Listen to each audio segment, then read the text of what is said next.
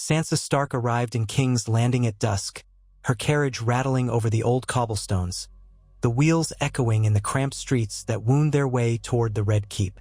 She still remembered these roads from her girlhood, the smell of the gutters, the sullen faces of the small folk, the prying eyes on every corner. Once, the city had loomed large in her nightmares, a labyrinth of lies and cruelty. But she was not that timid girl anymore. She was older now, hardened by northern winters and sharpened by experience. And she carried with her something precious, a resolve forged in the snows of Winterfell, tempered by countless deceptions and betrayals. She intended to claim the Iron Throne for herself, not by the sword, but by careful, methodical maneuvering, the same sort of cunning that once ensnared her when she'd been naive to such things. She had come with a modest retinue, a handful of northern knights, sworn to her family, and a few discreet attendants skilled in the arts of courtesy and persuasion. She did not want to make a grand entrance. Attention could be dangerous in King's Landing. Too many watchful spies roamed these streets. Instead, she entered as quietly as a whisper. The people of the city whispered in turn, that a Stark lady had come, that she was the queen in the north, the Lady of Winterfell, and that she might have business with those who had once tormented her. They weren't entirely wrong. Sansa stepped out of her carriage in the courtyard of the Red Keep.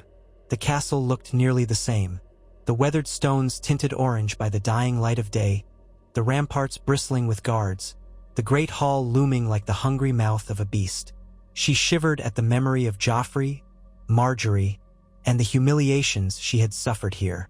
The keep seemed carved from her darkest recollections. Once, she would have wilted at the mere sight of its iron gates. Now, she drew herself tall, composing her features into a calm and regal mask that hid the torrent of feelings beneath. She was greeted by a master of ceremonies bearing the royal livery, though the color changed depending on who claimed the Iron Throne these days. He bowed deeply and ushered her inward with the kind of courteous distance that only the Red Keep's staff could muster. He spoke formalities in a bored tone, announcing that a council of lords was gathering to discuss the stability of the realm, and that Sansa's presence was anticipated with great curiosity. She gave a polite smile in return and asked to be shown to her chambers first.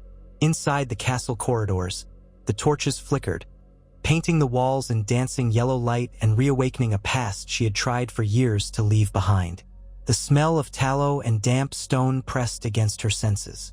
The narrow turns and iron doors were like old acquaintances she hadn't particularly liked but knew all too well.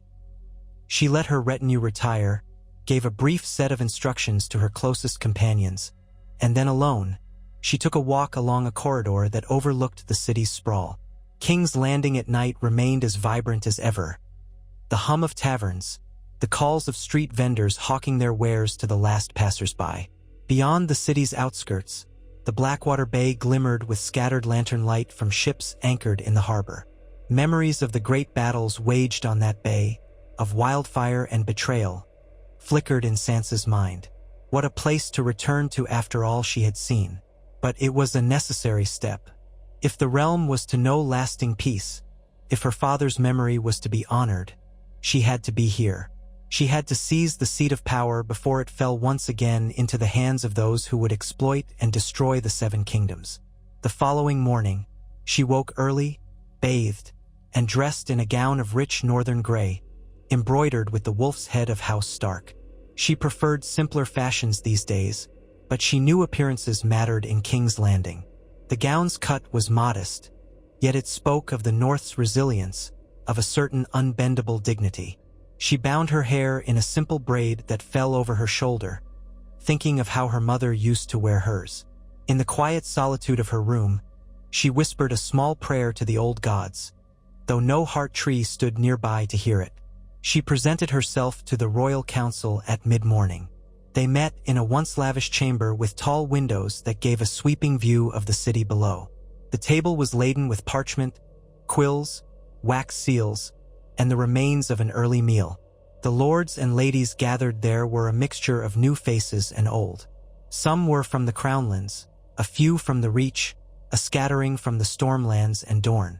The inevitable tensions between regions crackled in the air. When Sansa entered, the conversation hushed for a moment as all eyes turned upon her.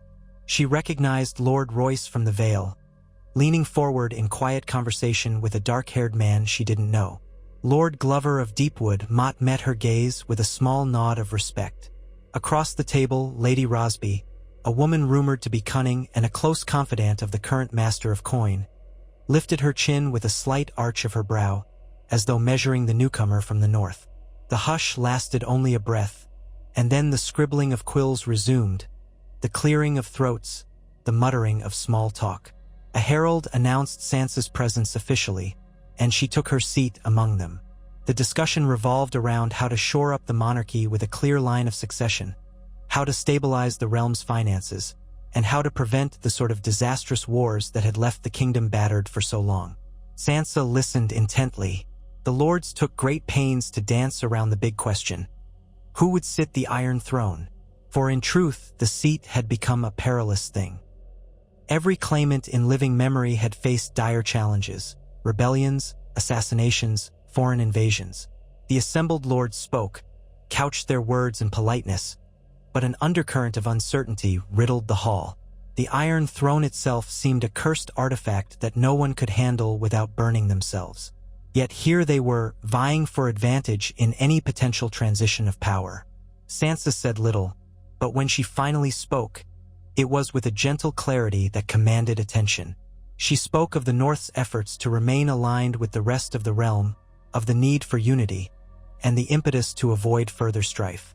She wove into her words a hint of steel, reminding them that if the North withdrew, the realm might find itself painfully divided.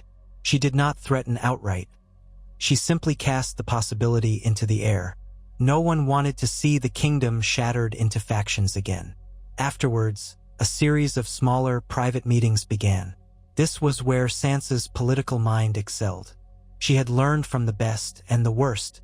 She had studied Cersei's domineering style, Marjorie's soft power negotiations, and most subtly, she had gleaned a bit from Littlefinger himself, though she loathed to admit it.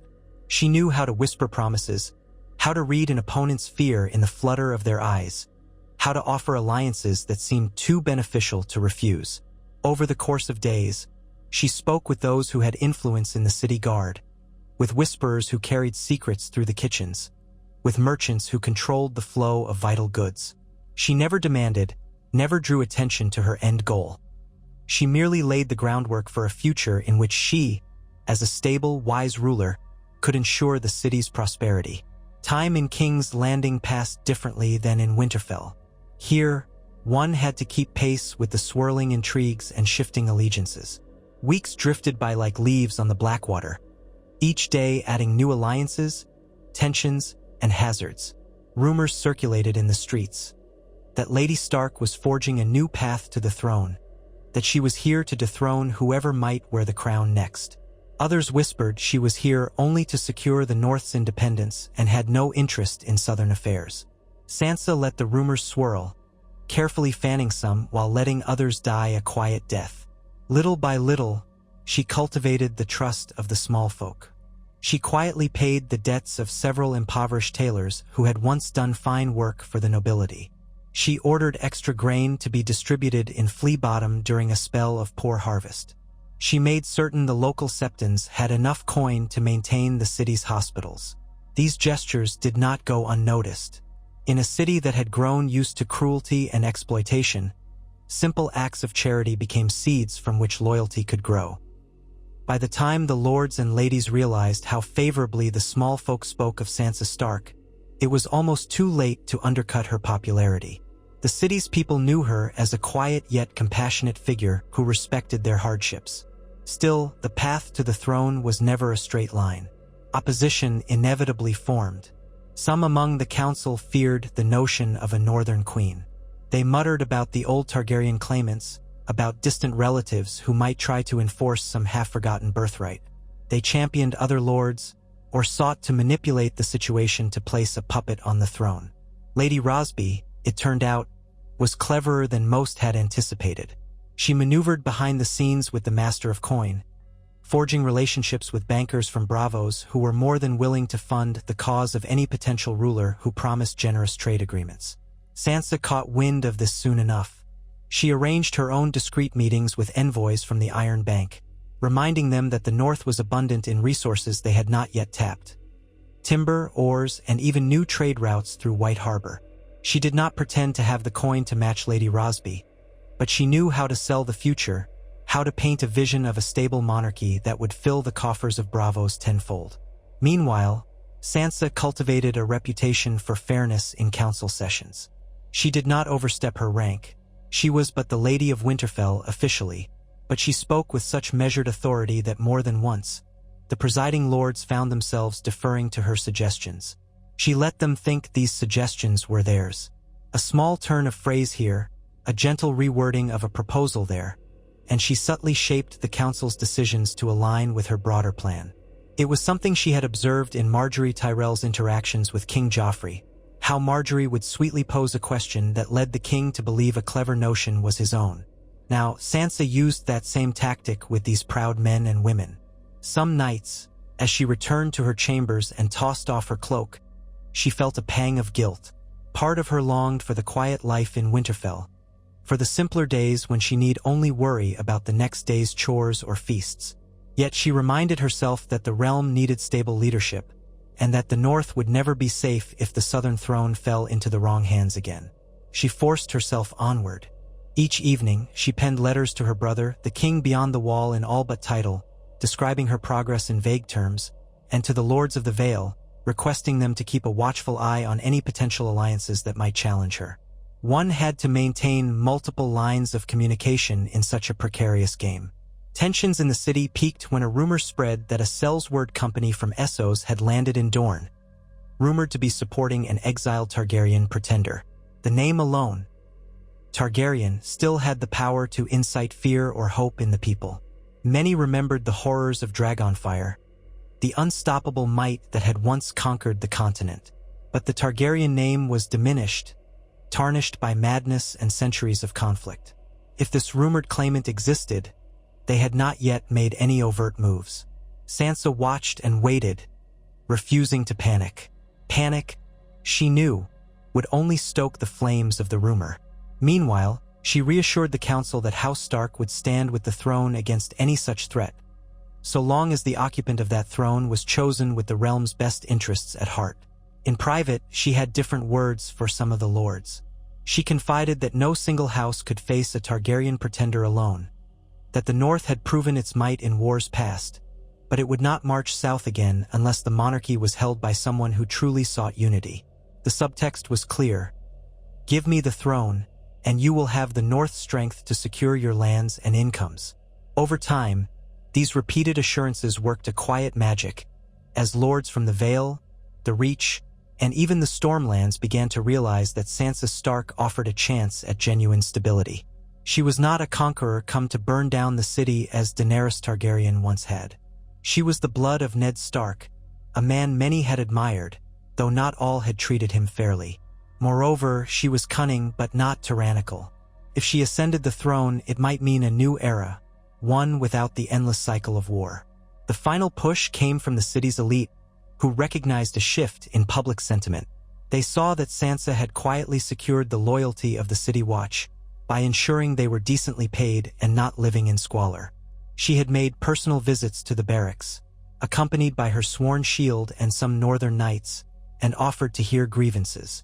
When the rank-and-file soldiers saw a highborn lady stoop to listen to their troubles, they became fiercely devoted. Little did the other claimants or influential lords realize how critical that devotion could be in a city like King's Landing, where the gold cloaks often decided whose orders were truly followed. One evening, Sansa received an invitation to dine with a cluster of high lords and ladies who had so far remained non-committal about any future monarch. The dinner took place in a lavish hall near the Red Keep's private gardens. The table was laden with roasted boar, spiced wine, fresh fruit from the Reach, and fish from the Blackwater. The candles glowed, reflecting off polished silver. The conversation meandered from harvest yields to foreign trade, from local festivals to the city's eternal gossip. Sansa sat poised, neither dominating the table nor shrinking from it. Partway through the evening, Lord Banfield of Duskendale proposed a toast. He raised his cup and spoke in florid words about the need for a strong monarchy that would unite the realm. Someone with a royal bearing and a proven capacity to rule justly, yet with enough practical experience to navigate the harsh realities of politics. He looked at Sansa pointedly. Others at the table caught the meaning. Several rose to clink glasses with Lord Banfield, smiling. Sansa, mindful of her posture, rose with them and gently touched her cup to Lord Banfield's. No one spoke the outright phrase Queen Sansa, but the implication hung in the air. From that moment, her path to the throne accelerated. Whispers gave way to open discussions. Could a Stark truly rule from the Iron Throne? Would the Northern Lords accept her absence from Winterfell? Would the rest of the realm bow to a Stark queen whose ancestors had once been kings only in the north? It was not a trivial debate, but the realm was exhausted, battered, and hungry for peace. They wanted someone who didn't thirst for conquest. Sansa's calm presence and her proven empathy stood in stark contrast to the ghosts of rulers who'd reigned through fear and fire. In the shadows there were plots. There always are in King's Landing. Assassins might have been hired by other factions. Sansa doubled her guard, insisting her most loyal knights sleep in shifts outside her door. She drank only wine poured by those she trusted implicitly, refusing even the finest vintages served by unknown hands. She navigated invitations with caution, never traveling alone in the city at night. Twice, she averted attempts on her life, though she managed to keep those incidents from spreading through the rumor mills. She understood that fear could corrode a reputation faster than any rumor of cruelty. She wanted the people to see her as steady, in control, a bastion of safety. Meanwhile, the matter of the Targaryen pretender quieted. Some said that the Sellsword Company in Dorne had turned mercenary for a local conflict, not for a Targaryen at all. Others believed the pretender had been quietly poisoned or captured. In King's Landing, the lords breathed relief and turned their attention back to the immediate future. And that future, more and more, was shaping up to have Sansa Stark at its center. The real test arrived one morning in the Great Hall of the Red Keep, a cavernous space that had once struck fear into her heart. The lords and ladies of the realm had gathered in force, wearing their finest attire. The banners of several houses hung from the pillars. The dais where the Iron Throne stood had been cleared of lesser chairs, so all eyes focused on that mass of twisted swords and jagged metal. It still sent a chill down Sansa's spine. So many had died for that monstrous chair. So many had spilled blood in its name. She vowed silently to never let the throne rule her, the way it had corrupted so many before. She stood in the crowd, flanked by her supporters from the north and the Vale. The herald announced that the assembly was to determine the future of the crown. Though this was framed as a formal step, everyone knew the negotiations had been underway for months. This was the performance, the show that would seal what had largely been decided in whispered corridors. The Master of Laws began with a grand speech about the responsibilities of the monarch and the dire need for a stable succession. He praised the valor of House Stark in defending the realm during the wars, nodding toward Sansa. He extolled the virtues of unity. He carried on for a while in the pompous style typical of these ceremonies, but beneath his verbosity, Sansa heard the message. The realm was ready to name a new monarch. Finally, he gestured toward her. "We have among us Lady Sansa of House Stark, Lady of Winterfell, who many have suggested be raised to the crown. Let any who wish to contest this speak now." A hush fell. Sansa felt her pulse quicken. She had prepared for someone to object.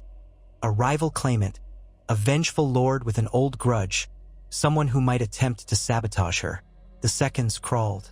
She saw the flicker of hesitation in some eyes, the tightenings of jaws, the uncertain shifting of weight. But no one spoke outright. The hush grew heavier, pressing down upon everyone in the hall. Then Lord Royce stepped forward. He was a man of the Vale who had once shown more loyalty to Littlefinger than to the Starks, but he had come to respect Sansa's leadership in the time since. He nodded in her direction. "House Royce stands behind House Stark." His voice rang across the stone walls. "We believe Lady Sansa will serve the realm better than any alternative." Lord Glover of the North followed, voicing his support with a steady, unwavering tone. Then one by one, a swirl of lords and ladies pledged their support. Only a few remained conspicuously silent, perhaps uncertain or disgruntled. Yet none directly opposed her. With each new voice speaking Sansa's name, the great hall reverberated with a sense of inevitability. At last, the Master of Laws formally declared that, unless there was a challenger of more legitimate claim, Sansa Stark would take the throne. She climbed the steps to the dais, heart pounding so loudly that she almost feared the entire hall. Hear it. The Iron Throne loomed before her, its twisted metal arms like the branches of a bleak, unnatural tree. She paused, looking at it carefully. So many had died for it. It felt almost sacrilegious to desire it. Yet she had to be strong. This was not about personal glory, but about doing what was necessary to guide a broken kingdom. She reached out, touched the cold steel. The metal felt rough beneath her fingertips. She glanced at the crowd. The lords and ladies waited expectantly, some anxious, some relieved. She took her seat. A hush washed over the chamber so profound that even the faint crackle of torches seemed distant. The metal pressed against her back, unyielding. She kept her chin level, her hands poised lightly on the chair's arms, mindful that the old adage said kings had sometimes been cut by the throne's blades if they were unworthy. The Master of Laws moved to stand before her, in the presence of witnesses, and repeated an oath of fealty. One by one, they came forward. The Lords of the Vale, the Lords of the North, the Tyrell's nearest kin, representatives from the Crownlands, the Riverlands, the Westerlands, all knelt or bowed to her. In the hush, the words of their oaths hung with solemn weight, binding them to this new queen. She was crowned that day with a slim circlet of Valyrian steel and gold, an artifact that had been hidden away in the Red Keep's vault since the wars. The metal was surprisingly light, resting on her auburn hair like a symbol of all that had happened. Her father's execution, her mother's murder, her siblings scattered to the wind, the betrayals, the heartbreak, the illusions of the songs she'd once loved. And yet she was still Sansa Stark of the blood of Winterfell. She remembered all she'd seen and endured. She would not forget. She could not forget. That evening, she held her first royal court. She wore the new crown, though she still dressed in the same northern-style gown.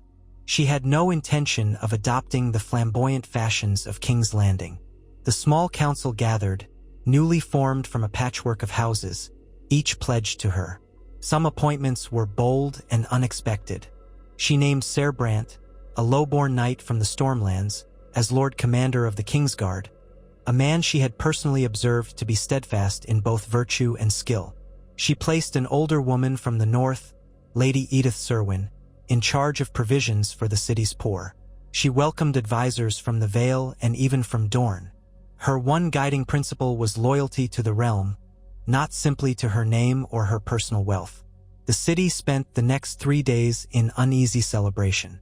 People are ever fickle in King's Landing, and some had expected fireworks, perhaps riots or the immediate coronation of a different candidate. Yet the transition was surprisingly smooth.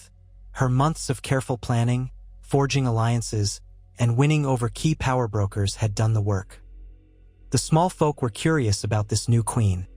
Some had already been touched by her charities, while others merely hoped for fewer taxes and a safer city. Over bowls of brown stew in Flea Bottom, they argued whether a northern queen could truly understand them. But the mood was more hopeful than not. The city had known so much chaos, so much bloodshed. A queen who seemed level-headed and kind might offer a respite from all that. In the Red Keep, Sansa moved into the royal apartments, though she felt a pang when she considered leaving behind her old, smaller chambers. That night, for the first time since her coronation, she gazed upon the bedchamber that had once belonged to Cersei Lannister. It held none of the queen's personal effects now, only echoes of the past. She walked to the window and looked out over the city. She could see torches and candlelight flickering below, the slow swirl of life that never quite slept. She knew her journey had only just begun. Taking the throne was the beginning of a far larger challenge. To maintain peace, to root out corruption, to feed the people, to quell the inevitable rebellions, to build alliances with foreign lands. But she was ready. She had been tempered by adversity, shaped by heartbreak. She would not run. Her first great test came within a fortnight. A faction led by Lady Rosby and her Bravosi allies demanded favored trade status and heavy influence over the new master of coin's appointments. In essence, they sought to shape policy. Sansa received them in the throne room, hearing them out while she watched their expressions carefully. Lady Rosby tried to tempt her with offers of gold so vast that even the Iron Bank might be envious. But Sansa recognized the trap. Accepting such a deal would leave her beholden to their whims, another puppet monarch. She politely demurred, reaffirming that while she welcomed trade, the crown would not become a plaything of Bravosi bankers or a single noble house. Lady Rosby pressed further, hinting that if Sansa refused, the loans might be withheld or recalled. Sansa stood from the throne, letting the hush fall over the crowd. "This realm stands united," she said, letting her voice carry. "We will pay our rightful debts, but we will not be sold to any bidder. The Iron Throne is not a whore, to be rented by the highest offer. We are done here." Her gaze did not waver. Lady Rosby retreated, her face reddening. The older woman offered a curtsy that looked more like an insult, then departed with tight lips. A message had been sent. The new queen would not be bullied. The assembled lords and ladies murmured among themselves. Moments like these defined the new reign. Sansa balanced the regal dignity she had learned from her mother with the unyielding temperament of the North. She recognized early on that every move she made would be tested by those who had grown accustomed to a pliable monarchy. She rarely gave fiery speeches, but when she did speak, she chose words that carried the quiet authority of someone who had survived the worst. She took care to dispatch northern soldiers to bolster the city watch, making certain they answered first to her. Over time, even those who doubted her found themselves reluctant to challenge her openly. She did, however, have to keep her finger on the pulse of the city's mood. To that end, she walked the streets in disguise once each month, wearing a humble cloak and plain clothes. She visited the markets and taverns, slipping away with a few trusted guards who blended into the crowd. She overheard complaints about the cost of bread, the rumors of noble infighting, the half-hearted jokes about the Wolf Queen, who might not understand how hot the summers could get. But she also heard gratitude from mothers who found that the cost of grain had stabilized, from children who no longer feared random beatings by corrupt gold cloaks, from shopkeepers who noticed that merchant vessels from the north brought more goods into the port, lowering prices. She took these observations back to the Red Keep, adjusting policies bit by bit. She needed to ensure the realm was governed with an eye toward justice, not pure profit.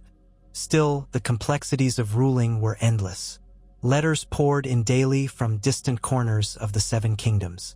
The ironborn chafed under any authority that wasn't their own. The Dornish simmered with old grudges. The Lannister territories seemed subdued, but Sansa knew that old ambitions died hard, and new leaders might arise among them, quietly waiting for a moment of weakness. The Riverlands still bore scars from the wars, trying to rebuild destroyed villages. She dispatched envoys, negotiated minor peace treaties, arranged marriages to cement alliances. She had not forgotten the lessons she learned in the Vale, where the marriage pact between House Stark and House Arryn had once secured a lifeline for the North. She recognized that political marriages could smooth over grudges spanning generations. Yet she vowed never to force any young woman into a union as she had once been forced. Instead, she relied on carefully chosen volunteers, on well-placed suggestions to families who sought to raise their status. In the Great Hall, under the vaulted ceilings that soared above, courtiers gathered each day to observe the new queen's justice. She did not relish the daily stream of disputes. A dead horse in a cobbler's yard, a stolen ring, a boundary quarrel between neighboring lords. But she listened closely, asked pointed questions, and tried to render fair judgment. Sometimes the matters were trivial, better left to local courts. But she knew that hearing them in person fostered trust. She also made a point of rewarding honesty. If a merchant came forward admitting to a minor misdeed, she offered a lighter penalty than if someone was caught lying outright.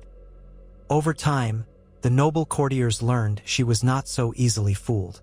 Meanwhile, She surrounded herself with a small circle of advisors whose counsel she trusted. Some were older, like Lord Royce, whose sense of honor she'd come to rely upon. Others were younger, brilliant minds that she recruited from various corners of the kingdom. A few scribes from Old Town aided her in understanding the complexities of the crown's finances. She discovered a remarkable woman named Eleanor, daughter of a minor knight, who had studied the medicinal arts and now helped oversee the city's health measures, working with the faith to ensure proper sanitation in the poorer districts. Sansa wasn't interested in ceremony for its own sake. She cared about results, about people who could help mend the fractures in the realm. Letters from Winterfell arrived often, bearing her brother's seal. Jon, still referred to that name despite his complicated lineage, wrote of the North's well-being, of rebuilding efforts, of how her younger sister Arya had sent a message from somewhere in the east, as restless as ever. In these quiet moments, reading by candlelight, Sansa felt a pang of longing. She missed the cold winds, the smell of pine in the courtyard, the distant howl of wolves under a moonlit sky. She missed the presence of family at her side.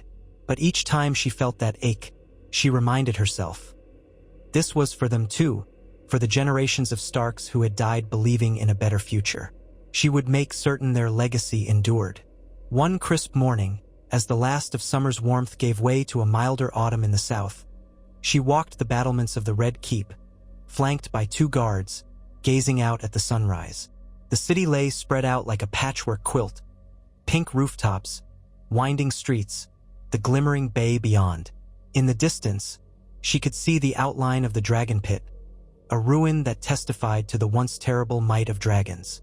She exhaled, letting the breeze carry her breath away. This was her city now. It would require her vigilance, her cunning, and her compassion. She must keep at bay the illusions of power that had devoured so many before her. As she reflected on her journey, she allowed herself a small, wry smile. The songs she had adored as a child had promised a golden-haired prince who would sweep her off her feet and carry her into a realm of beauty. Instead, she had tasted the bitterness of politics, the cruelty of a boy king, the manipulations of men like Littlefinger. She had lost loved ones, endured heartbreak, and yet, in the end, she had learned to wield power in ways that served not her vanity, but the well-being of the people. There was a certain poetry in that transformation. In her early days as queen, she continued to face pockets of resistance. One night, she received word of a clandestine meeting among conspirators near the Dragon Gate. She dispatched the city watch quietly, instructing them not to spill blood unnecessarily. In a swift operation, the watch captured a group of lesser lords and merchants plotting to stir up an armed rebellion against the northern usurper. Sansa personally interrogated their leader, a bitter man named Lord Ulfric, whose family had once gained favor under the Lannisters. He spat at the ground when speaking to her, cursing her name. She listened, calm and unsmiling, as he ranted about how the North had no right to rule. When he finished, she told him simply, "The North has bled for this realm. We have earned our place here, and I intend to heal it, not break it." She sentenced him to confinement in the Black Cells and exiled the rest of the conspirators' families to their minor holdings under strict watch. She tempered her justice with mercy, hoping to avoid stoking a cycle of vengeance. Slowly, those who conspired against her realized they did so at their peril. The crown was not weak. She restructured the economy with the help of the Master of Coin, ensuring that the crown's debts to foreign banks were gradually paid down. She fostered local industries, directing coin into new shipyards and trade routes, encouraging the transport of goods from the North's rich forests. She kept watch over the narrow sea as well, aware that foreign powers might test her rule. Her spymaster, a quiet man from the Reach, assured her that, for now, there was no major threat looming beyond the waves. Over time, the people saw visible improvements in their daily lives. The city streets became cleaner, thanks to new regulations on waste and a revitalized city watch that actually enforced them. The cost of bread and essential goods stabilized. The Red Keep's treasury, once an empty shell, began to fill, cautiously but steadily. Lesser houses that might have revolted instead found it more profitable to cooperate. And so, the Wolf Queen, as some had begun to call her in both jest and admiration, slowly secured her power. She did not rule through terror or spectacle. She ruled through deliberate acts of policy and glimpses of genuine kindness. Sometimes she recalled the days she spent as Joffrey's pawn, forced to lie about her father's treason, forced to smile and endure torment. She remembered how powerless she'd felt, how she'd prayed for an escape. If someone had told her then that she would one day sit upon the Iron Throne, she would have thought it a jest of the cruelest sort. Yet here she was. She had survived, grown, and now held in her hands the fate of the realm she called home. She owed it to herself, and to the memories of those she had lost, to do better. On the first anniversary of her coronation, she organized a festival for the small folk, something that would echo the harvest celebrations of the North. It was modest compared to the grand tournaments the Lannisters once threw, but it had free bread, open performances by local musicians, and races for children. She even arranged for a small yard in the city to hold a series of friendly contests. A mock joust, archery demonstrations. She walked among the people in plain garb, with guards hidden in the crowd, of course, greeting them. A small child with large, curious eyes asked if she really was the queen. Sansa knelt to meet the girl's gaze and smiled. "Yes, I suppose I am," she said softly, thinking of her own lost innocence. She offered the child a woven flower circlet she had brought from the north and placed it gently on her head. The child grinned, and Sansa felt a warmth in her heart that no throne, no crown, could ever replicate. Late that evening, after the festival died down, she walked the gardens of the Red Keep, the soft chirping of crickets filling the air. She remembered the times she had slipped into these gardens to cry or to yearn for a gentler world. Now, the garden was calm, with lanterns swaying in the breeze, illuminating the pale petals of moonlit roses. She paused by a marble bench where she had once overheard conspiracies. She let her hand glide over the bench's surface, feeling the cool stone beneath her fingers. So much had changed. She was about to turn away when she heard footsteps approaching. It was Lord Royce, wearing his formal tunic, though he seemed somewhat reluctant to intrude on her solitude. He spoke quietly, informing her that the next day's council meeting would concern a trade dispute in the Westerlands.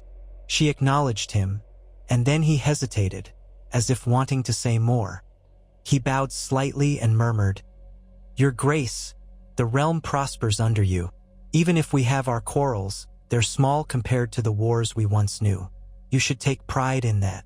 His voice was laced with genuine respect. She nodded, managing a faint smile. "Pride is a dangerous thing," she replied, "but I am glad if there is peace." He bowed again and withdrew, leaving her to the garden's hush. She listened to the wind in the leaves. Yes, it was a fragile peace, but peace nonetheless. Maintaining it would demand all her resources, all her cunning, all her patience. She would have to face further trials, threats from within and without. But the North had taught her resilience. King's Landing had taught her how to navigate treachery, and her heart reminded her why she strove so hard in the first place. She wanted people, common folk and nobility alike, to feel safe in their homes, not cowering under tyrants or trembling at the shriek of dragons in the sky. She sat down on the bench and gazed at the pale moon, her thoughts drifting back to the old gods of the weirwood. There was no heart tree here to witness her vow, but she vowed nonetheless, silently and solemnly. She would guard the realm as best she could, even if it meant personal sacrifice. She would not allow cruelty to fester under her reign.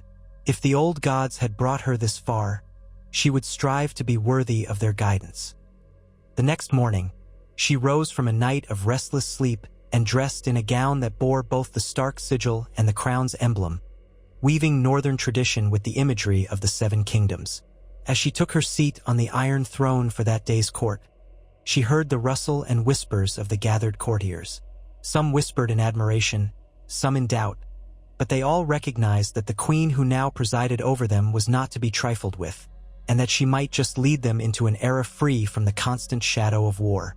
Sansa Stark surveyed the hall, and her gaze settled on the assembled lords and ladies, the petitioners, the common folk seeking justice. Her voice rang clear as she addressed them. She spoke of unity, of building a realm rooted in fairness, and of forging a future that would not repeat the mistakes of the past. When she finished, there was a palpable sense of something new in the air. Hope, perhaps, or the stirring of a different sort of loyalty than King's Landing had known in decades. The final words of her address carried quietly through the halls. "I will do what I must to protect the realm," she said. "I am Sansa Stark, Queen of the Seven Kingdoms, and I swear before gods old and new that I shall not betray this land or its people." With that promise, she descended from the throne and began the day's business. Yet another day in the unending dance of politics and responsibility. Outside, the city hummed with life, and the realm continued to breathe in the uncertain peace she offered. It was not the end of her story, but the beginning of a new chapter for Westeros, one shaped by the unwavering will of a young woman who had once been a frightened girl in a strange city, and who now wore the crown with equal parts grace and determination. And though the future was never certain, on that day, the realm collectively exhaled, daring to believe that maybe, just maybe, this new queen's compassion and cunning might finally heal old wounds and chart a path toward a lasting era of peace. The days following the anniversary of her coronation found Sansa Stark keenly aware of both the burdens and the delicate satisfactions of ruling. She could sense the realm slowly settling, to a horse that has been ridden too hard for too long and finally finds its pace. Yet she also knew, with a certainty gained from many a brutal lesson, that stability in Westeros often proved a fleeting thing. In the quiet hushes before dawn, when she rose early to study reports or to meditate by candlelight, she reminded herself never to grow complacent. The crown she wore and the throne she occupied were forged of countless betrayals and centuries of conflict. If she let her guard down, that legacy would come roaring back like a wounded beast. She found herself thinking often of her siblings. Jon, somewhere in the northernmost reaches beyond the wall, remained a distant and protective presence. Arya's letters came sporadically, sometimes carried by outlandish messengers from across the sea, scribbled with hints of her travels and the improbable places she'd seen. Bran, caught in his own mysteries of vision and magic, stayed in the north. She received messages that he continued to serve as a guide of sorts for the lords there, although no one claimed to fully understand him. Even Rickon, lost so long ago, lingered in memory. Each recollection brought a pang, but it also steeled her resolve. The Starks were scattered by war and fate, yet she carried their memory forward in the halls of power. On a crisp autumn morning, she awoke to a quiet storm within the castle. Two of her ladies-in-waiting were kneeling anxiously outside her door, explaining that a man bearing Targaryen banners had appeared at the city's gates the previous night, accompanied by only a handful of soldiers. The gold cloaks, uncertain what to do with him, had thrown him into a holding cell pending the queen's command. The man claimed no rightful throne, but he carried a message from someone who did, or so he claimed. Sansa dressed swiftly, fastening the silver wolf's head clasp at her shoulder, and hurried to the throne room. By now, the courtiers had already gathered in uneasy clusters, drawn by the rumor of a Targaryen envoy. Some wore anxious expressions, others seemed merely curious. With a subtle nod, Sansa commanded the gold cloaks to bring forth the prisoner. He was a young man, hardly more than 20, with a once fine cloak now stained by the city's grime. His hair was fair, his eyes pale blue, and he knelt on the stone floor at the base of the Iron Throne. He introduced himself as Aemon Stormbreak, a minor knight who swore fealty to a mysterious Targaryen claimant rumored to be hidden in Dorne. Whispers in the throne room rose like wind over tall grass. Many lords had thought the Targaryen threat extinguished, if not with Daenerys' end, then certainly with the quiet dissolution of her scattered supporters. Yet here stood a messenger openly brandishing a black banner emblazoned with a three-headed dragon. Sansa kept her composure, though she felt the old trace of fear coil in her stomach. She remembered the days when dragons soared above King's Landing and the city cowered beneath their flames. She remembered ash falling like snow. She would not let that happen again. "Speak," she commanded gently. The young knight swallowed, glancing around as though uncertain he'd keep his head. I come on behalf of Viserys Targaryen, who sends greetings to the queen who sits on the Iron Throne. He requests safe passage to King's Landing so that he might discuss an equitable arrangement for the realm. Sansa studied him, silent for a moment. She knew that granting safe passage could be dangerous. A new Targaryen, a man calling himself Viserys, could rally old loyalties, especially among the restless or disillusioned. On the other hand, refusing him outright might paint her as a tyrant, feeding the notion that she feared challenge. Everything in King's Landing was about messages, about how one's actions were perceived. She leaned forward, letting the metal edges of the throne frame her presence. "Tell me, Ser Emond," she said quietly. "This man you serve, why does he presume any arrangement needs to be made? The realm is at peace. I sit the throne. By what right does he seek an audience?" The knight lowered his gaze. "He says he is the last scion of House Targaryen. He seeks to parley with your grace, that you might share rule of Westeros or come to some compromise. He promises not to bring war should you be amenable." His voice grew smaller with each word, as though he heard the absurdity even as he spoke it. A ripple of discontent passed among the assembled lords. Sansa lifted a hand to silence them. She felt the eyes of her realm upon her, the same eyes that had once watched with rapt terror as other claimants fought tooth and nail, leaving death in their wake. She did not want another war, but she would not appear weak. "You may return to your master with this message," she said, her voice resonant, "and you will travel under my protection as queen. I grant him leave to approach the city, no more than a dozen men in his retinue, armed only as travelers. He may address his concerns in open court. If he values peace, he will abide by these terms." She let the hush settle, her tone making it clear there would be no negotiation. Then she added, "But understand this, I speak not just for the North, but for the entire realm. If your lord crosses these lines, if he brings swords against my people, I will respond with the full might of Westeros. Do you understand?" Aemon Stormbreak bent his head hastily. "I do, your grace." With that, the gold cloaks led him away. A torrent of conversation erupted in the throne room once he was gone. Sansa listened to the rising cacophony with a well-practiced reserve, stepping down from the throne and giving only a single instruction to her guards: escort the messenger to the city gates and ensure he departs without harassment. Lord Royce approached, expression set in deep lines of concern. "Your Grace, you know this must be a ploy. Targaryens never come in peace. They come with fire and blood. That's their way.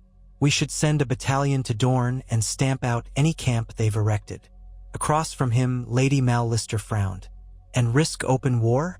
Dorne is restive enough without our armies marching over the Prince's Pass. Perhaps letting this pretender come to us is wisest." Sansa nodded. "We will proceed with caution," she said, summoning the patience that had served her so well. "But I will not be the one to strike first. Let him show his hand." Over the next fortnight, news of Viserys Targaryen's invitation spread through the city. The small folk, ever hungry for gossip, spun tales. That a dragon had been seen in the deserts of Dorne, that foreign sellswords were gathering in the stepstones, that the ghosts of old Targaryens haunted the halls of the Red Keep. Sansa wove deftly through these rumors, using her spies and her loyal captains of the guard to keep order. She wanted the city calm, or as calm as it ever could be. Her nights were restless. She found herself walking the halls of the Red Keep more frequently, occasionally pausing in the old courtyard where she'd once fed the birds with Shay, or down in the lower bailey where she'd glimpsed the heads of her father's guards mounted on spikes. Memories collided with the present, reminding her that King's Landing could devour the unwary, even queens. At last, a raven arrived from Dorne. Viserys Targaryen, accompanied by a retinue of 11 knights, would arrive at the Rose Road in 1 week. It was signed with a flourish and sealed by some old signet ring bearing the three-headed dragon. Sansa read the parchment carefully, noting the courtesy and the confidence in its language. This Targaryen was neither begging nor threatening. He seemed to believe the throne was his by right and that Sansa would acknowledge it, if only they spoke face to face. In the days leading to his arrival, she convened her council. The Master of Laws, a scholarly woman from the Vale named Ellis Westerling, advocated heightened security measures, tripling the watch on the gates, erecting checkpoints along the roads, searching every cart and wagon. The Master of Coin, Lord Tarley, distant kin to Samwell Tarley, warned that such measures would choke trade. Sansa struck a balance, ensuring more gold cloaks patrolled but not to the point of punishing innocent merchants. She also ordered that no man in the Targaryen party be allowed to wander unescorted. She took measures to make her readiness clear. The Red Keep's guards were placed on high alert, but not in a manner that could be perceived as fear. She wanted to exude confidence. If Viserys Targaryen thought to intimidate her, she would show him the city was prepared. Meanwhile, she quietly sent messages to the north, confirming that Jon's watchers along the neck would be prepared should any Sellsword company or large host attempt to march. At last, the day came when Viserys Targaryen and his knights rode through the city gates. Word traveled quickly, and the small folk crowded the main avenue, curious to see this man who claimed descent from a line that had once conquered all of Westeros. Sansa watched from a balcony as the retinue approached. They wore matching surcoats of black with a red three-headed dragon across the chest. The horses were lean but well-tended, and the men carried themselves with an air of quiet confidence. At their head rode a young man with silver-gold hair that shimmered in the sunlight. He bore a face that might have been considered handsome if not for the perpetual set of his jaw, as though he were biting back a simmering impatience. From a distance, one could see the faint lilac hue in his eyes, marking him clearly as a Targaryen if the stories were true. He was accompanied by 2 Dornish knights, their swarthy complexions a sharp contrast to his pale features. When he reached the courtyard of the Red Keep, the gold cloaks closed ranks behind him, shutting out the throng of onlookers. Sansa observed from the top of a broad staircase. There were no horns, no formal greeting beyond a small herald's announcement. This was a meeting of uneasy equals, or so the Targaryen party might believe. He dismounted gracefully, handed his reins to a waiting page, and walked up the steps until he stood a few yards below the Queen of the Seven Kingdoms. He inclined his head, not a deep bow but more than a simple nod. "Your Grace," he said, voice smooth, "I thank you for allowing me audience in your city." Sansa returned a measured dip of her chin. "Viserys Targaryen, you are welcome here under guest right. I pray you understand the seriousness of that custom." He smiled, revealing very white teeth. "I do, Your Grace. The Targaryens have a long history with hospitality in Westeros." She read the subtle subtext in his words. Once, House Targaryen had been shown fealty everywhere they went. But now times had changed, and the Targaryens were no longer the unassailable dragon lords of old. She turned and led him through the corridors, flanked by her guards and his knights. As they walked, courtiers parted like ripples before them, whispering behind cupped hands. The hush of that walk felt like the calm before a storm. They came to the throne room. Sansa had purposely left it less crowded than on formal occasions, with only her small council, a handful of high lords, and some trusted knights in attendance. She ascended the dais and seated herself on the iron throne, letting the twisted metal remind all present of how power had been seized and lost countless times before. Viserys stood below, in a place designated for petitioners. She lifted a hand. "You have words for me. Speak them." He inclined his head again, less graciously this time. "Your Grace, I was born in exile, raised on tales of my family's glory and the realm we once ruled. Many Targaryen heirs have risen and fallen, but I assure you, my lineage is unquestionable. I bear the blood of Aegon the Conqueror, the blood of dragons, and I come not to demand the throne. You hold it at present, but to discuss how we might share in its rule, if that is possible." Sansa felt the eyes of her council upon her. From the corner of her vision, she saw Lord Royce's jaw clench. She steeled herself. "The crown has no need to share rule. The realm is unified, if not perfectly peaceful. My line descends from the kings of winter, and we have proven ourselves capable of leadership when others left the Seven Kingdoms in flames. Tell me, Lord Targaryen, what is it you truly desire?" "Only my birthright," Viserys answered, though there was a trace of bitterness in his tone. It was stolen from my family. We Targaryens may have faltered, but we did not vanish. I know many across Westeros still look upon the dragon banner with hope. If you would have me, I could serve as your hand, or as a prince consort if that arrangement proves more palatable. A ripple of shock passed through the room. Sansa felt her pulse leap, though her expression remained controlled. A marriage proposal from a Targaryen? That was a cunning angle, one that might bind old Targaryen loyalists to the crown without open war. It also could incite immediate suspicion and rage among those who remembered the Mad King or Daenerys's final atrocities. She took a moment, her gaze raking over him. He certainly had the hallmark Targaryen features. If he was an imposter, he was a skilled one, but the realm had seen enough illusions. Targaryens could appear from nowhere, brandishing a name that still carried weight. A bold proposition, she said. Have you come with illusions of resurrecting your house's dominance? Because if so, I advise you to think carefully. The realm is done with bloodshed. He spread his hands, feigning humility. I come to unite, not destroy. Believe me, my lady, I have no desire to see the city in flames. I know well how war ravages the land. My own mother died fleeing it. I propose an alliance. Sansa felt a surge of conflicting emotions. Curiosity, caution, anger. She recalled how the Targaryens had once brought devastation, but also how they had united the kingdom under a single banner. An alliance could quell the hopes of would-be rebels who pinned their dreams on a Targaryen restoration. Yet the risk was immense. To even entertain the notion of a marriage with someone unproven, someone whose claim was historically overshadowed by the misdeeds of his ancestors, could unravel all that she had painstakingly built. She rose from the throne, her voice carrying across the chamber. I will consider your proposal, but I make no promises.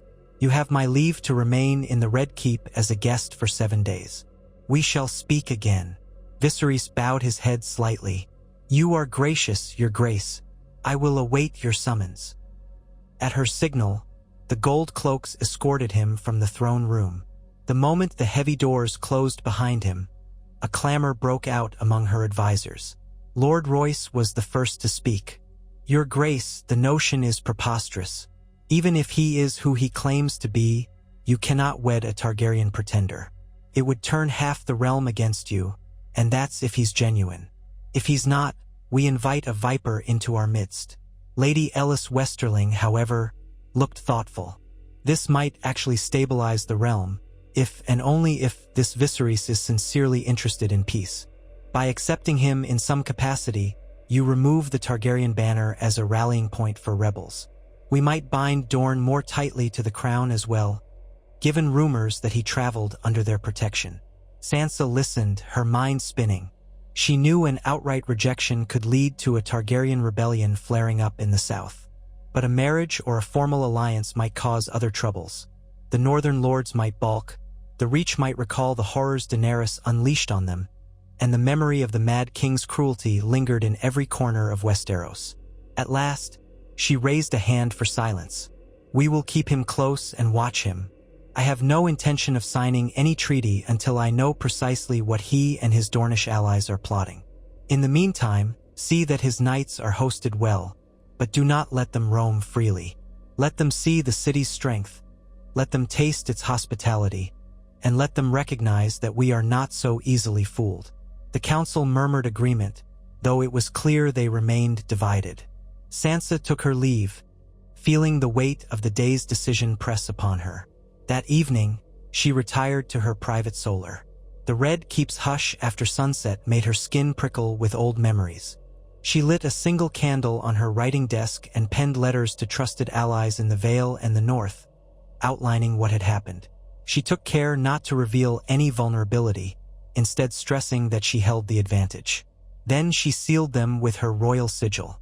Her next days were consumed by the dance of courtesy and suspicion with Viserys Targaryen. He dined in the Great Hall, meeting many of the lords and ladies who once might have been loyal to his ancestors. Some were dazzled by his easy charm and distinctive features. Others eyed him with distrust. Sansa herself watched from a calculated distance, occasionally engaging in polite conversation but never revealing her thoughts. In quiet corners, she heard him speaking of the glories of old Valyria, weaving tales of how House Targaryen had been chosen by fate to unite the Seven Kingdoms. He was careful, though, never to speak too brazenly about taking the throne himself. He flattered Sansa in subtle ways, praising her for bringing peace after the madness of the prior wars. He offered to show her the signet ring he claimed had belonged to Rhaegar Targaryen, pointing out the inscriptions. She made an effort to remain poised, neither dismissive nor overly intrigued. One afternoon, they took a stroll through the gardens at his request, with half a dozen guards trailing behind. The sun was warm, the breeze carrying the scent of late-blooming roses.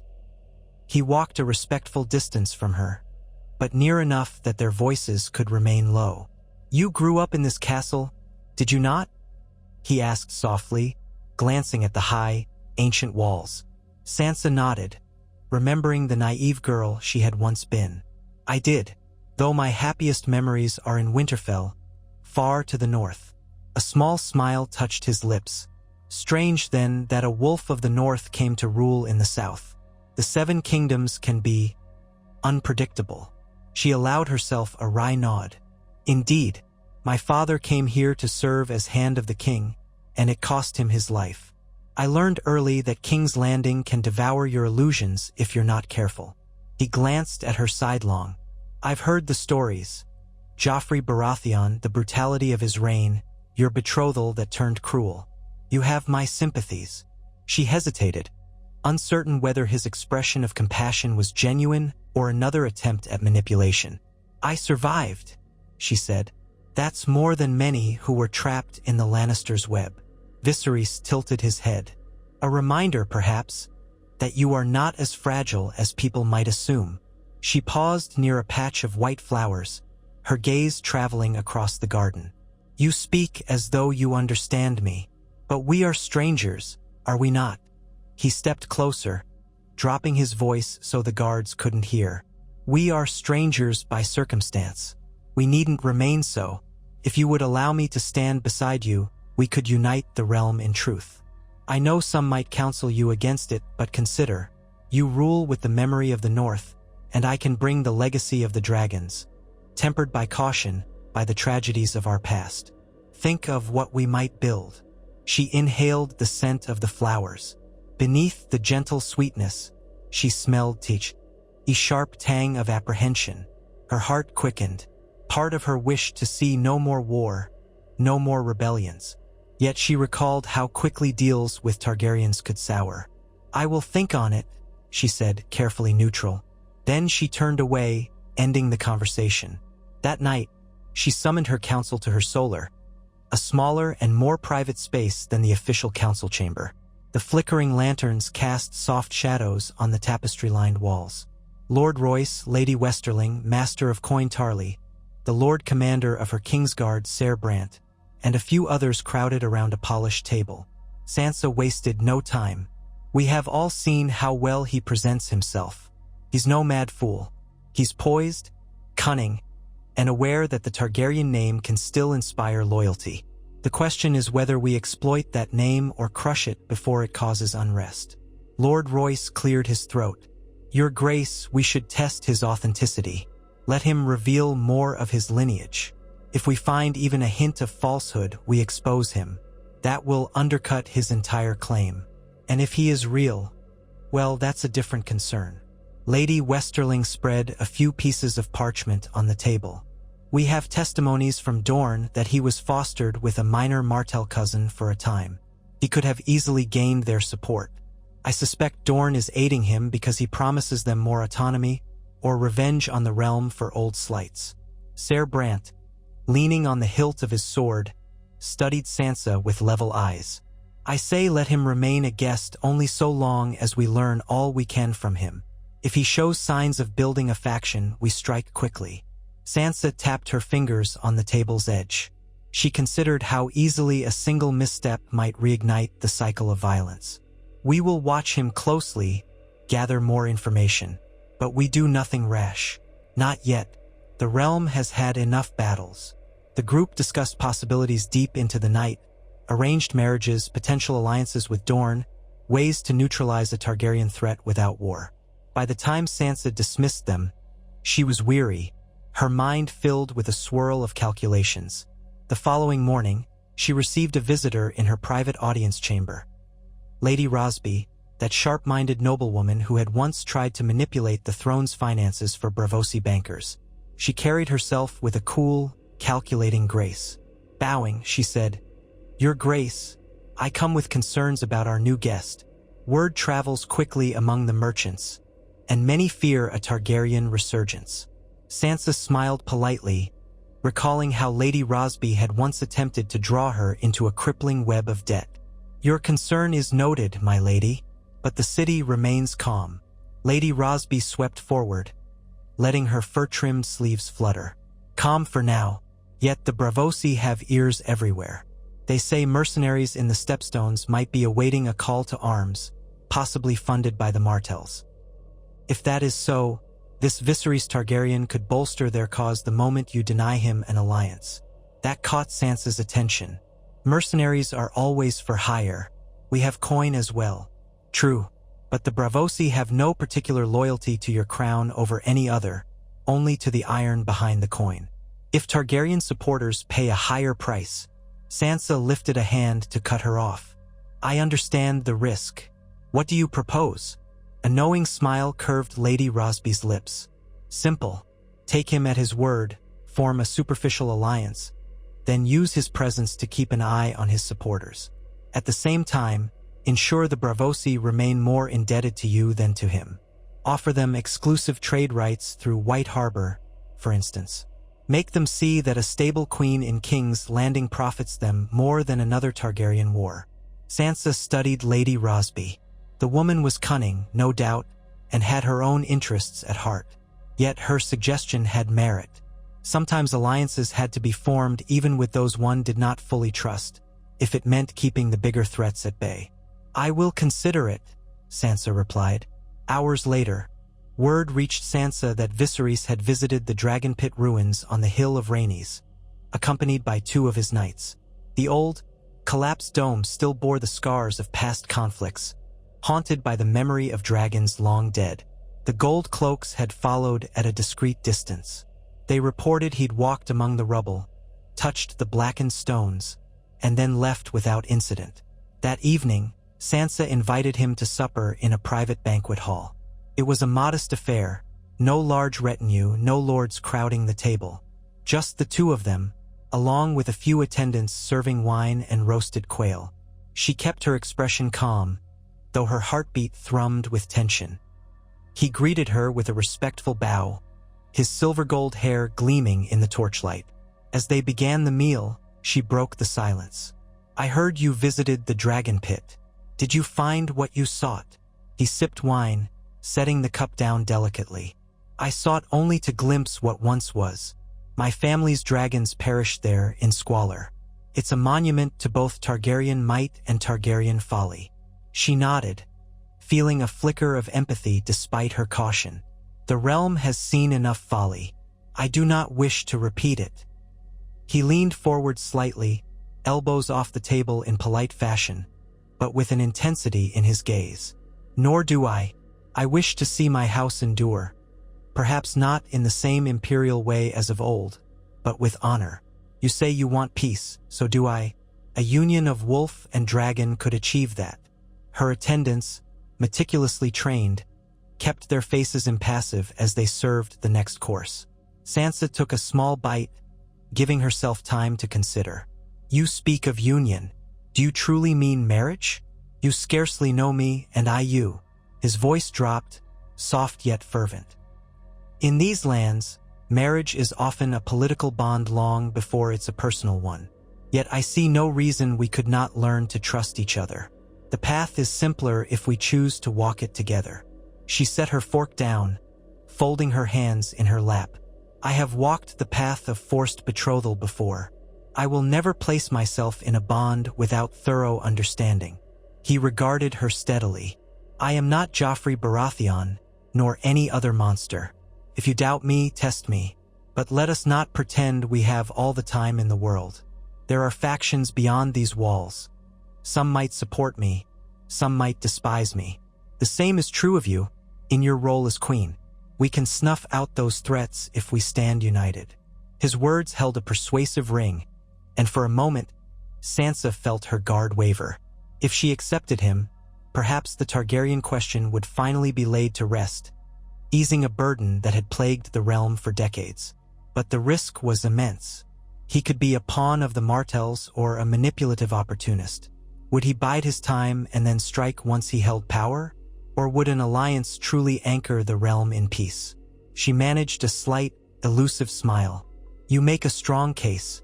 However, Westeros does not revolve solely around your lineage or mine. The lords have their say.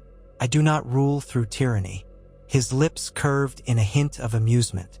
They will follow if they see strength.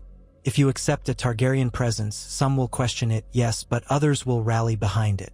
Ultimately, it is your decision. She let the conversation shift to safer topics. The wonders of Dorne's architecture, the complexities of the realm's finances. As the final course was cleared, he took her hand briefly, bowing over it in a courteous gesture. I thank you for this evening, Your Grace. I look forward to our next meeting. She inclined her head, showing neither approval nor refusal. After he departed, she paced the hall, the echoes of his footsteps lingering in her mind. She wondered if she was weaving a web or stepping into one. In the days that followed, she dispatched ravens to the lords she trusted most. Glover in the north, Royce in the Vale, though Royce was here in person. She wanted the Vale lord's broader perspective. A few loyal bannermen in the Riverlands. Their replies varied. Some warned her not to trust a Targaryen. Others said that an alliance might indeed seal the cracks in the realm if done with caution. Meanwhile, her spies continued to report that a contingent of Dornish soldiers was amassing near the Greenblood River, though it remained unclear if they were preparing for war or simply reinforcing their borders. Viseris himself kept up his veneer of politeness. He attended a small tourney organized by a minor Crownlands lord, cheering for both the local knights and for Sansa's own northern champions. He spent hours with scribes, detailing old Targaryen genealogies, perhaps to prove he was no imposter. He never pushed too far, but he never let her forget the gravity of his offer. At last, she resolved to speak with him one more time before making any public statement. She invited him to walk with her on the ramparts of the Red Keep at dusk. When the city below glowed in the warm light of torches and hearth fires, they stood at the stone battlements, the wind tugging at their cloaks. The narrow sea stretched out to the east, a dark expanse dotted by the lights of ships. King's Landing seemed almost peaceful from this vantage, its chaos hidden beneath the hush of evening. Sansa turned to face him, the sky behind her streaked with red and gold. Before I consider any formal alliance, I need truths. Not half-truths or polite illusions. He nodded, expression solemn. Ask what you will. She took a breath. Where did you truly come from? And how did you reach Dorne? If you are indeed the blood of Rhaegar Targaryen, your father was the Mad King's heir, yes? And your mother would have been Elia Martell, or else someone else if Rhaegar took a second or secret wife. Which is it? His jaw tightened. My mother was not Elia Martell. Rhaegar wed a second time in secret. That union bore another child, hidden away. It was rumored that child died, but my keepers risked everything to smuggle me across the sea.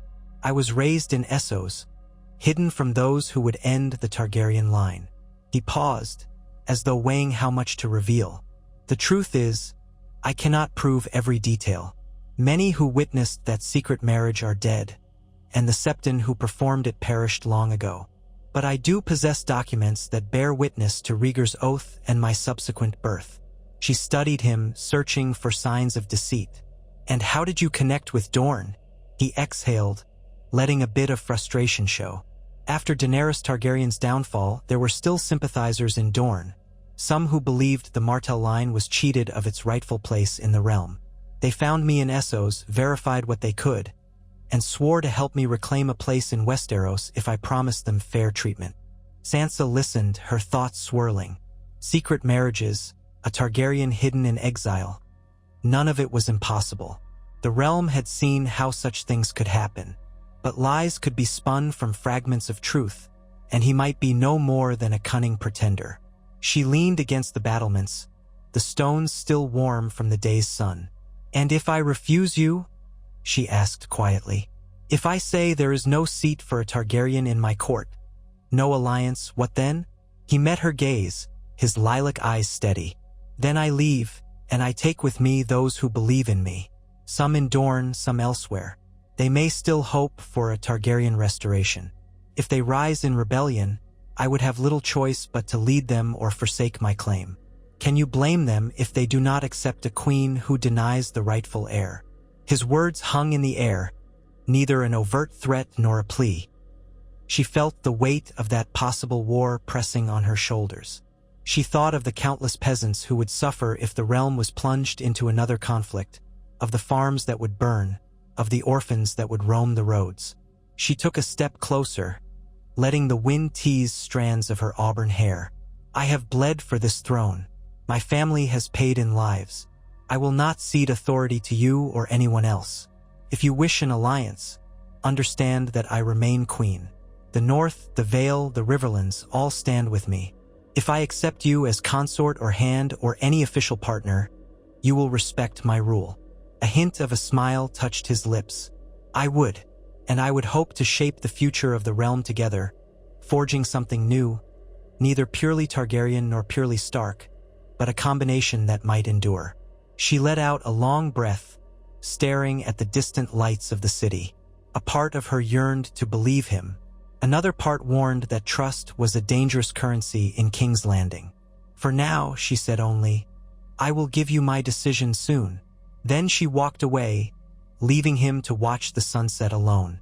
In the days that followed, Sansa found herself haunted by dreams. She recalled the face of Daenerys Targaryen in the chaos of war, the city burning around her. She saw her father's ghost on the steps of the Great September, condemning her for trusting too readily. She saw the Red Keep collapsing in Dragonfire. Each morning, she woke with her heart pounding. Was she about to repeat history by welcoming a Targaryen to her side, or would she avert it by forging a cautious peace? Her council remained split. Some urged her to reject him outright. Others reminded her that his presence could be a boon if harnessed properly. The lords who had witnessed the terrors of past Targaryens were adamant that dragons, literal or figurative, never brought lasting harmony. Those who looked to the future saw an opportunity to unify all corners of the land under Sansa's rule, if the Targaryen question were neutralized. She took a solitary ride through the city one afternoon, disguised in a plain cloak, accompanied by a single guard who posed as her brother. They wandered the winding streets, the smells of spiced meat and tallow candles mingling in the warm autumn air. In Flea Bottom, she overheard common folk gossiping in hushed tones about the Targaryen prince. Some said he was a golden savior who would restore the realm to its rightful lineage. Others sneered that he was a charlatan who would lead them to ruin. But many wondered whether the Wolf Queen would cast him out or bind him to her side. She realized that the small folk, as ever, cared most about whether they would have food, safety, and a stable future. Whoever supplied that would earn their favor. That evening, she called Viseris Targaryen to a private audience in her solar. A single candle illuminated a table on which parchment and quills were laid out. A carafe of wine waited, untouched. When he arrived, bowing his head in greeting, she gestured for him to sit. He took a seat opposite her, and she could feel the tension, like the coiled hush before a thunderstorm. She placed her hands on the table, letting the candlelight flicker across her face. "I have considered your offer at length," she said, her voice subdued but firm. "There is much at stake, and I will not be rushed." "I understand," he replied.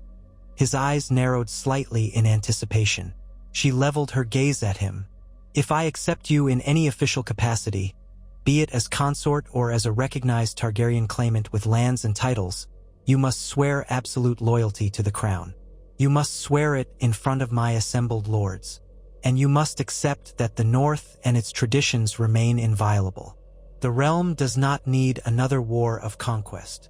He nodded, a cautious light in his eyes. I will swear, by the seven or by the old gods if you prefer, that I submit to your rule as queen. In return, I ask for a legitimate seat at your council. And if the realm is ever threatened, I will lend what strength I can gather." She leaned back in her chair, considering the final piece. "You speak of marriage.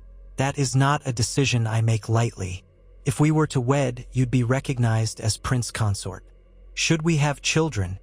He smiled, the expression tinged with something she couldn't fully read. "Then our bloodlines merge, forging a new dynasty for Westeros. A child of wolf and dragon." She felt a strange chill at those words, recalling how her own mother had once taught her about the union of northern houses, how alliances formed and crumbled.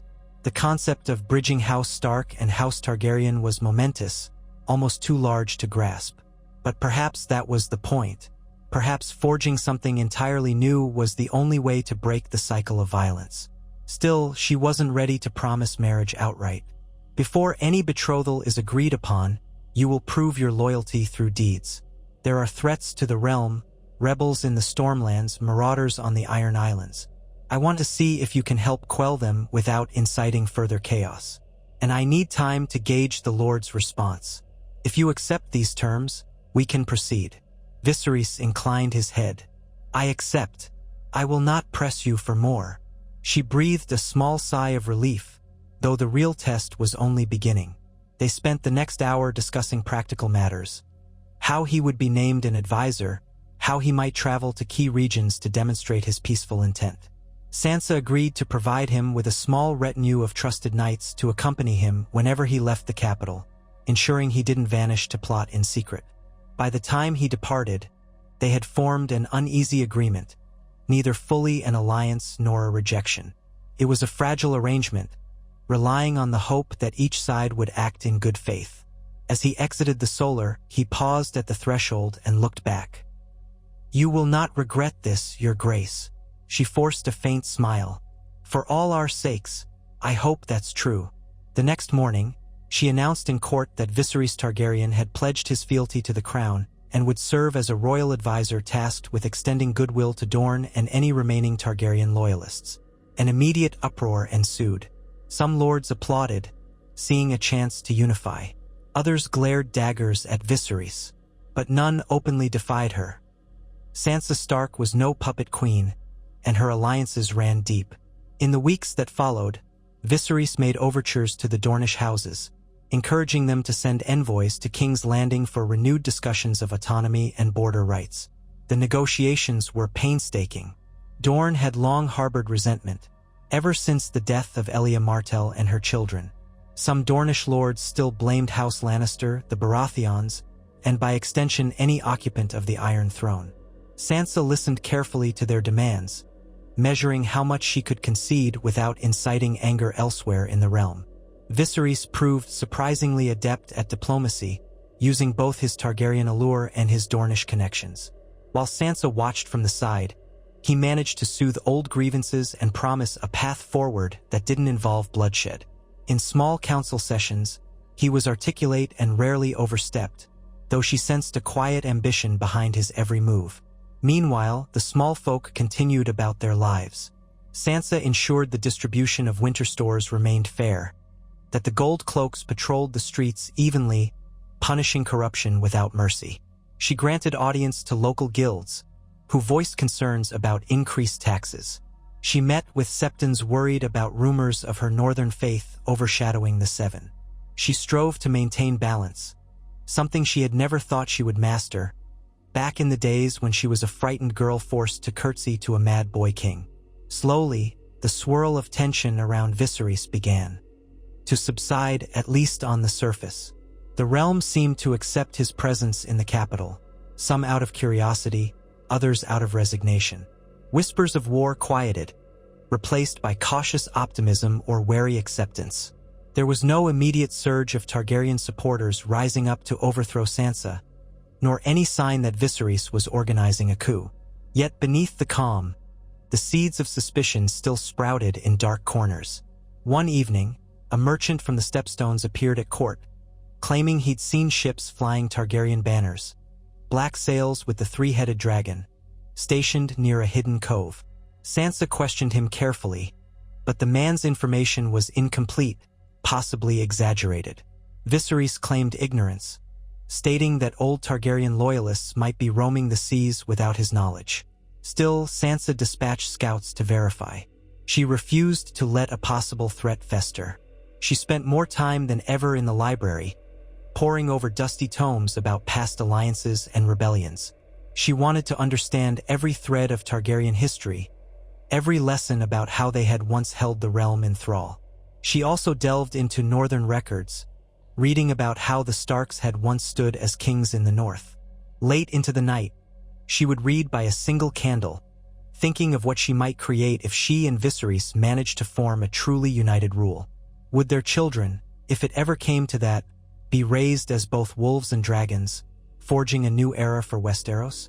Yet she never let herself forget how easily illusions can be shattered in King's Landing. One misstep, one betrayal, and the realm could plunge into chaos again. So she kept her guard close, her circle of confidants small. She confided in Lord Royce, Lady Westerling, and a few others who had proven their loyalty time and time again. A test soon came, an uprising in the Stormlands. A cluster of lords, led by the belligerent Lord Errol, refused to pay taxes to the crown and began raising their banners under the guise of refusing foreign influence. Rumors circulated that they had quietly reached out to the Iron Islands for support in an act of defiance. Sansa's scouts reported that they had mustered a few thousand men, mostly peasants pressed into service, but enough to threaten travelers and disrupt trade routes. Sansa seized the opportunity to test Viserys. She commanded him to ride to the Stormlands, backed by a modest force of royal knights and a contingent of her personal guard. His task was to negotiate or subdue the rebels, preferably negotiate to minimize bloodshed. If he succeeded, it would prove his loyalty and his competence. If he turned traitor, the force she assigned was large enough to thwart him, or at least alert her quickly. He departed with an air of confidence, wearing a light breastplate engraved with a subtle three-headed dragon. Sansa watched him go from the castle walls, her heart tight with anxiety. She was sending a potential threat into a potential war zone, hoping he would resolve the conflict rather than fuel it. If he returned victorious, it would strengthen his position immeasurably, perhaps enough that her council would press for a betrothal. If he failed, or if he joined the rebels, it would mean bloodshed and another fracturing of the realm. Days passed. Ravens arrived with sporadic updates. The roads were rough, the weather turning foul with autumn storms. Viserys met with envoys from Lord Errol, who insisted the crown was ruled by a northern usurper and refused to bow. Viserys responded with offers of clemency if they laid down arms. Tension crackled like distant thunder. At last, nearly 3 weeks later, word came that Viserys had triumphed without a major battle. He had convinced Lord Errol that continuing to rebel against Queen Sansa would only bring ruin upon the Stormlands. They hammered out an accord in which Errol surrendered half his men to the crown's custody as assurance of his good faith and pledged to pay the owed taxes. In exchange, Viserys promised to spare Errol's lands from occupation and to facilitate direct negotiations with Sansa for any future grievances. When Viserys rode back into King's Landing, muddy from the journey, he bore a triumphant yet weary smile. He presented Lord Errol's formal letter of submission to Sansa in the throne room, kneeling before her as he handed it over. The watchers in the hall murmured, impressed by the almost bloodless victory. Sansa read the letter carefully, then announced to all assembled that Lord Errol's men had laid down arms in recognition of the rightful queen. Applause filled the chamber. She glanced down at Viserys, who still knelt before her. She saw in his eyes a flicker of pride, of satisfaction. For a moment, she envied the simplicity of that feeling. For her, no victory in King's Landing was ever pure or free of hidden thorns. Nonetheless, she extended a hand to help him rise, letting the watchers see their unity. "I commend you," she said. "You have served the realm well." In the days that followed, praise for Viserys' success spread through the city. The Stormlands were pacified, at least for now, and the trade routes reopened. Some lords who had been wary began to speak more kindly of this Targaryen prince.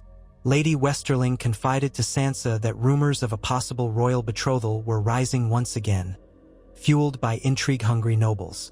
Alone in her solar, Sansa considered how the realm might react if she did marry Viserys Targaryen. Would it truly unify Westeros, or would it spawn new resentments? She thought of her father, Ned Stark, who had always taught her that honesty and loyalty were paramount, and that sometimes the honorable path was the hardest to walk. She also remembered the cunning lessons gleaned from Cersei and Littlefinger, who taught her that power had to be managed with relentless vigilance. In forging an alliance with the Targaryens, she might secure peace or invite a dragon back into her home. Still, she could not deny that Viserys had offered a tangible boon, a quieter realm at least for a time. The stormlands had capitulated without the horrors of open battle. The Dornish negotiations were proceeding more smoothly with him as an intermediary. The Iron Bank of Bravos, ever watchful, was now less anxious about the monarchy's stability. Her treasury was slowly recovering from the wars. All these changes pointed to a single conclusion. House Stark and House Targaryen together might accomplish what decades of warfare had failed to do. One evening, as the city slept, she stood upon the balcony of her chambers, gazing over the dark waters of Blackwater Bay. The moon was high, silvering the waves. She hugged her arms around herself, letting the cool wind brush her face. She thought of Jon, exiled to the far north, who had once fought side by side with Daenerys Targaryen. He had believed in her vision of a free world, until she succumbed to the madness that lurked in her blood. Could Viserys be different? Or would that same madness surface if he were pressed too hard? She found herself murmuring a small prayer to the old gods, though no heart tree was near. Guide me in this. Show me the path that spares the realm. The next day, in a setting sun that bathed the Red Keep's courtyard in gold, she met Viserys in a quiet alcove lined with climbing ivy. She had sent a message requesting a private audience. He arrived wearing a simple tunic, looking almost surprised at the informality of the summons. He bowed slightly. "Your Grace," she gestured for him to rise. "We have walked a difficult path these past months. I have tested your resolve. You have tested my willingness to compromise. So far, we have avoided open conflict and begun to heal old rifts." He studied her face, searching for her intention. "I hope that pleases you. It pleases the realm. I have seen how your name still stirs hearts, for better or worse. And I have no desire to see the kingdom rent apart by conflicting loyalties." Viserys tilted his head, waiting. Sansa took a breath, her heart hammering. "I will agree to formalize an alliance with House Targaryen. I will name you my prince consort in a marriage that will unite our bloodlines. If you swear, before the gods and the realm, that your loyalty is to me and to our people. Swear that you seek to build a kingdom where no one lives in fear of dragonfire. Swear that should any threat arise, from within or without, you will face it at my side." The courtyard fell silent, as if the stones themselves waited. She saw a flicker of something raw in Viserys' eyes. Ambition, relief, maybe gratitude. He dropped to one knee, taking her hand. "I swear it, Sansa Stark, Queen of the Seven Kingdoms. By the old gods and the new, I pledge my life and my name to you and to Westeros. Let us forge a new age, together." Her hand in his felt strangely cold, despite the warmth of the evening sun. She exhaled, letting the tension drain. The decision was made. She pulled him to his feet, and for a brief moment, they stood close enough that she could see the faint lines of worry etched at his temples. "Then so be it," she murmured. A week later, the court assembled in the Great September of Baelor for the announcement of the royal betrothal. Hundreds of nobles and highborn ladies gathered, dressed in their finery. Rose petals carpeted the steps. The High Septon presided, flanked by the faith's dignitaries. The air buzzed with anticipation, curiosity, and no small measure of doubt.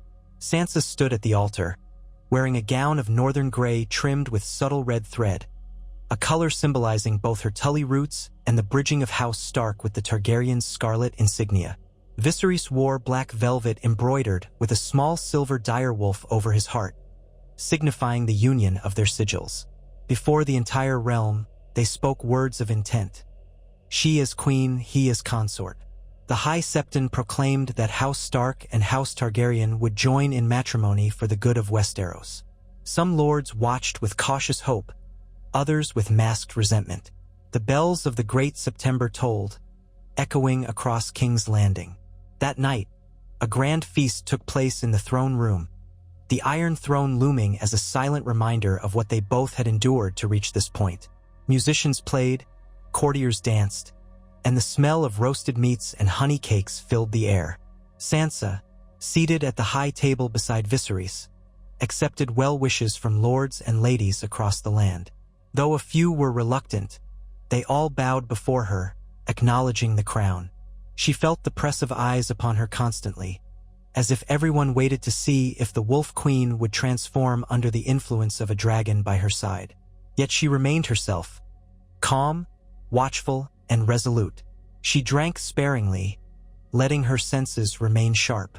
She saw how Viserys moved among the guests, speaking softly with certain lords, exchanging polite nods with others. She remembered how she had once seen Marjorie Tyrell do the same, gliding through social circles, winning hearts by small gestures of empathy or flattery. Viserys had that gift as well. In a lull between toasts, he returned to the table. She met his gaze with a mixture of relief and steel. "You wear the crown's favor well," she said quietly. "But do not forget your vows. We stand as one, or we do not stand at all." He took her hand, mindful of onlookers. "I will not forget." In that moment, Sansa could almost believe that unity was possible, that the realm might finally know a generation without war. But the city's torches flickered, casting long shadows across the floor, reminding her that darkness could creep in from any corner.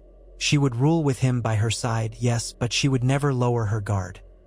She was the daughter of Ned Stark and Catelyn Tully, the sister of Robb Stark, the survivor of King's Landing's worst days. She was queen, and no matter what bed she shared, no matter what alliances she forged, she would protect the realm. As the feast wore on, she spotted Lady Rosby weaving through the crowd, a half-smile on her lips as she spoke with Braavosi bankers. She saw Lord Royce, watchful as ever, stationed near the dais. She saw the Dornish envoys raising cups in a corner, likely toasting the new Targaryen alliance. And she saw the subtle tension in the faces of certain northern lords, who might never fully trust a dragon. But in that tapestry of conflicting desires, at least for tonight, the music played on. There was laughter, dancing, a swirl of velvet and silk. High in the rafters, the flames of the braziers danced like captive stars. For a few hours, King's Landing allowed itself the luxury of hope. Later, under the quiet hush of moonlight, Sansa slipped away from the lingering revelry and stood alone on a balcony overlooking the city. She was still dressed in her formal gown, the metal circlet of her crown resting lightly on her hair. She thought of how she had knelt on this very spot once, praying for deliverance from the cruelty of Joffrey, from the manipulations of Littlefinger. Now she was queen in her own right, forging alliances on her own terms. Behind her, she heard footsteps. She turned to see Viserys approach. He moved carefully, as though unsure of his welcome. "A moment of quiet?" he asked. She nodded. Together, they gazed at the sea of rooftops and the faint glow of lanterns in the streets. A gentle breeze ruffled their cloaks. She felt his presence at her side, a swirl of possibility and caution all at once. "When I was a child, I heard stories of the Targaryen dragons," she said softly, her tone reflective. "I never expected to stand here, betrothed to one who claims that name." He glanced at her. "And I never expected to bow to a Stark, yet here we are. Perhaps we'll usher in an age where children only know stories of war, not the reality." She rested her hands on the stone railing. "Let us hope so." They stood in silence for a time, two figures on a moonlit balcony, each carrying a legacy of blood and sorrow. Far below, the city murmured like a distant tide. Beyond the walls, the Seven Kingdoms sprawled with both dangers and wonders yet unknown. In that hush, Sansa allowed herself a sliver of optimism. They had taken a monumental step toward reconciliation. The realm was not wholly healed. Old wounds ran deep, and new threats would arise. Yet, for the first time in a long, long while, the Iron Throne was not a seat of immediate chaos. It might become the foundation of something better. Tomorrow, the tasks of rule would resume. She would have to handle the negotiations with Dorne, keep watch over the Ironborn, manage the kingdom's finances, and ensure that her betrothed did not succumb to the Targaryen hubris of which so many spoke. But tonight, beneath the stars, Sansa Stark allowed herself one rare moment of fragile peace. She was no longer the frightened girl yearning for a fairy tale prince. She was a queen with eyes open to the world's harshness, forging alliances carefully, determined that this realm, and the people she served, would at last know a future free from the endless cycle of war. And if the faint breeze carried any whispers of doubt or foreboding, she met them with the steel in her soul that came from the long winters and the lessons learned in the darkest corridors of King's Landing. So she stood, wearing her crown with quiet dignity, the Wolf Queen who had taken the throne through shrewdness and determination. Beside her was the last scion of House Targaryen, bound to her by an oath of peace, and beneath them lay the city, neither rebelling nor burning, but breathing in a new chapter, waiting to see if their unity could truly stand the test of time. Sansa Stark awoke the next morning with the city already buzzing about the news of her betrothal to Viserys Targaryen. She lay still in her bed for a long time, feeling the strange weight in her chest. She had worn crowns in her dreams and nightmares alike, but never once had she truly expected to stand on the verge of uniting wolf and dragon through a marriage vow. At least not like this, born not of a childhood fantasy or forced captivity, but of a decision she had made, as queen, for the future of the realm. She dressed in a warm gray gown and clasped on her cloak herself, waving aside the usual help from her attendants. Her limbs felt stiff from the tension that had coiled in her the night before. She wondered if her father, if any member of her family, would understand the necessity of forging this alliance. She imagined Ned Stark's gentle, solemn face. Sometimes, in her mind, he still looked at her the way he had when she was a little girl who believed in songs. But that girl was gone, turned to something sharper by the tragedies of war and the demands of queenship. She left her bedchamber and walked into the corridor. The Red Keep echoed with more footfalls than usual. A wave of intense curiosity had seized the residents of King's Landing. Courtiers in fine robes hurried by with excited or worried eyes. Servants whispered about the upcoming royal wedding that some said would take place before the year turned. Part of Sansa wanted to shrink from all the attention, but that was impossible now. She had chosen this path, and it would be visible every hour of every day. Once, in her girlhood, she had daydreamed of a grand wedding at the Great September, complete with flowers and sweet songs, hoping for a handsome prince. Her father had teased her gently about her love of stories. The memory gave her both a pang of nostalgia and a sense of grim irony. She had learned that marriage in Westeros was rarely about love or desire. It was an instrument of politics, hammered into shape by lords and ladies. This time, though, she had hammered it herself. She passed under an archway leading to a small courtyard lined with green vines. Early autumn light drifted through, touching the stone with pale gold. She had asked Viserys to meet her here to walk the grounds and speak of next steps. When she arrived, he was already standing by a marble bench, dressed simply in a dark tunic embroidered with a faint dragon sigil. His hair caught the sunlight, that telltale Targaryen silver shimmering with each movement. He inclined his head. "Your Grace." She studied him for a moment, searching for hints of arrogance or threat. But he bowed his head respectfully enough. "You're early," she said in greeting, crossing the courtyard to stand beside him. He offered a faint smile. "Better than being late for my queen." She gestured for him to walk with her. They followed the pathway that curved around the courtyard. The stone-flagged walkway was dotted with a few trailing ivy plants, and a half-dozen gold cloaks stood discreetly at the edges, far enough not to overhear but close enough to intervene if anything untoward happened. Sansa clasped her hands before her. "I have no illusions about how this union may be viewed by the realm. Some will be overjoyed, some will be wary, and some will be outright hostile. Viseris sighed. Yes, I've already heard whisperings that certain lords in the Reach are none too pleased. The Tyrell remnants and their bannermen suffered greatly at the hands of Daenerys Targaryen. They do not forget so easily. She nodded. They may challenge your presence, our presence, unless we show them it's truly a different era. We'll need a demonstration of trust, or at least a clear reason for them to believe that no dragons will raise their fields. They paused by a trellis where small white flowers blossomed. He turned to face her. You have the power to issue proclamations, to call councils. I could visit their seats of power personally, speak to them of my intentions, perhaps even pay reparations if that might soothe them. Sansa arched a brow. You'd offer reparations for something Daenerys did, despite having no hand in it yourself? His jaw tightened slightly, then relaxed. If it secures peace, why not? We cannot undo the past, but we can acknowledge it. The Targaryen name inflicted pain, so let the Targaryen name offer some recompense. She considered his words. It was a canny idea. Many lords might sneer at such a gesture, but a fair number would be won over by the sheer novelty of a Targaryen paying rather than burning. We'll discuss it with the council, she said, and consider how it might best be done without depleting the crown's coffers. He inclined his head. As you say, Your Grace. They resumed their stroll, each step echoing in the hushed courtyard. She felt an odd sense of solidarity and unease walking beside him. He matched her pace easily. He didn't look at her with desperation or cunning, as some men might. There was an ease in his manner that could be genuine or yet another layer of political performance. For now, she accepted it at face value because trusting him, at least in part, was the choice she had made.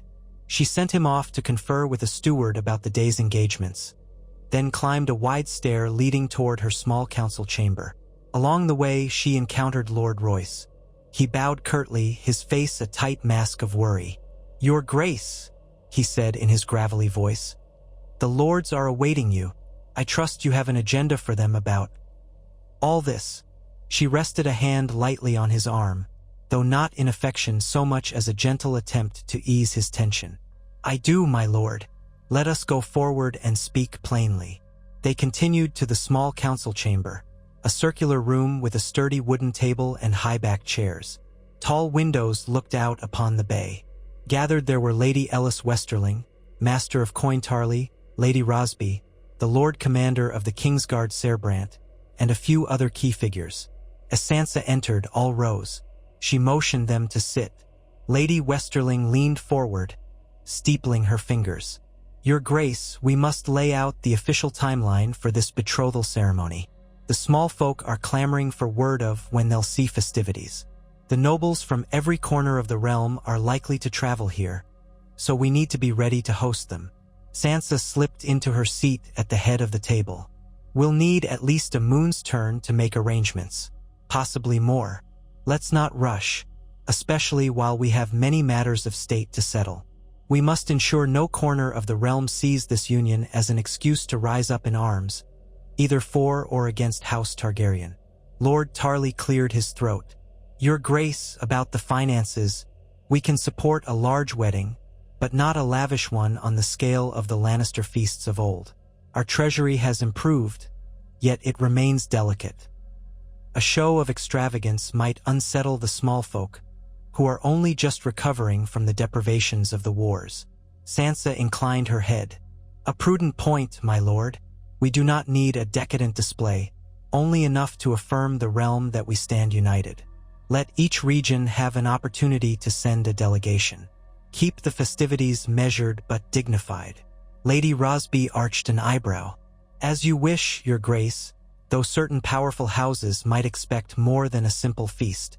The Targaryen name still holds mystique, and many will want to see if your union is as grand as the old Targaryen weddings rumored in the histories.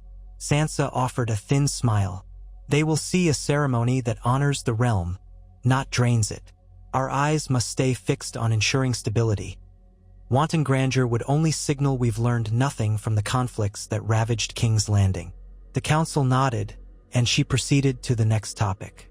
They discussed Viserys' notion of reparations and how it might be framed. Lady Westerling proposed that it be a voluntary gesture rather than an official edict, to avoid draining the crown's coffers.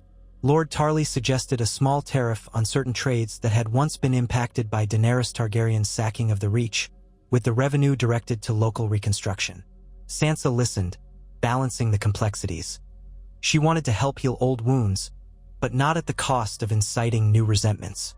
The meeting lasted until the bells chimed for midday. Sansa dismissed the council, promising to finalize decisions after further consultation with viseris. Lord Royce lingered as the others filed out. He studied her with an expression that held a trace of paternal concern. "I do hope, Your Grace, that you are taking care of yourself in all this. It will not be an easy path." She exhaled. "I know, but it's the path I've chosen. If I hesitate now, it might all unravel." He bowed, saying nothing more, and left. Sansa gazed around the empty chamber, trying to hold onto her resolve. The tasks were piling like snowdrifts in winter. Forging ties with Targaryen loyalists, planning a wedding that satisfied the realm, keeping watch over potential threats. She squared her shoulders and set to her next duty, reading dispatches from the Stormlands about how Lord Errol's grudging acceptance had begun to calm the region. No further rebellions were brewing there, for the moment. Over the subsequent days, news of the betrothal spread like wildfire through the Seven Kingdoms. Ravens carried formal announcements to every great house, from the Eyrie to Highgarden, from Sunspear to the Iron Islands. Responses trickled back with varying degrees of acceptance or alarm. The North, led by her longtime allies, showed cautious support. She was still a Stark, after all, and they trusted her judgment more than they trusted any Targaryen. The Vale was largely aligned with her, though some families worried about the repercussions of resurrecting House Targaryen to such prominence. The Iron Islands responded with a terse letter from Lord Blacktide, who claimed to speak for a confederation of captains. They seemed unimpressed, referencing the possibility of a new war that might distract the Queen from the seas. Sansa read that letter with a chill. The Ironborn never wasted many words, but what they did say often hinted at trouble. Dorne, interestingly, sent word that they would send envoys to witness the betrothal. That confirmed to Sansa that Viserys truly retained some measure of Martell's support. She would need to be mindful of Dornish demands, especially regarding the memory of Elia Martell and the atrocities of Robert Baratheon's rebellion. Amid these stirrings, she summoned Viserys for a private conference in her solar. Once again, the single candle on her desk illuminated scrolls and maps. He sat across from her, glancing at the parchments detailing the names of guests and envoys expected for the betrothal. She fixed him with a level gaze. "We have lords from every corner of the realm preparing to descend on King's Landing. Many will be seeing you for the first time. I suggest we organize smaller audiences so you can meet them in groups. Show them you are not the specter of conquest they might fear." He nodded thoughtfully. "I'll do whatever you deem best. Some of them may test me with loaded questions. I'll answer as truthfully as I can without undermining our position." She tapped a quill against her palm, considering. "We also need to ensure they know I remain the ultimate authority. You will be my consort, but no lord is to leave believing that you hold the greater claim. Our unity must be plain." He tilted his head, the candlelight dancing in his eyes.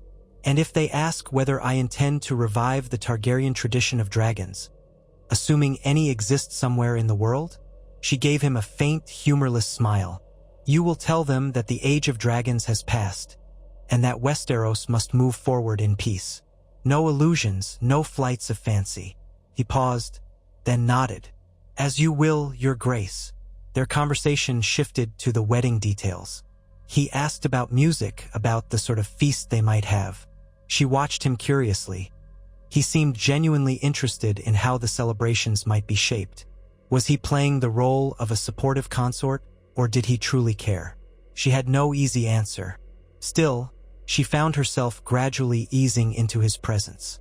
His voice was measured, rarely heated. He did not interrupt or push her into corners. In King's Landing, such courtesies were never guaranteed. After an hour, she dismissed him so she could prepare for another council session. As he rose, he inclined his head in a subtle bow. "I appreciate your trust, Sansa." She eyed him warily. "Do not squander it." He left without another word. She sat for a moment, inhaling deeply. On the desk lay a letter from Lord Glover in the north, containing a simple endorsement of her betrothal. No enthusiasm, just acceptance. "We stand with House Stark," Lord Glover had written. She clung to those words, taking solace in the knowledge that her own region at least would not rise against her. In the weeks that followed, preparations for the wedding advanced. The great September of Baelor would host the vows. Once again, Sansa found herself remembering the fear she had felt on her first forced wedding day to Tyrion Lannister in these same halls. But that time, she had been a pawn with no say in her own fate. This time, though the reasons were political, she was the one leading the realm. The difference mattered to her more than she could express. Artisans worked to create a new wedding cloak for Sansa, one that would combine House Stark's direwolf with a subtle three-headed dragon motif. Seamstresses whispered that it would be a delicate balancing act to merge the North Stark grays with the red and black Targaryen sigil. Sansa herself oversaw the design, ensuring the color scheme never overshadowed her family's emblem. This wedding was not a coronation for him. It was a union that would preserve her authority. The city, for its part, bustled with excitement and tension. Traders from Dorne arrived in the harbor, bringing citrus fruits and fine wine. Merchants from the north carted down barrels of salted fish, dark alesh, and furs. The markets rang with chatter about the new era that might dawn. Occasional scuffles broke out. A drunken brawl near a tavern, a pickpocket snatching some merchant's purse. But overall, Sansa noticed an undercurrent of hope in the streets. The realm had been battered by war and famine for so long that many people welcomed any sign of stability, no matter how unexpected. Still, no quiet period in King's Landing lasted forever. One afternoon, a rumor spread that the Iron Fleet had sacked a small port village near the Crackclaw Point. By evening, that rumor was confirmed by a courier who arrived at the Red Keep gates, exhausted from his ride. The letter he carried stated that a band of ironborn reavers had landed under the banner of Lord Blacktide and sacked the village, carrying off livestock and a few unfortunate captives. They left a brutal message. This is only the beginning. In the throne room, Sansa listened with growing anger as the courier relayed the story to her and the assembled lords. The small folk from that region had little defense. It was not a heavily fortified area. The Iron Islands had kept quiet for a time, but clearly, they saw an opportunity to test her rule, perhaps believing she was too embroiled in wedding preparations to strike back. When the courier finished, Sansa rose from the Iron Throne, her voice echoing in the vaulted chamber. "Summon the Master of Ships and the Lord Commander of the City Watch. We will not let the Ironborn prey upon our shores unchecked." She descended the steps, her gray gown swirling about her legs, and walked swiftly from the throne room to convene a war council. Behind her trailed Lord Royce, Lady Westerling, and Ser Brant of the Kingsguard. With each step, Sansa's anger cooled into a hard resolve. She would not allow raiders to terrorize the coasts. In the council chamber, Viseris arrived after a few minutes, having heard the commotion. He took a seat beside her with a troubled expression. "Do you think they chose this moment specifically because the realm's attention is on our betrothal?" Sansa gave a curt nod. "Most likely, they sense a chance to exploit the uncertainty. Or they simply want to test whether the Wolf Queen still has her teeth." Lord Royce cleared his throat. "Your Grace, we can dispatch a fleet from King's Landing, but it's not as large as the old royal fleet once was. We've been rebuilding, yes, but the Ironborn are notoriously skilled at sea." Ser Brant frowned. "We can request aid from lords along the eastern shore. The Celtigars on Claw Isle, the Valerians from Driftmark. If they still keep a modest fleet, they might be willing to band with the crown to repel these raiders." Sansa glanced at Viserys. She recalled how Daenerys had once relied on the Valerians' sea power. Now the realm had changed. "We should approach the Valerians at once. Also the Celtigars. Lord Tarly, coordinate a defensive pact with them. We'll send a small contingent of royal ships as well, under a capable commander. She turned to Viseris. Your success in the Stormlands showed me you can be persuasive and decisive. Do you have any interest in handling this mission personally? He paused, blinking. Commanding ships against the ironborn? I'm no seasoned admiral. And if I leave King's Landing so near our wedding? She drummed her fingertips on the table. I understand, but a show of force from you, someone who represents the new alliance, could signal to the ironborn that we're not disjointed. Yet I won't force you to go if you feel it beyond your expertise. He drew in a breath, then nodded. If you wish it, I'll go. I can coordinate with the local lords to form a united fleet, then root out these ironborn. But I'll need a skilled naval commander at my side. Ser Brant spoke up. I suggest we send Ser Oris Valerion, if he can be persuaded to serve. He's not the head of his house, but he's a proven seaman. His loyalty to the crown is well known, though we must court it carefully.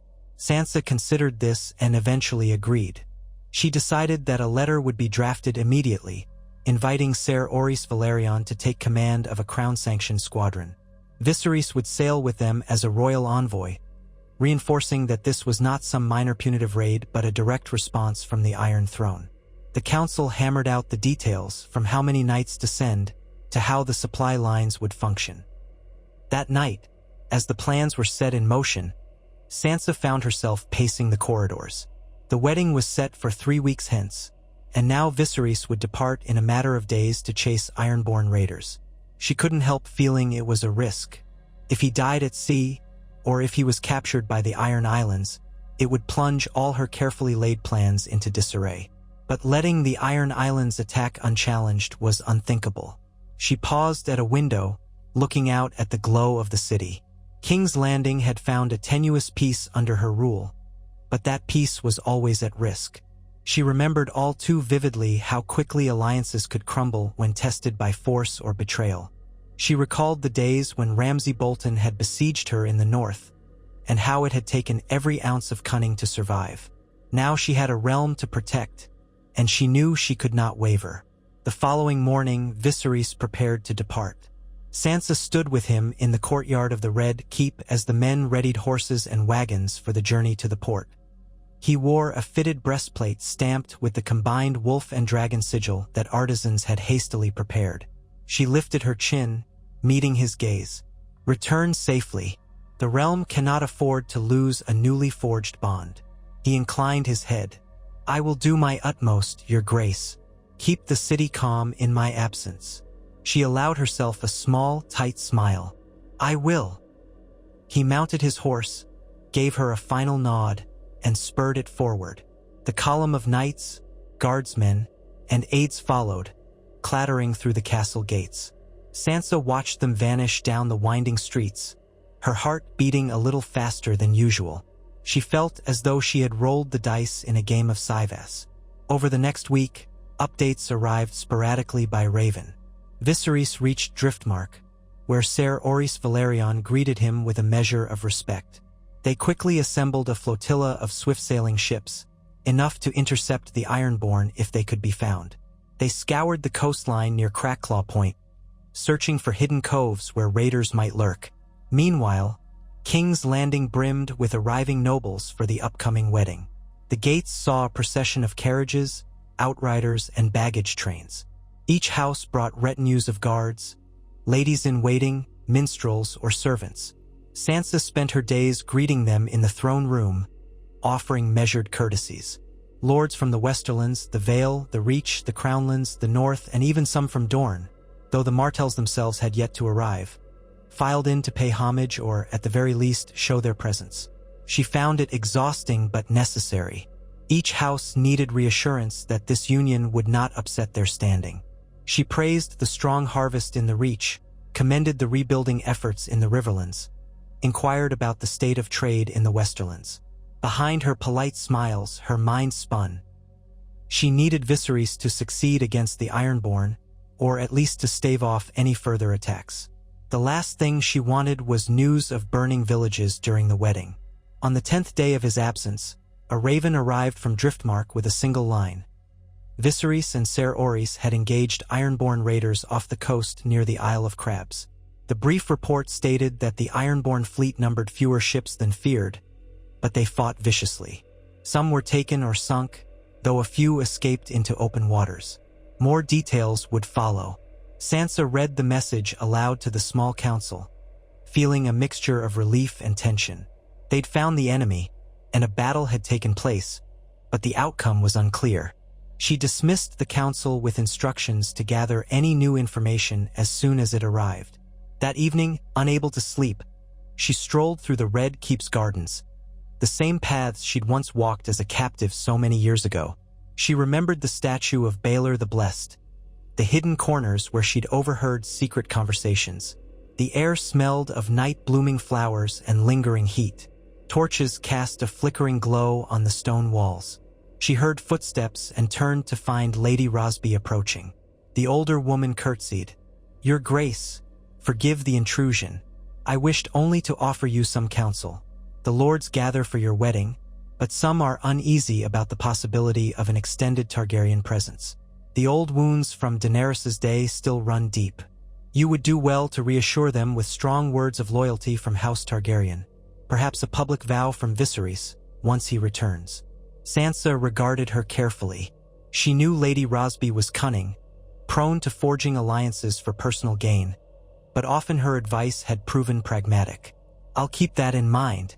If he comes back victorious, it will be the perfect moment to emphasize that the Targaryen name now supports the realm's stability."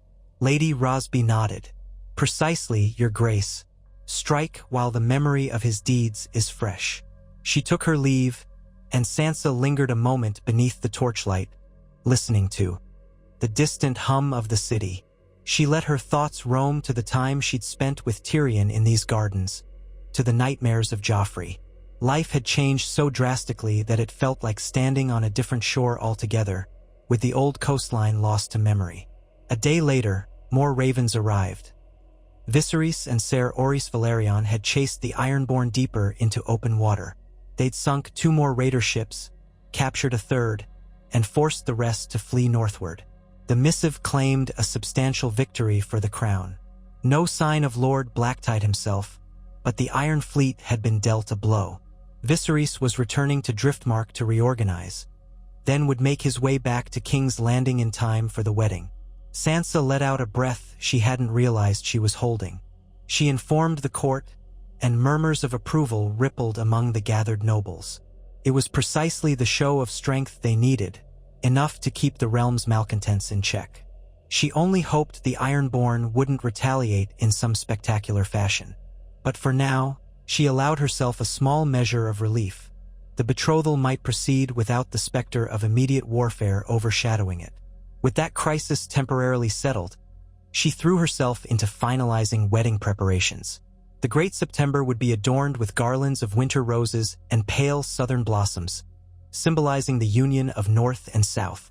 She ordered the city watch to double its vigilance during the ceremony, knowing how quickly chaos could spark in a crowd. Rumors abounded that certain extremist factions, either fervent Targaryen loyalists or devout Targaryen haters, might try to disrupt the event. But she refused to let fear overshadow the day. As the wedding approached, the first of the Martell envoys arrived from Dorne. Lord Corin Martell, a distant cousin of the main Martell line, led the delegation. Sansa received them in the throne room with polite formality. Corin Martell was a tall, poised man with a measured stare. He bowed.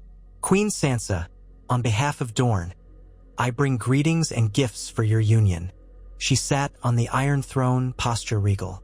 "We welcome our Dornish allies. May this be the start of a new era of cooperation. I trust your journey was uneventful." He gave a slight shrug. "We traveled mostly by sea. It was calm enough. I come with the blessing of my cousins, though they remain in Dorne to govern. We wish to see how your Targaryen consort intends to heal old rifts." He said no more, but the subtle weight behind his words was clear.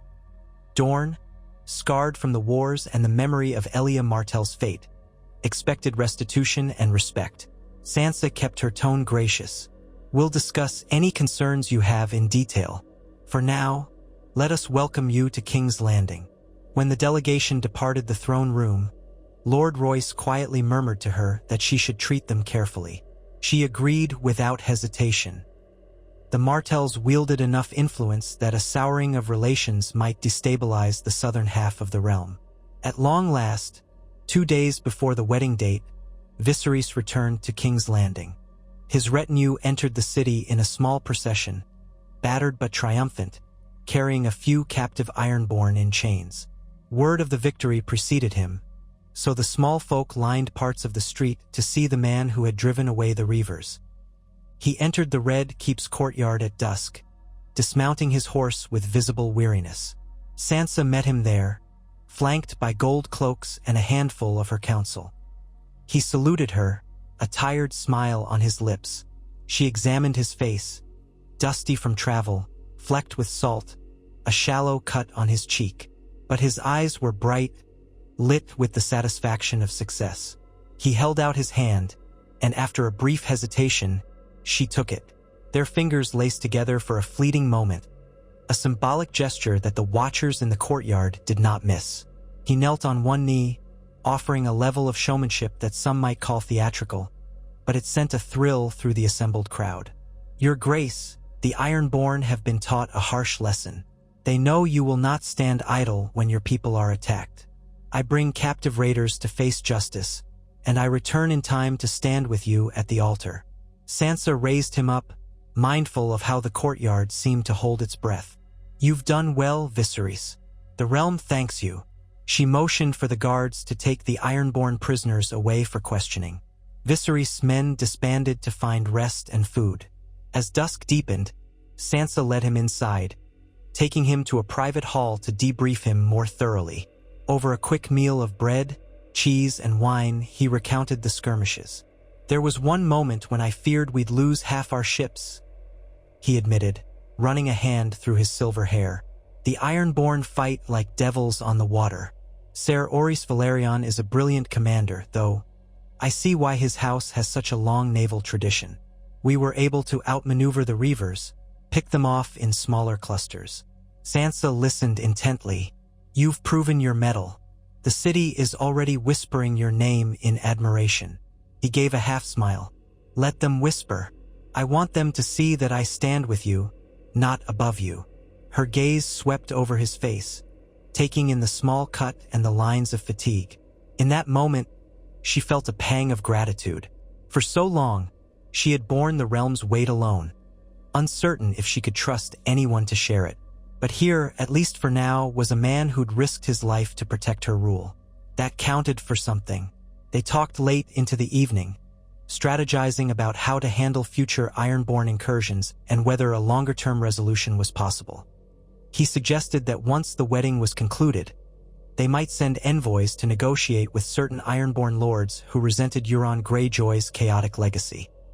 If they could find moderate captains open to some trade arrangement, maybe the Iron Islands would calm. Sansa agreed to consider it.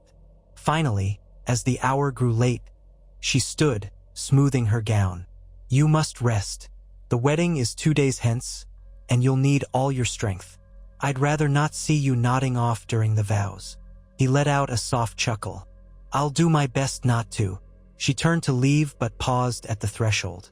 Glancing back, she caught his eye. "Truly, I am glad you've returned safely." He inclined his head in silent thanks. She departed, leaving him in the half-lit hall, feeling the eyes of the guards on her as she went. She reminded herself that even this small kindness she'd shown, an admission of relief, could be interpreted by watchers. Yet she did not regret it. This was the man she would stand beside at the altar, for the sake of the realm. The next day was a whirlwind of final preparations. Sansa rose before dawn, meeting with her seamstresses to ensure the wedding cloak was finished properly. She oversaw the arrangements in the Great September of Baelor, the seats assigned to each house, the banners lining the walls, the path she would walk down the aisle. She recalled her forced wedding with Tyrion, how she had trembled in that very aisle. A different time, a different life. This time, she would walk with her head held high. When evening fell, she retreated to her chambers to find a brief moment of solitude. She bathed in a copper tub, letting scented steam envelop her, trying to calm her churning thoughts. Tomorrow, she would wed a Targaryen in front of the entire realm, an event that once would have seemed inconceivable. She closed her eyes, thinking of her father's words about duty and honor, about forging alliances that might bring lasting peace. If this was the price, she would pay it. She stepped out of the bath and dressed in a simple robe, dismissing the servants so she could have a moment alone. By the flickering light of a single candle, she stared at herself in a polished mirror. She looked older than her years, she thought. There were faint lines at the corners of her eyes, the mark of too many worries. Her hair, still damp, fell over her shoulders.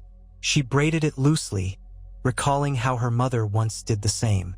Then she climbed into bed, but sleep did not come easily. She drifted in and out of dreams filled with fleeting images. A dragon's roar, a snowfall on the Iron Throne, a direwolf howling in the distance. Morning broke at last, bright and clear. The city seemed almost festive beneath the sun, though the tension simmered beneath the surface. Crowds gathered outside the Great September, hoping to glimpse the royal bride and groom. The gold cloaks kept order, forming lines and barricades. Musicians tuned their instruments. Minstrels roamed the streets singing half-made songs about the Wolf Queen and the returning dragon. Sansa rose early, her stomach tight with nerves. She donned an underdress of pale gray silk, then stood patiently while her ladies arranged her hair in an elegant northern style. Over that, they placed the wedding cloak carefully. It was a masterpiece of embroidery. A gray field with a regal direwolf at the center, and subtle tracings of red thread forming the shapes of three-headed dragons.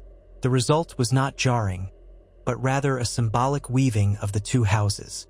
She felt the weight of it on her shoulders, a reminder of all she carried. Lady Westerling knocked and entered, bowing her head. "Your Grace, the time has come. The sept is waiting." Sansa nodded, meeting her reflection's eyes in the mirror. She breathed once, deeply, then turned. "Let us go." They traversed the corridors of the Red Keep. Outside, a carriage awaited, flanked by gold cloaks and knights in shining armor. She paused at the top of the keep's grand steps, the bright day making her blink. A hush fell over the onlookers. Lords, ladies, small folk who had gained entry to the courtyard. She could sense their eyes on her, a queen about to place her trust in a Targaryen. She descended the steps with measured grace, stepping into the carriage. Lady Westerling and two attendants followed, and the procession began, moving slowly through the streets. The crowd that had gathered pressed in on all sides, but the gold cloaks kept them back. Some people cheered, others remained silent, and a few flung flower petals that drifted past the carriage windows. In front of the Great September of Baelor, more crowds waited. A hush settled as the carriage came to a halt. The door was opened, and Sansa stepped out, her cloak trailing behind her. She caught sight of countless house banners in the plaza. The Wolf of Stark, the Falcon of Arryn, the Fish of Tully, the Sunspear of Martell, the Rose of Tyrell's remaining line, the Lion of Lannister's lesser branches, and many more. Each banner whipped in the breeze. She climbed the steps of the sept, flanked by two Kingsguard knights and her closest ladies. Inside, the grand interior gleamed with candles and colored sunlight filtering through stained glass. Lords and ladies filled the benches, turning as she entered. The High Septon stood at the altar, robed in white and gold. Standing near him was Viseris Targaryen, dressed in black and red finery, a cloak draped over his shoulders. His silver hair was neatly combed, and Sansa noted the faint scar on his cheek from the recent battles. Their eyes met, and she felt a jolt of shared recognition. This was it. She walked down the aisle, each step echoing on the marble floor. Her heart pounded, but her face remained composed. Memories of her first wedding haunted her. Joffrey's sneering face, Tyrion's gentle attempt at courtesy, Cersei's disdain. Yet none of that was repeated here. This time, she walked toward a vow she had shaped on her own terms, for the good of the realm. At the front, Viserys bowed his head to her, and she inclined hers in response. The High Septon began the ceremony, invoking the Seven, Father, mother, warrior, maiden, smith, crone, and stranger. Sansa felt little spiritual kinship with these gods, having been raised on the old gods of the north, but she understood the political necessity of it. She silently said her own prayer to the old gods in her heart, hoping they would guide her. The High Septon's voice rose in solemn cadences. We gather to witness the union of Sansa of House Stark, Queen of the Seven Kingdoms, and Viseris of House Targaryen, to join their houses in the sight of gods and men. May their bond herald peace and prosperity to this realm. He directed them to clasp hands. Sansa turned, facing Viseris. He looked into her eyes, and for a moment, she thought she saw a glint of genuine emotion. Respect, perhaps gratitude, or even awe. She held his gaze with her own calm certainty. They recited the traditional vows. Sansa's voice did not falter as she promised to unite the realm with him, to honor their alliance, to protect the people under her care. Viserys pledged his loyalty to her, swore that he would never raise a dragon banner in rebellion, that he would stand by her side as consort. The hush in the sept was absolute. Every whisper stilled, every shuffle of feet paused. When the High Septon pronounced them bound, the assembled lords and ladies erupted in applause. The music began, echoing off the high, vaulted ceilings. Sansa felt Viserys' hand squeeze hers gently. She allowed a small, measured smile. This was it, the moment that might define Westeros for a generation, if they were lucky. They turned to face the crowd together. Sansa's gaze swept the rows of noble faces. She saw Lord Royce, Lady Rosby, Lady Westerling, Lord Tarly. She saw Corin Martell with a carefully neutral expression. She saw a few delegates from the north, standing stiff and proud, loyal to their Stark queen. In the back rows, she glimpsed minor lords from the Crownlands, knights from the Reach, even some from the Westerlands.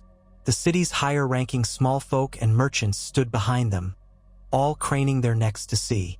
She and Viserys walked down the aisle, leaving the sept as husband and wife. Outside, the plaza erupted in cheers, or at least in noise. Some cheers were genuine, some polite, others curious. There were watchers who likely disapproved, but none dared disrupt the moment. A royal feast followed in the Red Keep, more opulent than Sansa had planned initially, but not so lavish as to bankrupt the coffers. Tables groaned under fresh bread, roasted boar, venison, lemon cakes, Dornish wine, and more. Minstrels played lively tunes, though Sansa had asked them to avoid any mention of past Targaryen conquests. Instead, they sang of unity and new beginnings. She and Viserys sat at the high table, where lords approached to offer congratulations or well wishes. Corin Martell gave a polite bow. "May this be the first step toward healing old wounds, Your Grace," he said. Sansa thanked him and extended a courtesy that she'd speak further with him about Dornish concerns. Throughout the feast, she noticed how Viserys handled himself, greeting each approach with poise. He did not posture about his lineage, nor did he flaunt his victory over the ironborn. Instead, he referred to the entire realm's might, emphasizing how King's Landing stood united. Sansa felt a flicker of relief. If he had boasted, it might have soured the mood. When the meal ended, dancers and acrobats took the floor, entertaining the guests. The great hall bustled with color and laughter. Sansa drank sparingly, mindful that a queen should never lose her wits at such an event. She exchanged pleasantries with dozens of lords, telling herself that each word was a brick in the foundation of her rule. A while later, she slipped away from the head table to take a moment's respite in a side passage. The clamor of the feast still spilled out, but the corridor was quieter, lit by a single torch. She pressed a hand against the cool stone wall, feeling the swirl of emotions churn within her. Relief that the wedding had come and gone without catastrophe, anxiety over how the realm might shift in the coming weeks, exhaustion from the demands of the day. Footsteps approached. She turned to find Viserys, standing at a respectful distance. "You needed air?" he asked softly. She nodded. Yes, the hall was becoming crowded. He gave a rueful smile. "Weddings always are. They stood in silence for a moment, the torchlight dancing on the walls. Finally, she broke the hush. I appreciate that you kept your words at the feast circumspect. We don't need to incite old hatreds tonight. He nodded. I understand. This was always a political union as well as a personal one. I have no desire to stir those ashes. She studied him, searching his face for hidden agendas. Instead, she saw a hint of tired relief. Then we move forward, she said quietly. But do not expect the realm to fall into our laps. You saw how the Martells remain cautious, how the Northern Lords keep their distance. We have much work ahead. He inclined his head, stepping just a little closer. I'm prepared for that, Sansa. Truly. She watched him for a moment, weighing his sincerity. Then she exhaled and nodded. Together, they returned to the feast, side by side. The crowd parted for them, and the music shifted to a gentle melody that seemed to welcome the newlyweds. A hush fell, and then people began to clap softly, as though acknowledging the symbolic moment. As custom demanded, they took the floor for a ceremonial dance. Musicians struck up a slow, stately tune. Sansa placed one hand on Viseris' shoulder, the other clasped in his hand. They moved in careful steps, every eye on them. She caught glimpses of the lords around the hall. Some watched with approval, others with guarded expressions, a few with open curiosity or even skepticism. But no one dared break the courtesy. When the dance ended, they bowed to each other. Applause rippled around the hall. Sansa stood upright, her breathing controlled, the cloak trailing behind her. It was done. She was married to a Targaryen, forging an alliance that might define the fate of Westeros for years to come. At length, the crowd began to disperse. Some returned to tables to indulge in more wine, while others formed small clusters to gossip. Late into the night, Sansa remained a point of focus, receiving visitors from far-flung corners of the realm. She traded polite words with them, aware of how each impression might shape alliances or enmities. Eventually, the feast wound down. Lanterns flickered, and the great hall took on a subdued glow. Sansa excused herself from the final throng of well-wishers, drifting toward the corridor that would lead her to the royal apartments. Behind her, she heard footsteps, and she turned to see Viserys. He gave her a small, uncertain smile. "Shall we retire, Your Grace?" The question held more weight than mere words. Tradition dictated that the new couple would share a wedding night, though Sansa had made it clear in private discussions that she desired no immediate consummation unless it was truly her choice. Viserys had agreed, offering to wait as long as she wished. She took a measured breath. "Yes, the night is long, and we've had enough ceremony for one day." They walked together through the castle corridors, accompanied by 2 knights of the Kingsguard who stopped at the threshold to the royal apartments. The halls were quiet, the torches guttering. Sansa pushed open the door to the bedchamber that once had been occupied by Cersei Lannister, a thought that made her spine prickle with distant memories. But she had reclaimed this space, removed the old furnishings, chosen simpler drapes and a carved wooden bed. It felt more like a reflection of her own style, less gaudy, more practical. Inside, they paused. The room was lit by a few candles. Sansa set aside her cloak carefully. Viserys lingered near the door, as though uncertain how to proceed. She studied him for a moment, seeing the man who had quietly proven his worth in the stormlands and on the sea. He cleared his throat softly. "I'll stay only if you wish. If you'd rather She raised a hand. "No, we've made vows today. I'd not have you skulk off like some secret." His shoulders relaxed a fraction. He stepped forward, gaze steady. "Then I stay." She inhaled, feeling the closeness of him. This was no romantic idyll. She was all too aware of the political bargain they represented. But there was a gentleness in him she hadn't fully expected. She rested a hand on his chest, feeling the faint rise and fall of his breath. "Whatever this night brings," she said quietly, "let us be honest with each other." He nodded, covering her hand with his own. "Honesty, yes, that much I promise." They stood there in the dim light, the hush filled only by the soft crackle of candle flames. In that moment, Neither the threat of war nor the burden of the realm weighed as heavily. It was just two people, uncertain and weary, sharing a vow that might guide their kingdom or rend it apart. When the candles burned low, and the moon had risen high over King's Landing, they found a tentative intimacy in the dark. It was not the passion of storybook romances, nor the cold transaction of forced politics. It was something in between, an acknowledgement of necessity shaped by careful acceptance. Sansa allowed him close, mindful of how each choice she made could redefine both her life and the fate of the Seven Kingdoms. She slept fitfully, dreams filled with swirling wolf shapes and dragon silhouettes dancing in the night sky. But when dawn light filtered through the window slats, she found him still beside her, awake. He was staring out the window at the city below, wearing a thoughtful expression. She rose, pulling a robe around herself, and joined him at the window. Down in the streets, the small folk were already stirring. Vendors opening stalls, bakers lighting ovens.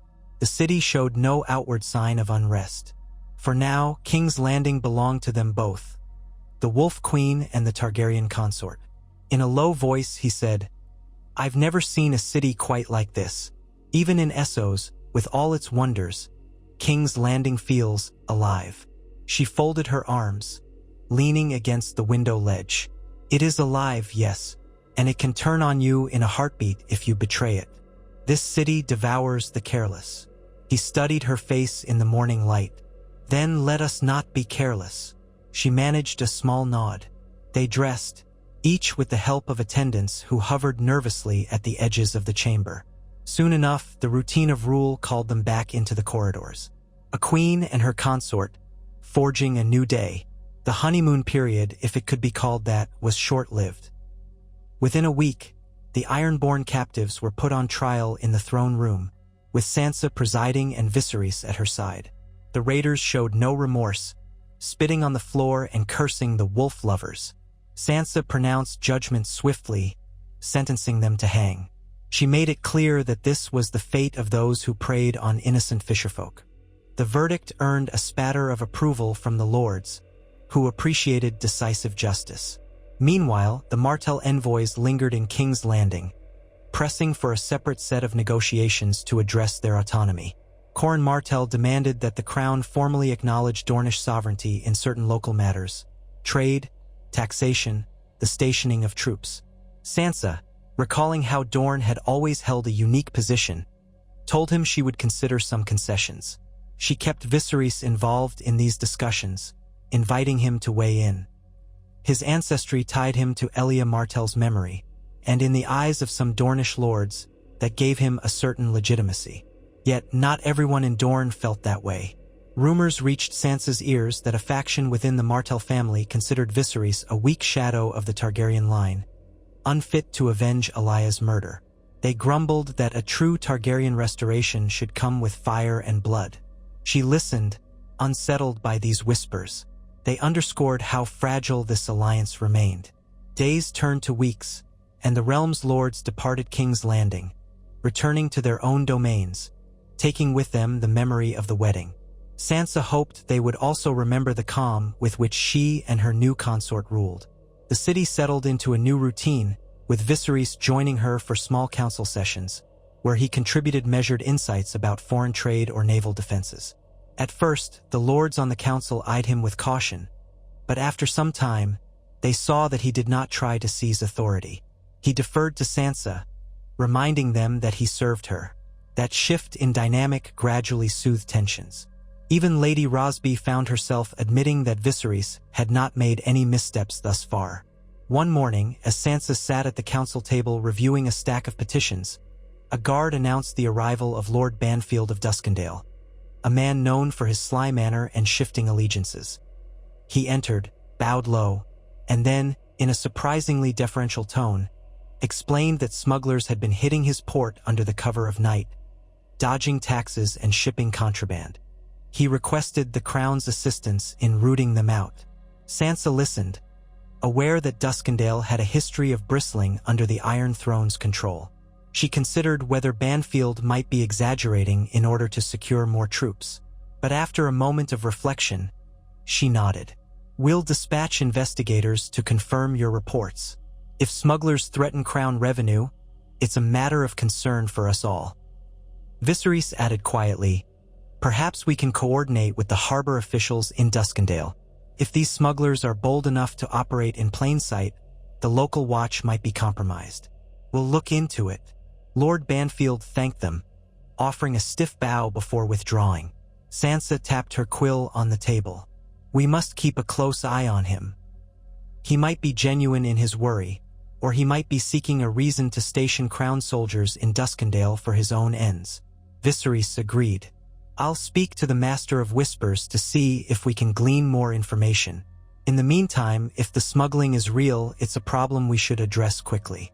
Smugglers often bring contraband, sometimes weapons. I don't want those flooding the realm." Lady Westerling concurred, and they moved on to other matters. By midday, the council dispersed. Sansa lingered, massaging her temples. The responsibilities of queenship never ceased, and the recent wedding had only added new layers to them. She thought about the Dornish negotiations, the potential trouble in Duskendale, the ongoing watch for ironborn raids.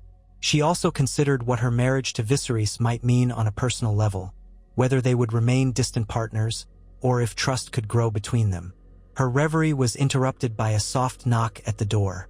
A servant entered, carrying a message sealed with familiar wax. Sansa recognized the sigil, the dire wolf of Winterfell. She took it, heart-quickening. It was from Jon. Somehow a raven had reached him far in the north. She broke the seal carefully, noting the brevity of the text. Jon wrote that the far north was largely at peace, with wildlings and northern houses coexisting in cautious truce. He offered her quiet congratulations on the wedding, though he admitted the news seemed surreal. He also asked if she was certain this Targaryen was different from Daenerys, hinting at the memories of the devastation her dragons had wrought. In closing, he said that he trusted her judgment but hoped she would remain vigilant. Sansa reread the letter, feeling a rush of nostalgia for the quiet snows of Winterfell and the smell of pine in the courtyard. She missed her brother, the closeness they had shared in the face of so many terrors. Yet life had carried them down different paths. She took a piece of parchment and composed a reply, assuring Jon she was safe and that she would stay alert. She told him the realm was calmer than it had been in years, though challenges persisted. She thanked him for his concern and sent the message off with the same servant, telling him to spare no effort in finding a reliable raven for the journey north. That night, King's Landing glowed under a half-moon. Sansa dined in her private solar with Viserys, a simpler meal than the feasts they had endured at their wedding. They spoke of the day's events, then drifted into conversation about the future. He ventured a question, "Have you considered traveling to the north soon? Perhaps after we settle these immediate concerns? You are still Lady of Winterfell, even as you are queen. The northern lords might wish to see their ruler in person." She set down her cup of watered wine. "I have thought about it. The north is my home, and yet, the crown demands so much of me here. Still, it might strengthen our ties if we journey there together at some point. Show them you are no conqueror come to trample their traditions." He smiled softly. "I would like that. I've never seen snow, except for fleeting flurries in a southern winter. The fabled snows of Winterfell might be a sight to behold." A fleeting image crossed her mind of guiding him through the courtyard under falling snow, showing him the ancient weirwood and the godswood.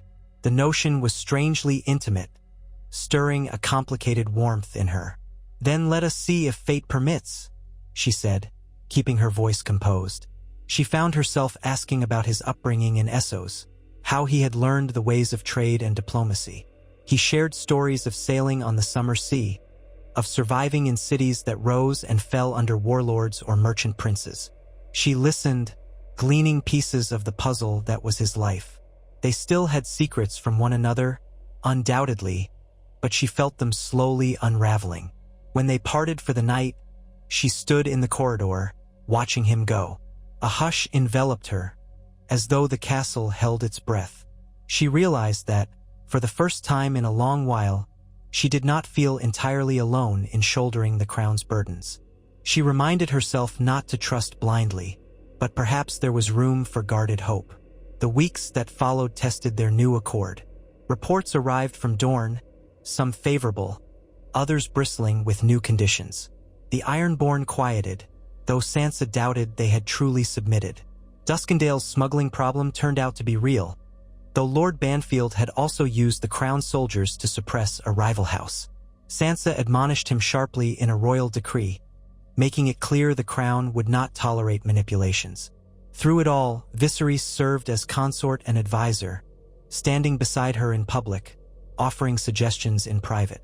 The lords, more often than not, addressed her first, yet they looked to him with a new willingness to include him in discussions. In short, the realm was adjusting to their two-figure monarchy. One day, Sansa received word that Arya had been spotted in Bravos. The rumor came via a Bravosi merchant who claimed to have encountered a woman calling herself No One, bearing a stark blade. Sansa felt a pang of longing. Arya remained elusive, wandering. Perhaps she would never return. But Sansa took comfort in knowing her sister was alive and free in the wide world.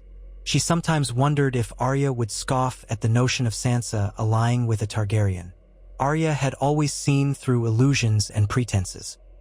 She might have refused such a marriage if forced upon her, choosing freedom instead. But Sansa was queen, bound by duty to thousands, perhaps millions of souls. She could not choose her path so freely. Late one evening, she stood on the balcony outside her chambers. The city spread out below. Viserys joined her, draping a light fur over her shoulders against the chill. She thanked him quietly. Together, they looked down at King's Landing, where torches and lanterns glimmered like fallen stars. He spoke in a hushed tone. "We've come a long way from that first day I arrived under your protection. I still recall how uncertain it all felt." She nodded. "I remember thinking you might betray me, or that your presence would spark a new war. And it still could if we're not vigilant." He turned to face her, his hair catching the moonlight. "Do you see a path where it doesn't end in conflict? Where wolf and dragon truly forge a lasting peace?" She lowered her gaze to the flickering lights below. "I see a path, but it is narrow, strewn with stones. We must tread carefully, day by day, forging alliances, quelling dissent, guiding the realm forward. The cycle of war can break only if we all refuse to feed it." He gently took her hand. She allowed it, though her posture stayed composed. "I choose that path, Sansa." She inclined her head, letting herself believe, if only for a moment, that they might indeed succeed. As the night breeze ruffled her cloak, she closed her eyes and thought of the north, of the biting cold winds that shaped her. The old gods might still be listening somewhere. She prayed that they would grant her the wisdom to govern without falling to the same tragedies that had consumed so many rulers before her. The months ahead promised new trials, be they from Dorne, the Iron Islands, the scions of House Lannister, or foreign threats from Essos. But for now, as the moonlight bathed King's Landing, Sansa Stark stood in her own power, flanked by the Targaryen she had wed, the courtiers she had tamed, and the memory of all that had come before. The road was long, but she did not walk it alone. If the realm was to endure, it would be under a queen who had learned from the cruelties of the past and dared to envision a future shaped by both wolf and dragon, bound not by fear but by a shared vow to protect those who looked up at them in hope. And so they remained on the balcony, quietly side by side, the hush of the city enveloping them, the distant calls of watchmen marking the hours. Beyond the walls, the Seven Kingdoms stretched in every direction, a patchwork of loyalties and grudges, victories and sorrows. Sansa Stark, once a frightened girl, now stood at the center of it all, a queen forging a new story out of the old, with careful steps and unwavering resolve. The future was uncertain, but for the first time in a generation, Westeros dared to dream of peace unbroken by fire and blood. They remained on the balcony for a long time, letting the hush of the city envelop them in its shifting rhythms. Neither spoke. Light from the moon and distant torches accentuated every plane of stone, casting shadows like living creatures across the ramparts. Sansa wondered if any soul below had paused in the middle of the winding streets, gazed up at this tower, and imagined their queen perched there, half lost in thought. The hum of King's Landing at night, laughter from taverns, the far-off rumble of wagons, ebbed and flowed like a quiet tide. Eventually, she and Viseris turned back inside, and the hush continued between them as they made their separate ways to their own duties. They had discovered a strange rhythm in their marriage. Rarely effusive, certainly not romantic in the songs and flowers sense, but bound by a sense of shared responsibility. He had proven he could stand beside her without overshadowing her authority, and she, in turn, allowed him enough space to exercise the brand of Targaryen cunning and diplomacy that was becoming his signature in the council chambers. That night, she settled into a rest that felt both heavy and shallow, as it so often did. At dawn, she woke with her mind already churning on matters of the day. The demands from Dorne, the watchful eyes of the Vale, the smoldering threat from the Iron Islands, and always the knowledge that some in the realm still whispered that a Targaryen had no place sharing the crown, even if he did so only as consort. She rose, dressed in a gown of deep gray with a slight train, and pinned her hair in a braided coil at the back of her head. She wore the circlet of the crown now as a matter of course, a pale band of gold wrought with hints of northern runes, though less ostentatious than the crowns once used by the Targaryen kings. She wanted no illusions of grandeur. The realm had suffered too many tyrants who wore heavy gold monstrosities and bled the people dry. A servant brought a wooden tray with boiled eggs, coarse bread, and a cup of honeyed tea. Sansa ate only the bread and sipped half the tea. She had little appetite in these early hours. Steady footsteps in the corridor announced the arrival of Lady Ellis Westerling, her master of laws, an intelligent woman with keen gray eyes. Ellis bowed and said, "Your Grace, the Dornish envoy has asked to speak with you at your earliest convenience today. It appears Lord Coron Martell is pressing again for a formal statement on Dornish autonomy." Sansa motioned her to join in a quiet walk down the corridor, so as not to remain cooped in her bedchamber. "We will grant him a hearing," she said, "but I won't be coerced into a rushed declaration. The realm's structure is not a patchwork of separate kingdoms. We've seen the chaos that can spark when each region believes itself above the rest." Ellis nodded. "Understood, Your Grace. However, we must keep them placated, at least superficially. Dorne has memories of old alliances with House Targaryen, and if they feel slighted, that sentiment might turn sour. We cannot afford a new rebellion on our southern border." Sansa exhaled. "I'll speak with him. Remind me to involve Viserys when the moment is right. He still carries some measure of influence with those who recall Elia Martell. His presence might help me convey a willingness to compromise without giving away the entire store." They reached a modest council room, a smaller chamber than the official one, with a narrower table and a few chairs, where Sansa often held private discussions away from the full tumult of the small council. A pair of gold cloaks stood guard at the door, and a page hurried about inside, tidying up. Sansa dismissed the page and asked Lady Westerling to bring Lord Coron Martell directly. Soon, Coron arrived, flanked by two attendants bearing the sun and spear sigil of House Martell. He bowed gracefully, though his keen black eyes missed nothing. He was a tall man, somewhere in his 40s, with a slight dusting of silver in his otherwise dark hair. Sansa gestured to a seat. "Welcome, Lord Coron. I trust you have found the city comfortable enough." He sat, nodding. "I have, Your Grace. Your hospitality is without reproach. Yet I remain unsure how Dorne's concerns fare under your new monarchy. The Martells wish for assurances, those that reflect our distinct customs and our right to administer certain matters without intrusion." Sansa studied him, folding her hands on the table. "I recall that Dorne held a unique position even under the Targaryen kings. They joined the realm through marriage pacts and diplomacy, rather than conquest. Their rulers were princes and princesses in their own right. I recognize the weight of that legacy." He inclined his head, as if satisfied to hear it acknowledged. "Precisely so. We are not in open rebellion, but we do wish to preserve our autonomy. After the devastations of Robert's rebellion and the bloodshed that followed in King's Landing under various rulers, you can understand our caution." Sansa kept her composure. "Caution is prudent, Lord Coron, but Westeros remains a single realm, and I cannot sign away the right of the Iron Throne to oversee its subjects' welfare. We can negotiate certain privileges, perhaps a more lenient approach to dornish taxation, or formal recognition that local disputes fall first under dornish jurisdiction. I'm open to the details, but the lines of sovereignty must remain clear. They began a methodical discussion, Sansa taking notes as Corin proposed that Dorne might collect its own taxes directly, with a smaller portion going to the crown.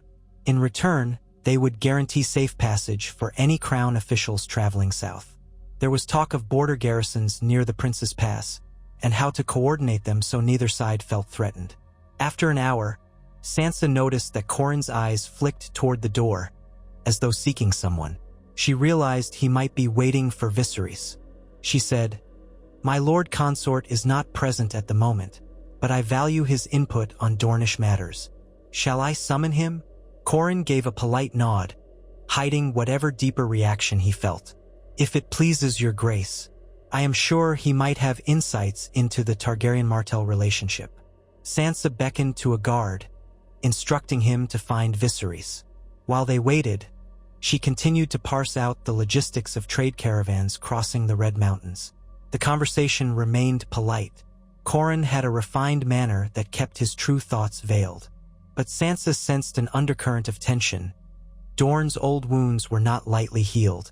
Presently, the door opened, and Viserys entered in a dark tunic embroidered with subtle swirling patterns that evoked the Targaryen dragon, though kept small and tasteful. He bowed. "Your Grace, Lord Corin. Apologies for the delay." Sansa gestured for him to sit. Corin greeted him with measured respect, though Sansa saw how the Dornish lord's posture shifted, as if attempting to read every nuance in Viserys' voice and expression. Viserys listened to a brief recap of the conversation, then spoke. "I understand Dorne's desire to preserve its unique identity. My own family's ties with Elia Martell weigh on me. I wish to see no further acrimony. If an agreement can be reached that respects both the Dornish traditions and the crown's authority, I stand ready to assist." Corin let out a mild hum. "House Martell appreciates those words, my lord, particularly in light of the tragedies that befell Elia. Too many in Westeros forget the sorrow carried by Dorne." Viserys inclined his head. "We do not forget. The question is, how do we craft a future that acknowledges those sorrows without dredging them anew?" Sansa watched the interplay. This was precisely the role she wanted Viserys to fill, bridging old divides with tact. She offered a small, approving nod. Corin noticed, though he did not comment on it. Instead, he pressed on with further conditions. They concluded the discussion with a plan to draft a preliminary treaty. Corin departed with a modicum of satisfaction, promising to consult with his superiors in Dorne. Once he was gone, Sansa let out a slow breath, leaning against the edge of the table. Viserys approached, folding his arms. "It went better than I expected. He's not an easy man to read, but I sense genuine willingness on his part, though he's likely beholden to more extreme voices back home." Sansa nodded. "He mentioned Elia. I suspect any arrangement we make must, in some way, address the injustice done to her and her children." Viserys' gaze flickered with discomfort.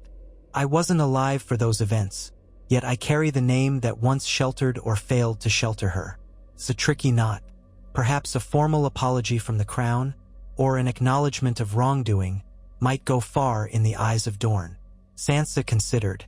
A formal apology from the Iron Throne for the deaths that occurred during Robert's rebellion possibly, though it was Lord Tywin Lannister's men who bore the brunt of guilt. Even so, the crown back then was the seat of House Targaryen until everything changed. "We'll see." They parted ways, each to other responsibilities. Sansa used the midday hours to hold an open court session in the throne room, a tradition she maintained at least twice a fortnight, allowing common petitioners a chance to air grievances. On this particular day, the line of petitioners was shorter than usual, likely because of the heavy rains that had rolled in the previous night. Still, a handful came. A carpenter complaining about a local magistrate's corruption, a fisherman lamenting damaged nets from passing royal ships, a minor merchant who accused a gold cloak of theft. She dispensed judgments with calm fairness, relying on Lady Westerling and the Lord Commander of the City Watch for further verification. The fisherman received compensation from the Crown's treasury, modest but enough to replace his nets. Once Sansa confirmed that it was indeed a royal patrol that had trampled his gear, the merchant was asked to provide witnesses. If her accusation held, the gold cloak would be dismissed and punished. As for the carpenter, Sansa ordered an inquiry into the magistrate's practices. King's Landing had grown calmer under her rule, but corruption still seeped through the cracks if left unchecked. By late afternoon, she felt the familiar tug of fatigue. She dismissed the court and retreated to a solar on an upper floor, wanting a moment's solitude. The tall windows overlooked the city, veiled now in a slight drizzle that gave the rooftops a slick sheen.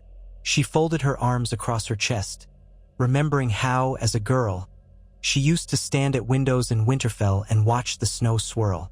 She'd never imagined she would end up here, shaping the fate of Westeros in a place that once felt so hostile. A rap on the door made her turn. One of her ladies-in-waiting entered, a shy young woman named Celia Mertens who had come from the Riverlands. Celia curtsied. "Your Grace, a letter just arrived by Raven for you. It bears a seal from Bravos." Sansa frowned slightly and gestured for Celia to hand it over. She broke the seal, a coin and Titan sigil that indeed marked the Iron Bank. She read the letter, her eyes narrowing. It seemed the Iron Bank had caught word of a potential shift in trade policies with Dorne, and they were inquiring, in that polite but faintly ominous way of theirs, whether new agreements would affect certain outstanding loans from the Crown. They also hinted at concern over rumored sellsword companies in Essos looking for a Westerosi sponsor. Sansa set the parchment down, massaging her temples. The Iron Bank always hovered like a distant thundercloud, reminding rulers that debt was a double-edged sword. She recalled how, during times past, the Crown's inability to pay debts had caused turmoil. She decided to respond swiftly but carefully, reassuring them that no new trade policy with Dorne would hamper repayment. As for sellsword companies, she would feign ignorance, though she'd have her spymaster keep an eye on Essos.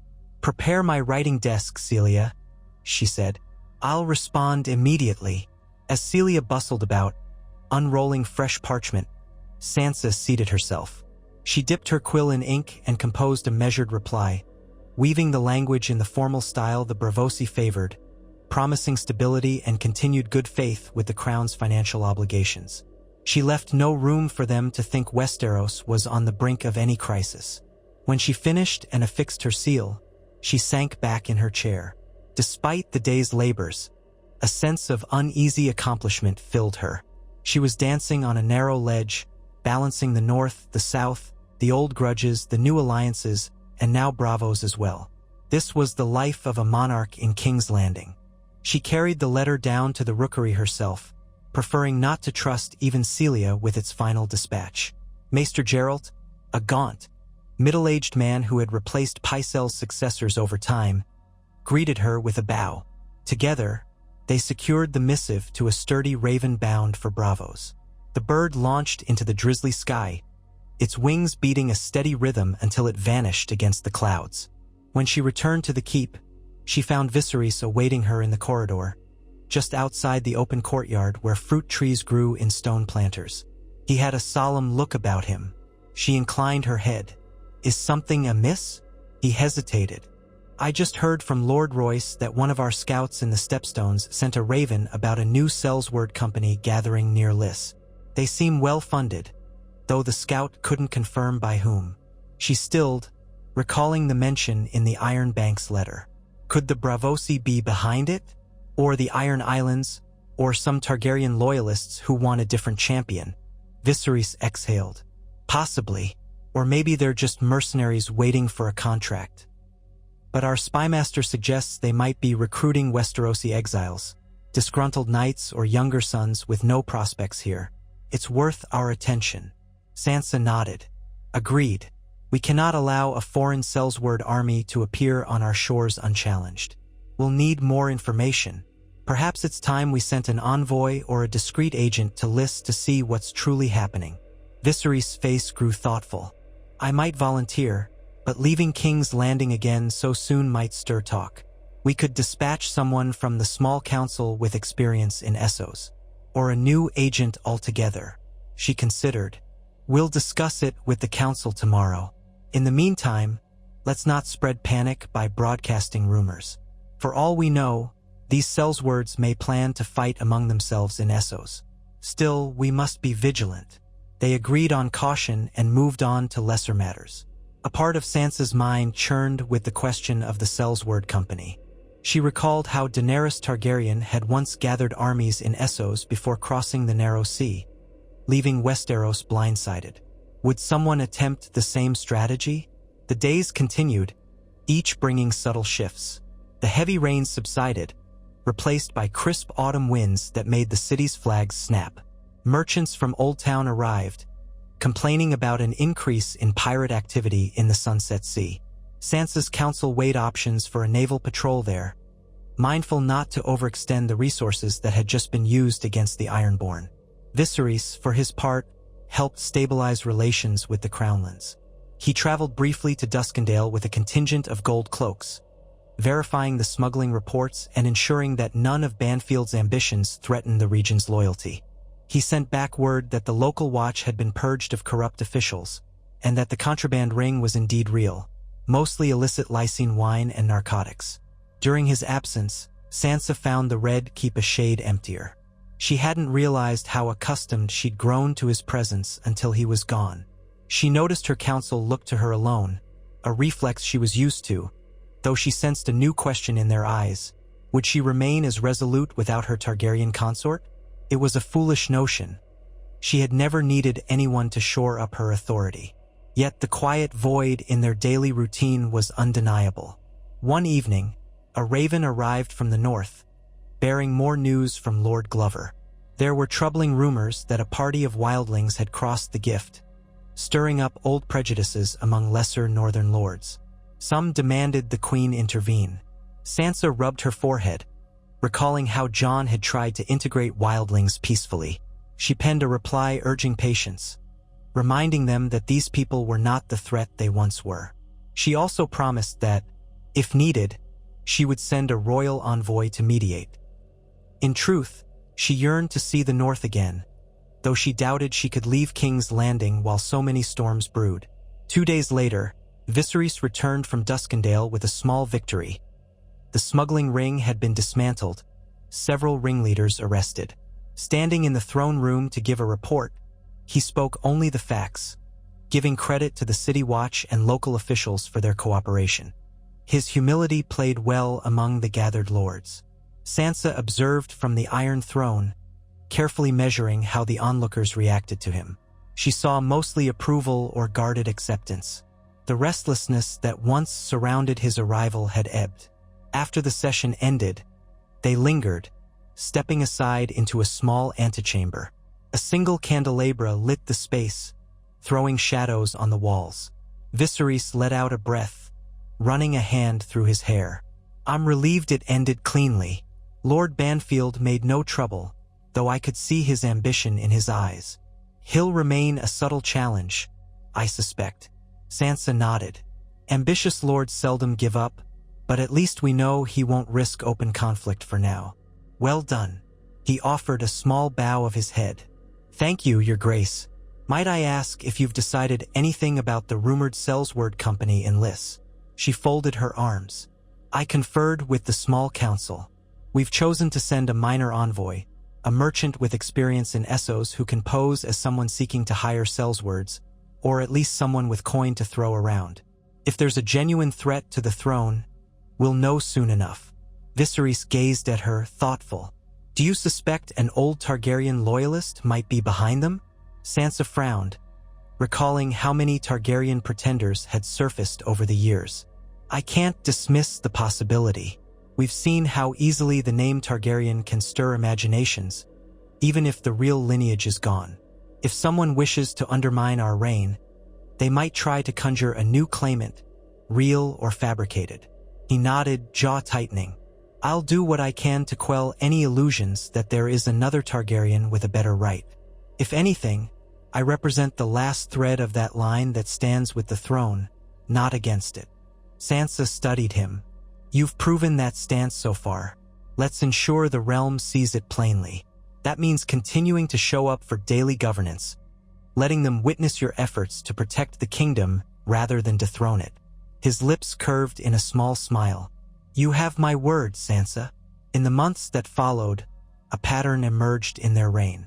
They held regular open courts to maintain a sense of transparency, welcomed envoys from across the sea who sought trade, and kept a wary eye on potential rebellions.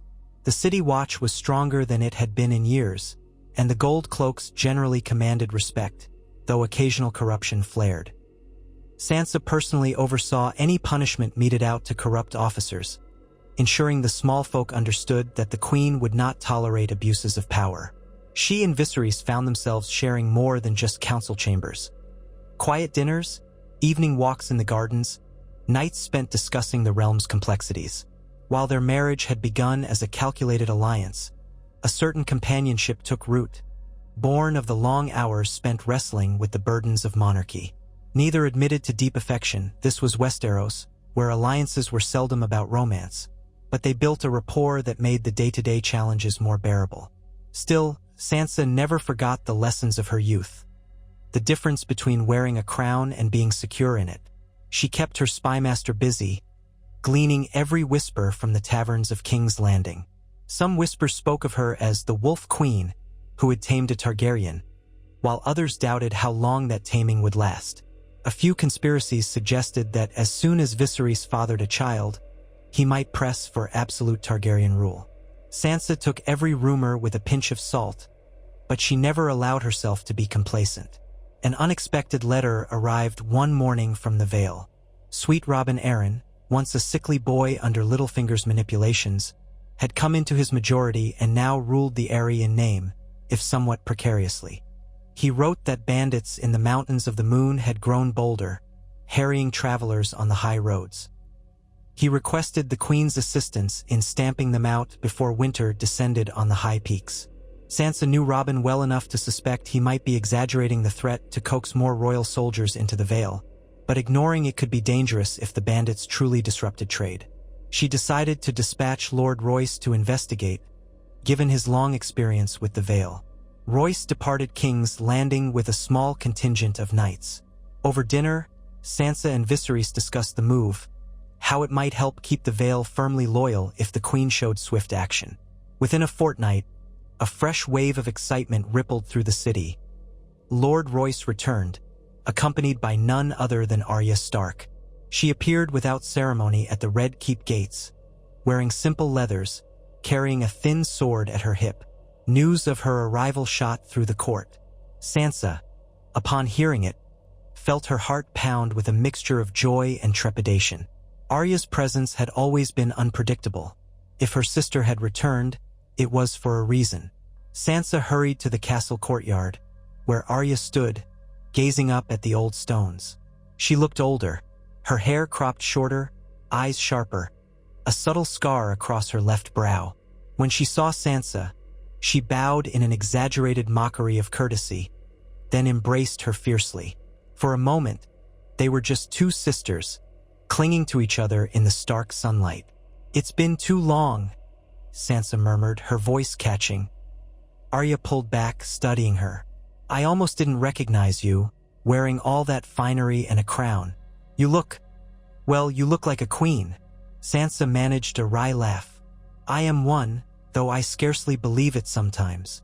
They walked inside, escorted by a handful of curious onlookers, and made their way to a smaller parlor. Guards hovered outside while the sisters caught up in private. Sansa offered Arya wine and a platter of fruit, but Arya took only a few sips, as if wary of the taste of King's Landing after so long. "I heard stories," Arya said, voice low. "A Targaryen in your bedchamber, the Iron Throne at your beck and call. The North didn't quite know what to think, but I see you're well." Sansa pressed her lips together.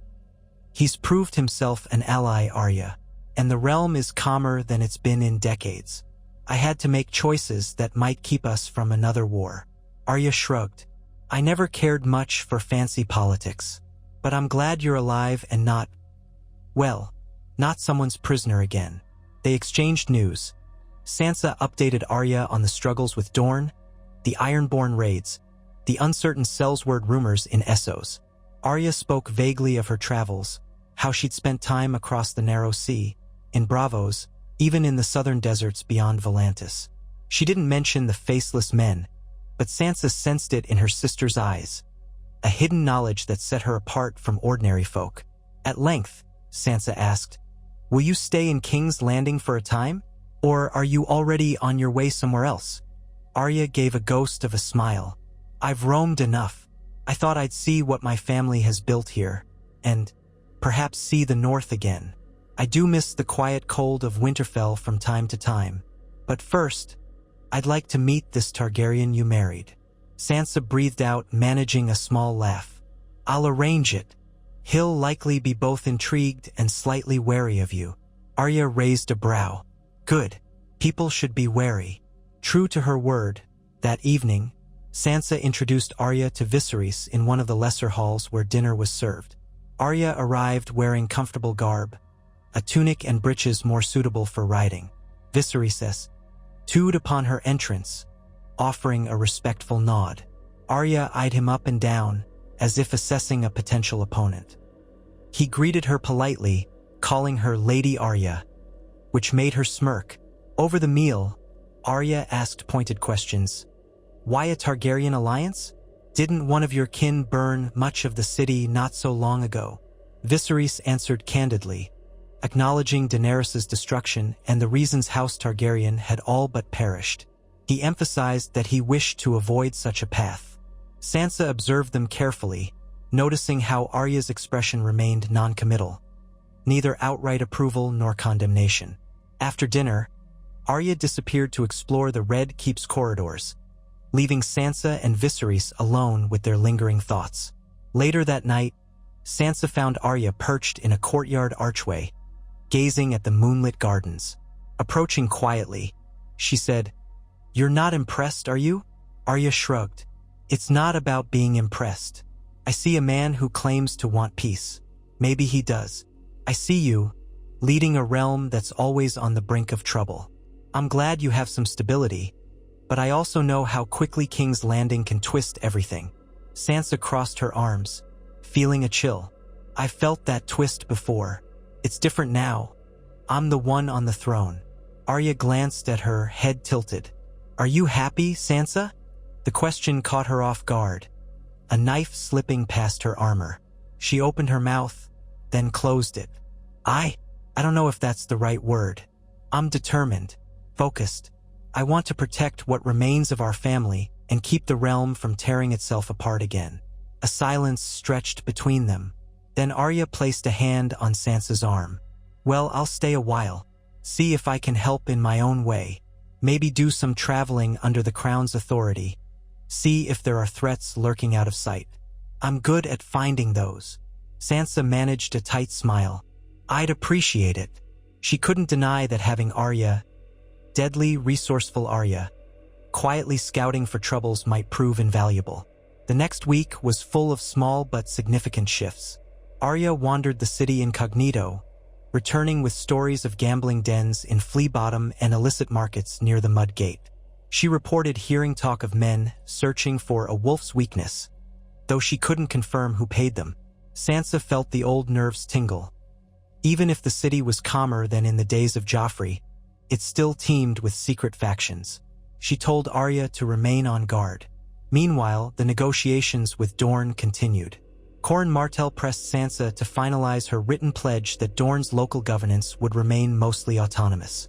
Viserys suggested adding a clause requiring mutual defense in case of foreign invasion, to which Coron agreed.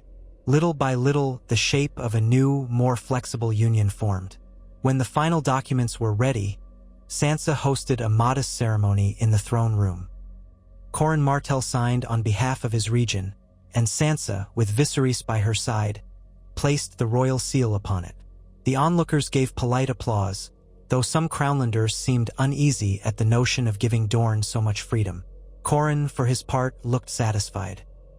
He bowed low and said, "May our peoples know peace at last." News of the treaty spread quickly. Dornians in the city celebrated quietly in their enclaves. while the rest of King's Landing adjusted to the idea that the Wolf Queen and her Targaryen consort had brought the once prickly region closer to cooperation. Sansa felt a surge of relief. This was no small achievement. She only hoped it would hold. Yet with one concern eased, another emerged.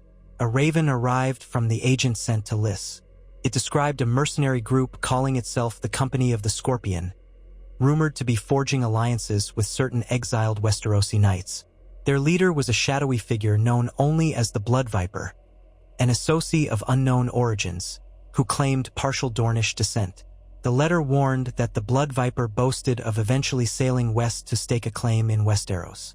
Sansa read the words twice, feeling her pulse quicken. It was possible this was just posturing Sel's words often boasted. But what if the Blood Viper had real backing? She decided to call the small council at once. In the council chamber, the atmosphere was tense. Lord Tarly read the letter aloud for all to hear. Lady Rosby, who had once tried to manipulate the crown's finances, frowned deeply. We cannot let a Sellsword company believing it has a right to Westeros gather unchecked. Lady Westerling added, but we don't want to provoke them into a premature invasion if their bark is bigger than their bite. Maybe we should see if Bravos or Pentos has more intelligence on this Blood Viper. Viseris tapped his fingers on the table. A Blood Viper claiming partial Dornish descent might stir old resentments, especially among those who believe House Martell was wronged, and that my alliance with Sansa is a betrayal of some more radical cause. They could be forging a narrative that the Targaryens and Martells should have conquered the realm together long ago. Sansa leaned forward. We've just reached a fragile treaty with Dorne.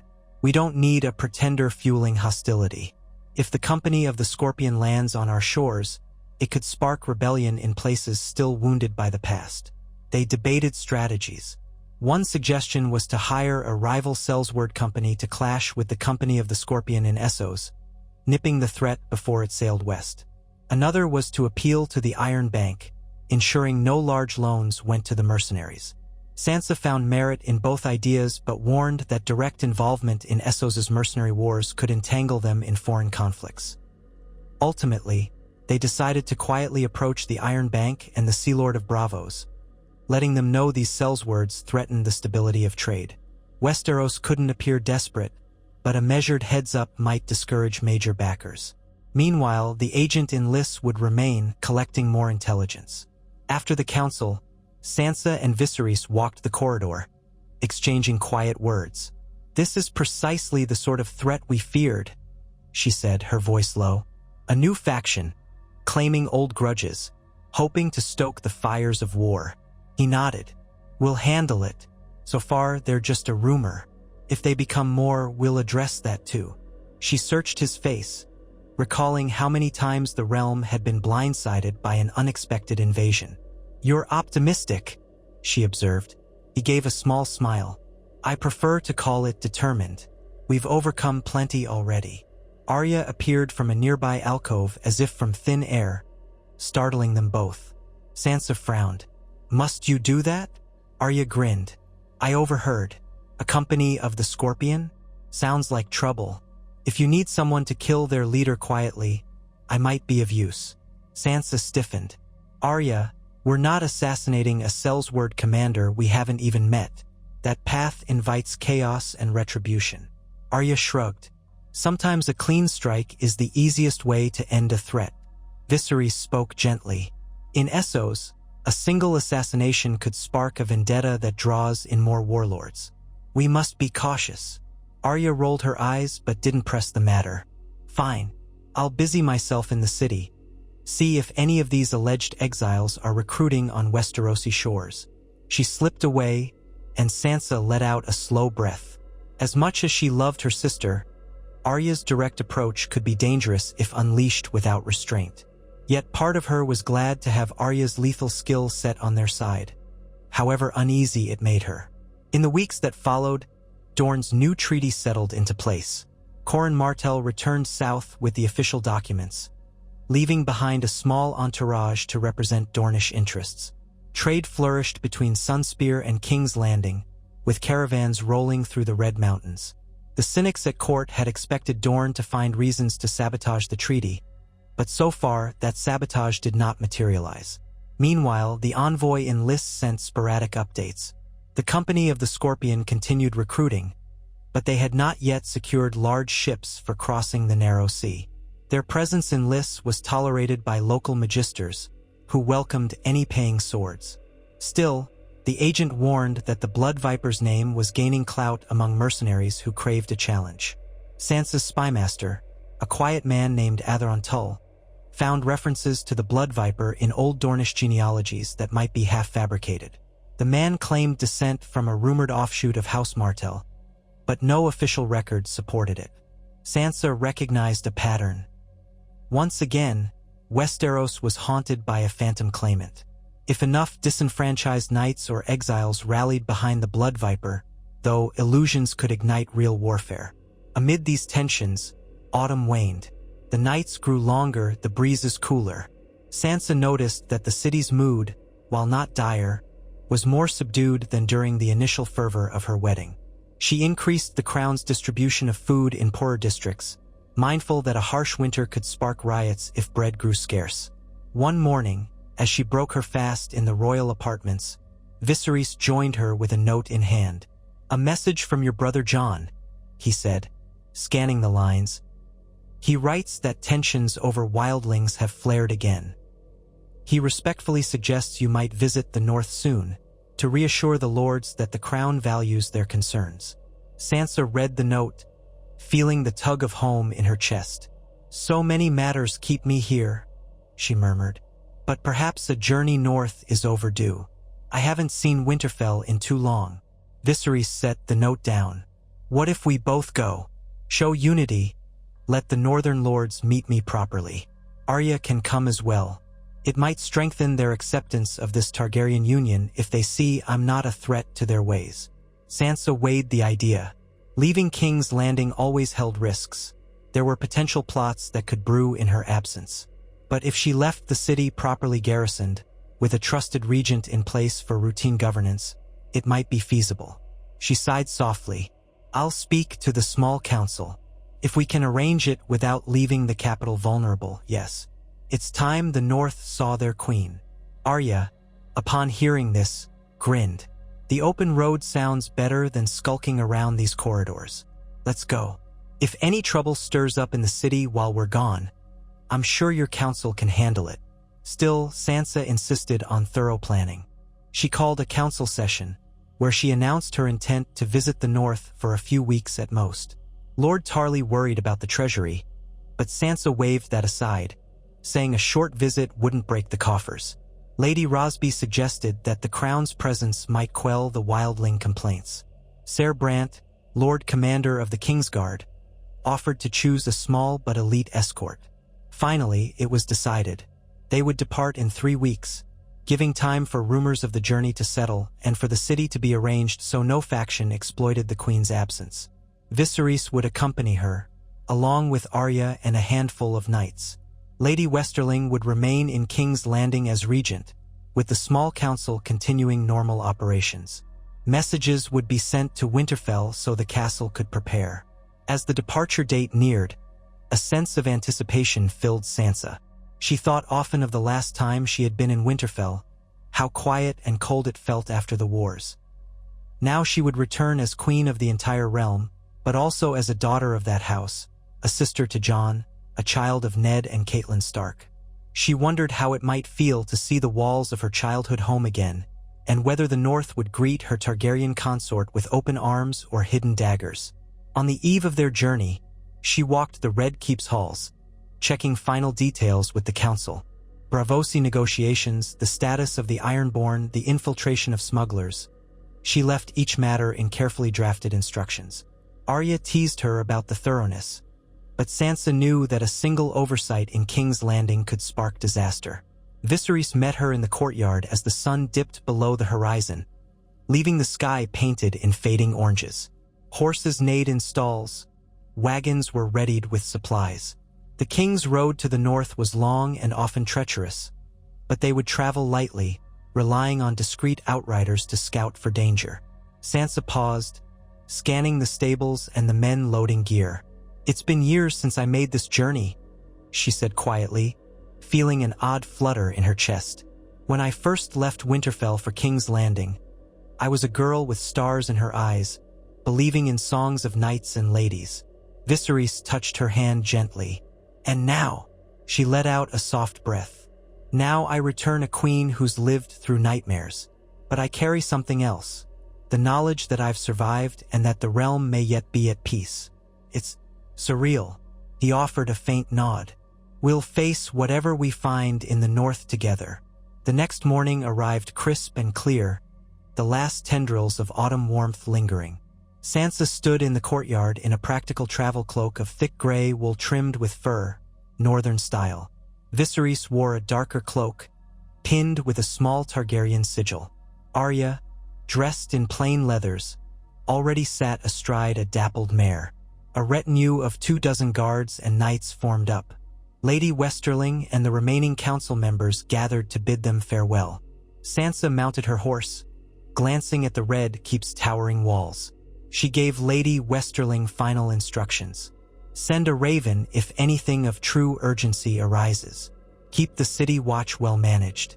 We should return in a few weeks, unless the North demands a longer stay." Westerling bowed. "Understood, Your Grace.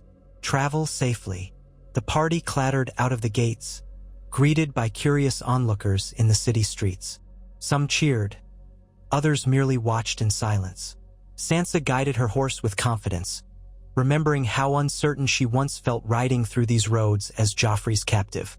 Now she led the column. The gold cloaks parted crowds, ensuring no one pressed too close.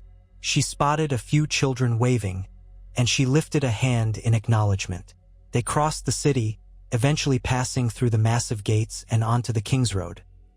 The smell of the open air enveloped them, free of the press of King's Landing's populace.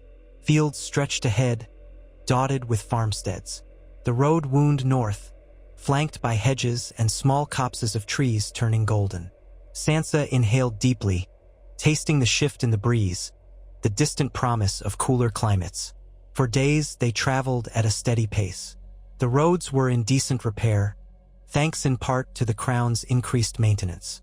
They passed caravans of merchants heading south, carrying grain and salted fish. At each inn they stopped for the night, local folk recognized the Queen and her Targaryen consort, offering timid bows or, in some cases, wide-eyed stares at the presence of a man with silver-gold hair among them. Arya took to sleeping in more hidden corners, as if itching for a bit of solitude away from the fuss. Midway to Winterfell, they encountered a small group of knights wearing the sigils of lesser northern houses, Bolton, Malin, even Serwyn. At first, these knights seemed startled to see the Queen on the road. They quickly knelt, one stepping forward to speak. "Your Grace, we heard rumor you might be traveling north. We came to see if you required an escort." Sansa recognized the speaker as Ser Eric Malin, a distant cousin of the more prominent Malin line. She recalled him from fleeting visits to Winterfell in her youth, though he was older now, with more lines on his face. She offered a polite smile. "I appreciate the thought, Ser Eric, but we have a sufficient guard." Ser Eric glanced at Viserys, hesitation plain in his expression. "As you say, Your Grace, we simply wish to extend our loyalty. The North stands with House Stark, always." Viserys inclined his head in greeting.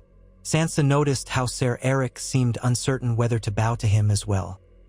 He did a half nod, and Sansa pretended not to notice the awkwardness. They parted ways soon after, with the knights riding back southward, apparently satisfied that the Queen did not need further help. That evening, the traveling party made camp near an old watchtower, the sun setting behind rolling hills. Arya patrolled the perimeter, as was her habit. Sansa and Viserys sat near a modest campfire while knights bustled about, unpacking bedrolls and cooking supplies. The wind was cooler here, carrying a hint of the northern chill. Sansa stared into the flames, thinking of how close they were now. "Another week or so, and we'll be at Winterfell's gates.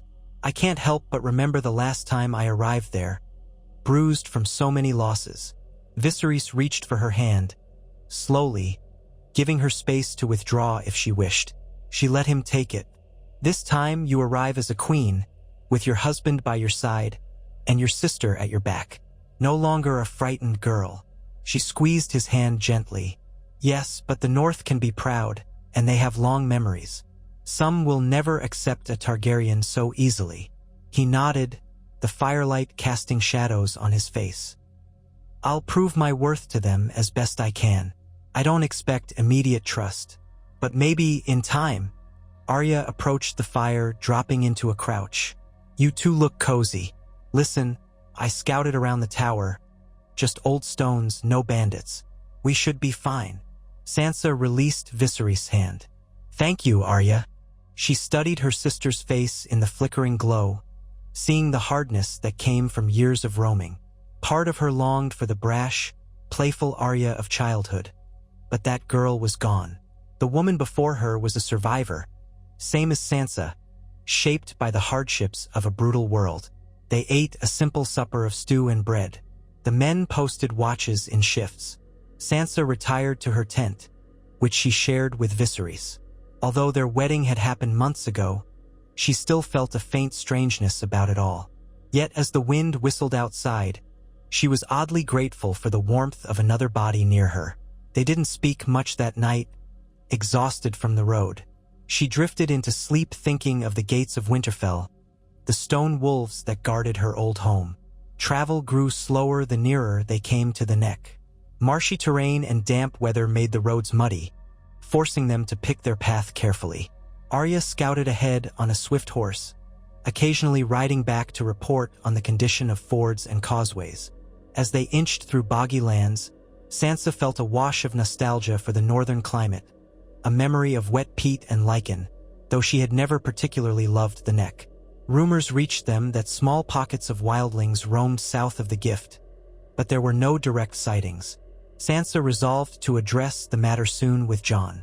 She felt a twinge of excitement at seeing him again, though he was no longer known widely as king in the north or even a Stark. His life had taken its own winding path, exiled but then quietly accepted back among those who lived near the wall. Finally, they crested a ridge under a slate-gray sky, and the sight of Winterfell's outer towers broke through the haze. Sansa felt her heart jolt. There it stood, still as ancient as time, its thick walls and looming ramparts overshadowed by dark clouds. Smoke curled from the chimneys, carrying that comforting scent of hearth fires. She heard Viserys draw in a breath beside her, as if struck by the sheer presence of it. Arya, slightly ahead, turned in her saddle, and Sansa caught a flicker of something like a smile on her face. They descended the ridge and approached the gates. Northern guards recognized them, pulling the gates open at once. The courtyard beyond bustled with activity. Stable hands running forward, a cluster of armed men wearing the Stark sigil on their cloaks, and a few curious onlookers peering from windows. Someone shouted, "The Queen in the North is home!" Sansa felt a twist of mingled pride and melancholy. She was queen of the entire realm, but to them, she would always be their Stark. Horses stamped and whickered as the party dismounted. Sansa pulled off her gloves, scanning the courtyard. Then she saw him. Jon stood at the top of a short flight of stone steps leading into the great hall. His hair was shorter now, streaked with gray near the temples, and a cloak of plain black fur hung from his shoulders. She strode toward him, swallowing the lump in her throat. He descended a step, a small smile creasing his face. They embraced quietly without fanfare. Sansa breathed in the scent of cold air and leather, reminded of the old days in Winterfell's yard, back before everything fell apart. Jon held her at arm's length then, studying her. "You look well, Sansa."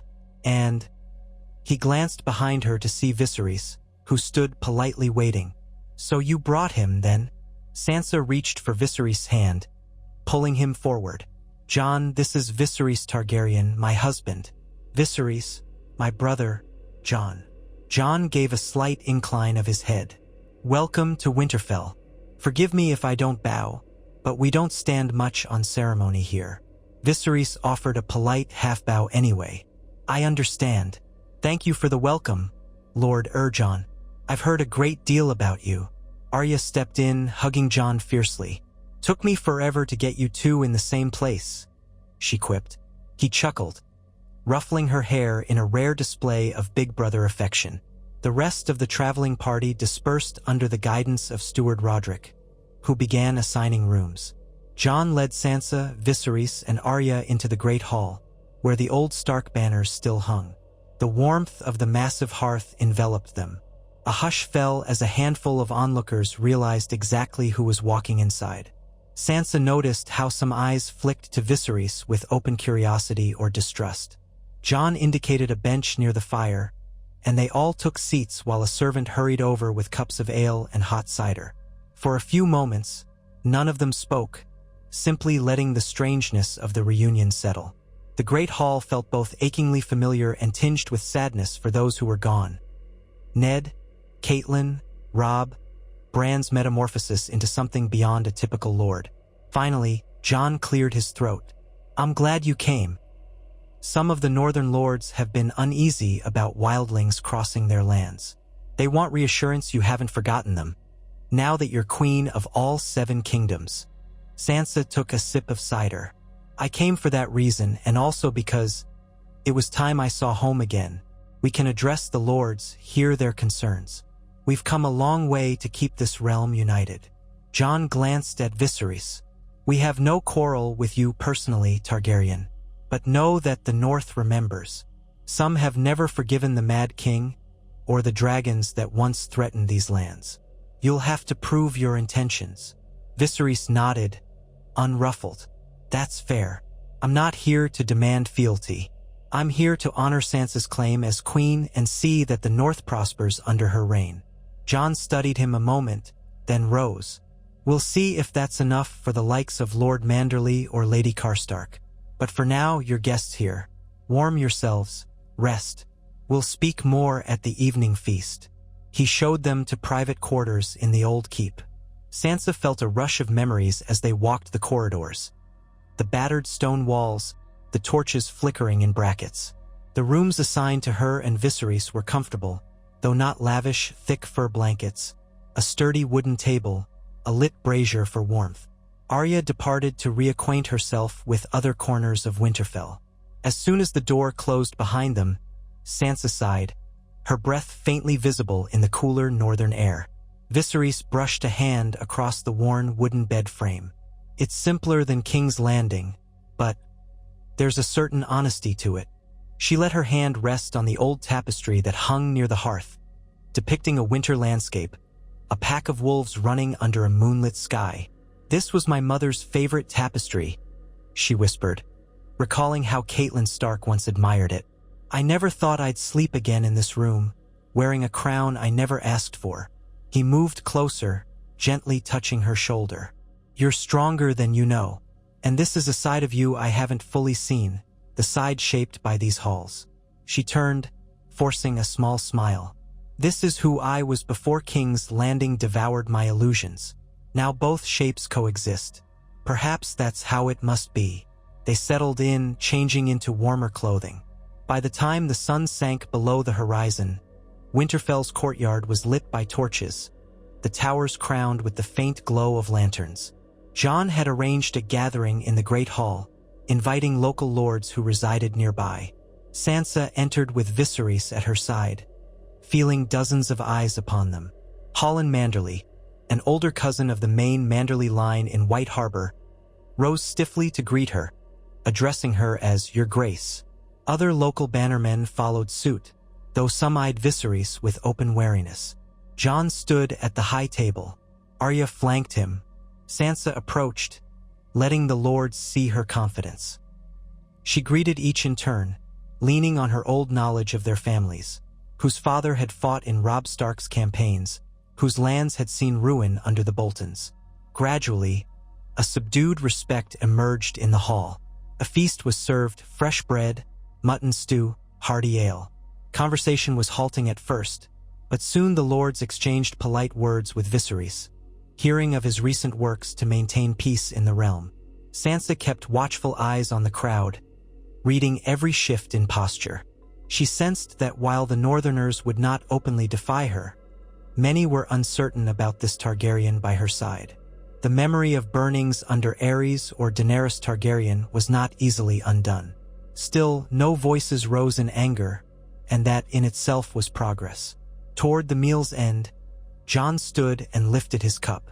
"My lords, we gather tonight to welcome Queen Sansa home and to show we still stand as one pack in the north. She may now rule the 7 kingdoms, but Winterfell will always be her seat, and we are her people. Let none doubt our loyalty." A murmur of agreement spread. Sansa rose, thanking him for such words. "I have never forgotten the North. I carry it with me always, even in the Red Keep. We face many trials ahead, wildling tensions, possible threats from afar. But let us stand together, and no winter storm can break us." She paused, noticing a few nods from those who had once followed her brother Robb. She decided not to mention the Targaryen alliance explicitly, leaving that for private conversations. For now, this was enough. A public show of unity in Winterfell's hall. After the feast, she spoke quietly with Jon near one of the hearths, the warmth radiating against the chill that seeped through the stone walls. She asked for details about the wildling situation. He explained that some wildlings, still adjusting to southern life, had roamed past the designated areas of the gift, scaring local farmers. Yet he insisted they meant no harm. They simply needed guidance and fair terms of trade. Sansa nodded. "We can hold a meeting with the local lords and the wildling representatives. See if we can formalize their right to settle, as you once tried to do." Jon's face bore a hint of weariness. "Yes, it's an ongoing task. Bridge centuries of enmity. But if the Queen stands behind it, the lords might relent." "Thank you." She rested a hand on his arm. "You never need to thank me, Jon. We do what must be done to prevent more bloodshed." He nodded. "Good. And Sansa, be careful. The North can hold hidden resentments, especially with a Targaryen present. Some might feign loyalty while plotting behind closed doors." She smiled wryly. "I've been living with plots all my life, Jon. I'm prepared." The next morning, the real work began.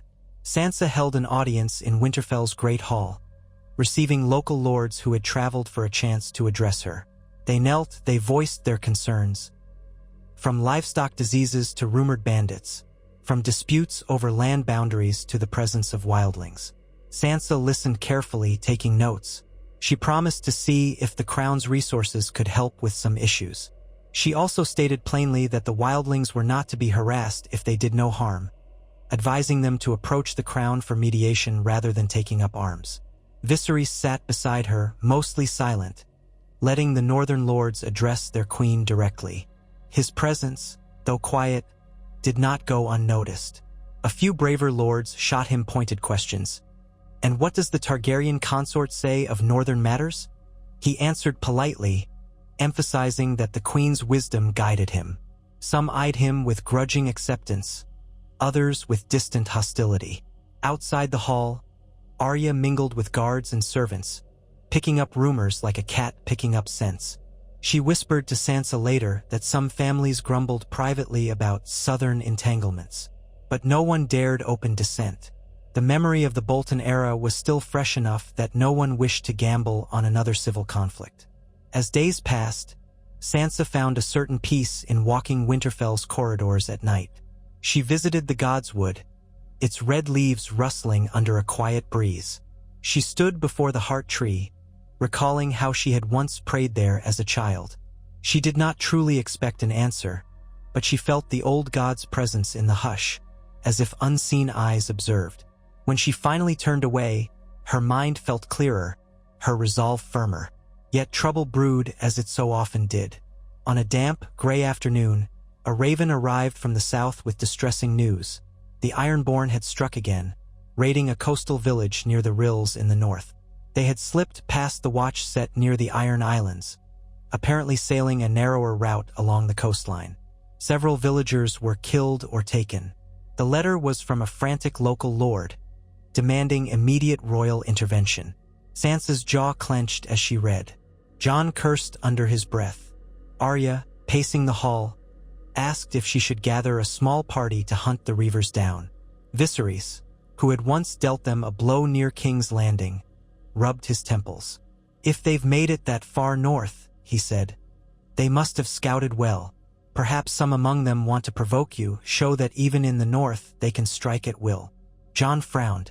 "They've always tested boundaries, but now they're brazen. If your monarchy can't stop them, some northern lords might take it into their own hands to retaliate. Sansa had her fill of such threats. We'll not let that happen. I'll dispatch a raven to Lord Manderley at White Harbor, asking him to send ships along the coast to track the ironborn. We'll also request support from the Glovers and the Serwins to form a land-based search for these reavers. The crown stands with the north." They leapt into action, penning letters, sealing them with Sansa's royal sigil. Viserys added his Targaryen wax stamp to emphasize unity. Arya studied the map, muttering about the possible routes the Ironborn could have taken. She proposed riding out to the Rills herself, but Sansa insisted it might be safer for her to remain and coordinate from Winterfell, at least until they had more information. Over the next several days, riders came and went, carrying instructions from the Queen to the coastal lords. The entire holdfast stirred with a sense of tension. Sansa could almost see the question in the Northerners' eyes. Had they placed their faith in a queen who was too entangled in southern politics to defend them? She knew she had to prove them wrong, and swiftly.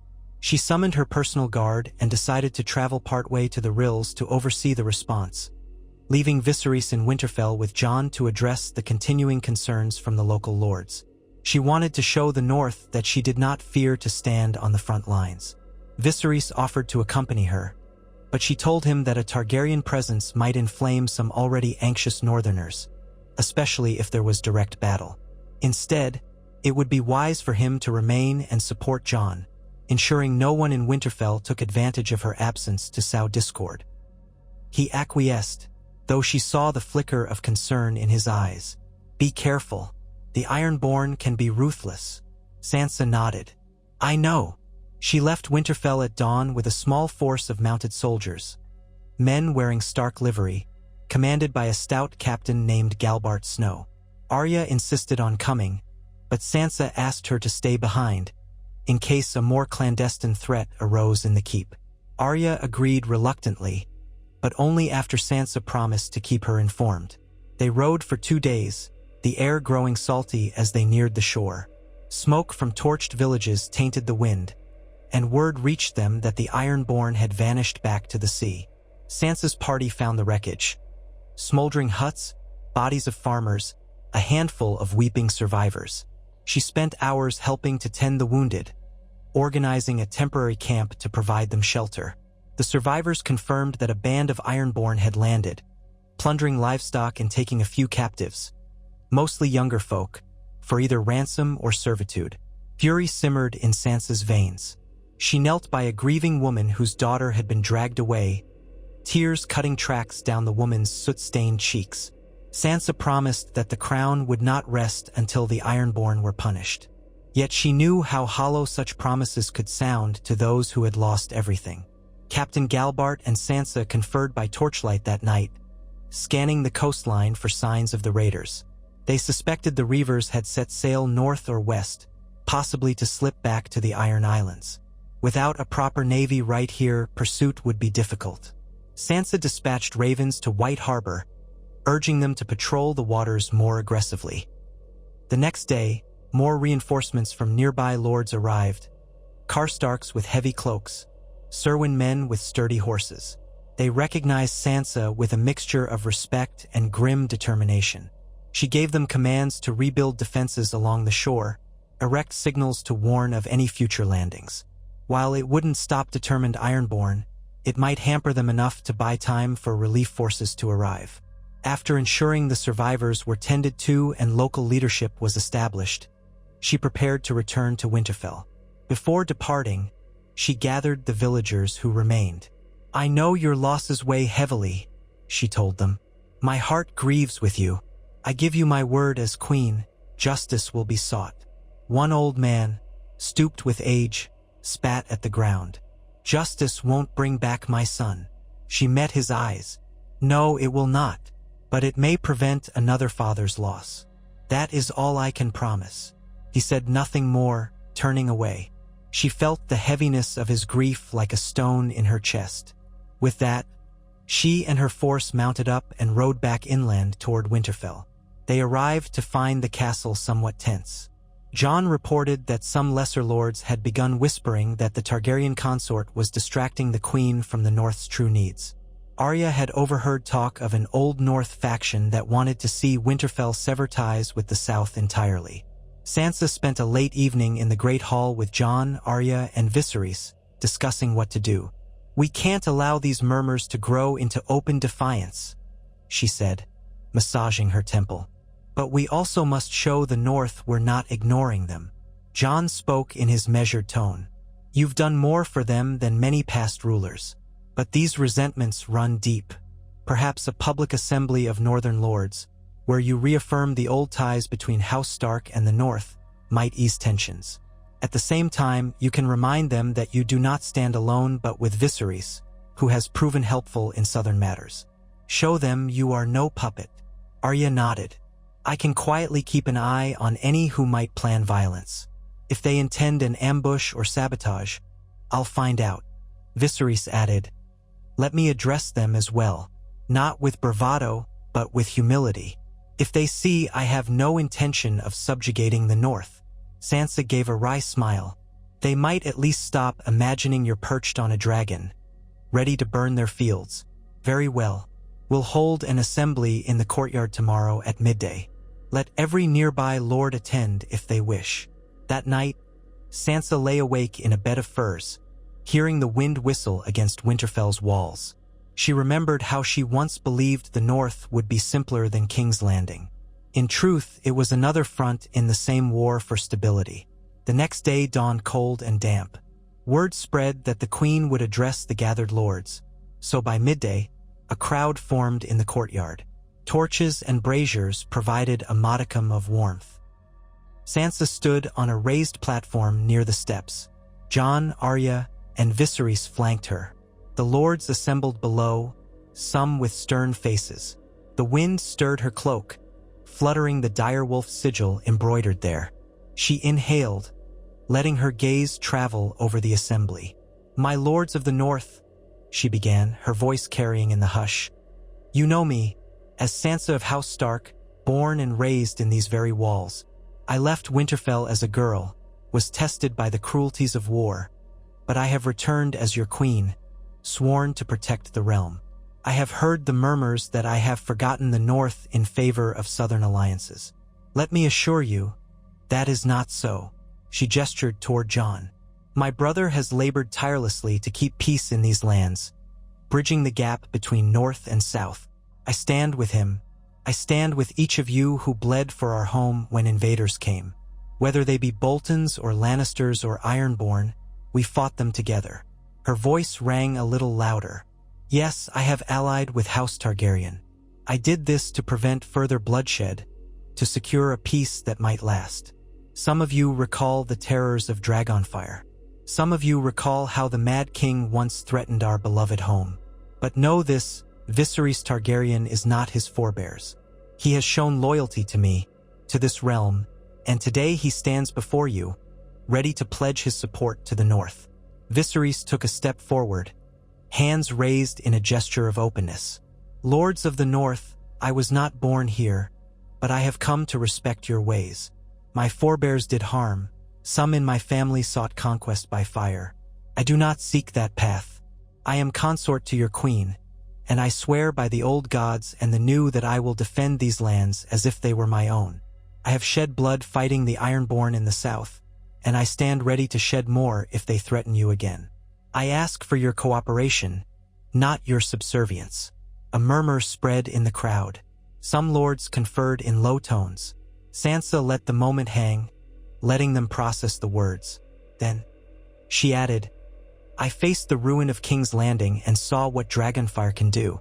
I chose to make peace with Viserys so we need never see that horror again. He fights at my side, not above me, not against me. The North remains under the Stark banner, with me as queen, but we are stronger when we do not stand alone against the rest of the realm." Jon stepped forward. "I've known many Targaryens, some who brought destruction, some who fought for the living against the dead. We judge people by their deeds, not just their name. Judge Viseris by what he has done and will do, not by the sins of ancestors. For a time, the courtyard was silent except for the crackle of braziers and the whisper of wind. At last, Lord Manderley, older, balding, stepped forward. His voice carried a grudging respect. "We are loyal to House Stark. If the Queen says this Targaryen is no threat, we will accept it. But we expect the Crown's aid in defending our coasts from ironborn raids. And we expect no forced involvement in southern wars." Sansa inclined her head. "You have my word. The Crown will assist you. We have already begun a response. As for southern wars, there will be none, so long as I can prevent it." Other lords murmured agreement or at least no direct protest. The tension in the air eased. Sansa felt a wave of relief wash over her. This wasn't a triumphant cheer, but it was acceptance, or as close as they would come. After the assembly dispersed, Sansa turned to Viserys, her face flushed from the cold wind and the intensity of the moment. "Well, that could have gone far worse." He nodded, exhaling. "They're not cheering my name, but they're not throwing stones either. I'll take it as a victory." Arya lingered at the edge of the platform, watching the departing lords. "I'll keep an ear out for any lingering resentment. But for now, it seems they'll abide your alliance. That's more than some might have hoped." Sansa brushed a loose strand of hair from her face. "Yes, it'll take time for old grudges to fade. But we have a start." Over the following days, Sansa and Jon held more councils with the local lords, finalizing the plan to coordinate with White Harbor's ships to ward off further ironborn incursions. Farmers near the coast were advised to erect warning beacons. Ravens flew between Winterfell and King's Landing, ensuring the Crown's resources were not neglecting the south. Lady Westerling wrote that the city remained calm. In a quiet moment by the Godswood, Arya found Sansa sitting beneath the heart tree. The carved face in the weirwood looked down with solemn eyes. Sansa glanced up as Arya approached, footsteps silent on moss. Arya stood beside her, crossing her arms. "You always used to say I didn't belong in the Godswood," she said, almost teasing. Sansa made a soft sound of amusement. "We were children then. Times change." They listened to the rustle of leaves, the drip of water from the trunk. Arya asked, "So are you staying here for good? Or heading back to that viper's nest of a city once you've settled these matters?" Sansa sighed. "I must return to King's Landing eventually. A queen can't vanish from her seat indefinitely. But I'll remain here a bit longer, see if I can broker a lasting peace with the wildlings and ensure the North feels heard." Arya squatted, picking up a fallen leaf, turning it over in her fingers. "You do realize how unusual it is what you've done, allying with a Targaryen. The songs would call it madness or romance or both." Sansa managed a faint smile. "It's neither madness nor romance. It's necessity. And maybe there's something more to it. I've seen glimpses of kindness in him. If this is the path fate set me on, I'll walk it with eyes open." Arya tossed the leaf aside and stood, glancing at the heart tree's face. "Well, I think you're doing as well as anyone can in this realm. Just don't let your guard down. There are always more dangers." Sansa rose, brushing grass from her cloak. "I won't forget." They returned to the keep, where Sansa spent the day meeting wildling representatives Jon had invited. A few wore patchwork furs, eyeing the stone walls uneasily.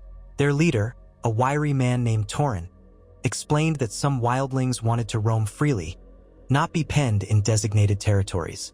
He insisted they would not harm any small folk unless attacked first. Sansa negotiated carefully, recalling the vow she had made to respect their lives. She arranged for them to be allocated a portion of land near the northern edges of the gift, with the condition they notify local lords when they moved deeper south.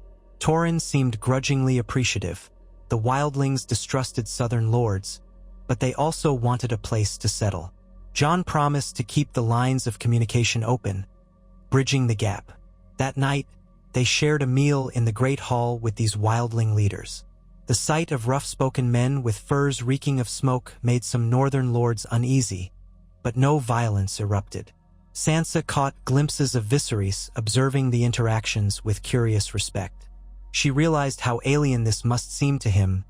Wolves and wildlings, a place with no dragon banners, only the raw tradition of the old gods. A week passed, and the immediate tasks in the north reached a temporary lull. The wildlings seemed less restless, the lords less suspicious. Sansa recognized that a deeper acceptance of her Targaryen consort would take longer, but at least there was no immediate talk of rebellion. She called a final council in Winterfell with Jon, Viserys, and key northern lords. They agreed on a watch system to guard the coasts, stronger cooperation with White Harbor's ships, and improved lines of communication with the wildlings. Sansa made it clear that if more ironborn raids occurred, the crown would respond swiftly. That evening, she found Jon in the library, scanning old tomes about the histories of the North. She joined him, quiet for a moment, letting the fire crackle. "I'm glad we had this time together," she said. "It feels like the nightmares of our youth are very far away, even if new challenges keep arising." Jon closed his book, looking at her with a half-smile. "We've both come a long way. There was a time I thought I'd never see you alive again." She blinked back sudden emotion. "And I never dreamed you'd be leading free folk in the north. We adapt or we die. We're Starks, we survive." He touched her hand briefly. "What will you do next?" She sighed. "I'll return to King's Landing soon. The realm needs a queen there," reports from Lys, the Sellsword Company, the continuing politics with the Iron Islands. "But I promise I'll keep the North in my thoughts. And if the time comes for us to stand together again, I'll ride north without hesitation." Jon nodded. "That's all we can ask." In the following days, Sansa prepared for the journey back south. Arya informed her that she would remain a while longer, possibly explore beyond the Neck again. "I'll come back to King's Landing if I find anything about that Sellsword threat from the east," she told Sansa. "Or if I decide I've had enough of the cold." Sansa embraced her sister, wishing her safe travels. She felt a pang letting Arya slip away, but Arya had never been one to remain still. Jon walked with them to the courtyard as Sansa and Viserys mounted their horses. A small escort of northern knights accompanied them, along with the men they'd brought from King's Landing. The sky threatened snow, gray clouds pressing low. Jon clasped Sansa's hand briefly. "Safe journey, sister. Remember, you always have a home here." She swallowed the lump in her throat. "I won't forget. And you, if you ever need me." He nodded, stepping back. "I know." Viserys offered a respectful bow. "Thank you for your hospitality. I hope the North will see more peaceful days." Jon said nothing, but he offered the Targaryen a measured look of acknowledgement, as though giving him the smallest fraction of trust. Then Sansa and Viserys spurred their horses, and the party rode out under the gates, the echo of hooves fading into the winter air. The journey back began much like the trip north. Slow, cautious, with stops at holdfasts to rest. They encountered no immediate threats, though watchers occasionally spoke of glimpsing odd shapes in the distance. Once, a guard swore he saw ironborn scouts, but it proved to be a false alarm. Sansa was relieved to see the roads calmer than she feared. The crisp air gradually warmed as they passed out of the Neck. The land turned from swampy to more temperate. One evening, they sheltered in an inn near Moat Cailin, where travelers from various regions mingled. Sansa noticed how some recognized her, bowing or murmuring the word "Queen," with curious glances at Viserys. She wondered if the story of their union might one day be told as a tale of improbable alliances. As they pushed further south, the farmland grew more expansive, dotted with crops not yet harvested. Sansa wrote daily notes in a small leather-bound journal, reminding herself of tasks awaiting in King's Landing, responding to the Iron Bank's queries, continuing negotiations about the Company of the Scorpion, and ensuring the City Watch remained vigilant. Finally, they reached the outskirts of King's Landing. Even from miles away, the city's sprawl was unmistakable. Countless rooftops pressed together, the Red Keep perched on its rocky promontory, banners fluttering. Despite the noise and the notorious smells, Sansa felt a sting of relief. She had balanced the North's needs, if only temporarily, and now she returned to the seat of the realm's power. The gates opened for them, and they rode through throngs of onlookers. Some small folk cheered, others simply gawked. By the time they ascended to the Red Keep's courtyard, it was near dusk. Lady Westerling and members of the small council came out to greet them, expressions of relief plain on their faces. Sansa dismounted, handing off her reins. Westerling bowed. "Your Grace, welcome back. All has been mostly calm, though new developments have arisen concerning the Sellsword threat in Lys. We've had letters from bravos you'll want to read." Sansa sighed, pulling off her riding gloves. "Then we have work to do. Summon the council in the morning, first thing." She and Viserys returned to their chambers, seeing that the castle staff had made everything ready. Fresh linens, a basin of warm water for washing. Sansa gazed around, recalling how differently King's Landing smelled compared to the crisp air of Winterfell. She felt the weight of new responsibilities settle on her shoulders. After washing up, they ate a light supper in a private room. Viserys drank some watered wine, leaning back in his chair. "So, we've survived the North scrutiny. I dare say that was the hardest test yet." She smiled faintly. "It was necessary, and it's not over. The North remains cautious, but we've shown we stand together." He reached across the table to take her hand. This time she let him, not caring if any servant might see. "Sansa, we've weathered so many challenges already. I believe we can face the rest. That company of the Scorpion, the Ironborn, the lingering doubts about Targaryens. It's all part of the tapestry of this realm. But we aren't alone." Her gaze lingered on his, recalling the nights in Winterfell's Godswood, the memory of Jon's acceptance, and Arya's caution. She thought of how far she'd come. From a naive girl to a queen who navigated alliances with clear-eyed resolve. For a moment, she felt the fragile spark of hope that, together, they might truly bring a lasting peace. She squeezed his hand gently, then withdrew. "You're right. Let's see what tomorrow brings. We'll face it, one day at a time." Late that night, as she drifted into a restless sleep, she dreamed of the heart tree in Winterfell and the dragons that once soared over King's Landing, weaving in and out of swirling snow. She couldn't tell if they were illusions of the past or portents of the future. The shape of things to come lay hidden in half-seen prophecies, in the silent corridors of the Red Keep, in the uncertain storms over the narrow sea. But for now, she told herself, she had done what she could. She had brought her family's legacy into a new age, forging alliances where once there had been only mistrust. If the realm was to know peace, it would be because she refused to let old nightmares define its fate. Dawn broke, and with it, the unending tasks of governance. Sansa rose, dressed, and pinned her cloak with the wolf and dragon clasp that symbolized all she had achieved. She stepped into the corridor, the palace awakening around her with the bustle of servants and courtiers. Viserys joined her, and together, they headed toward the council chamber, bracing themselves for the next wave of trials.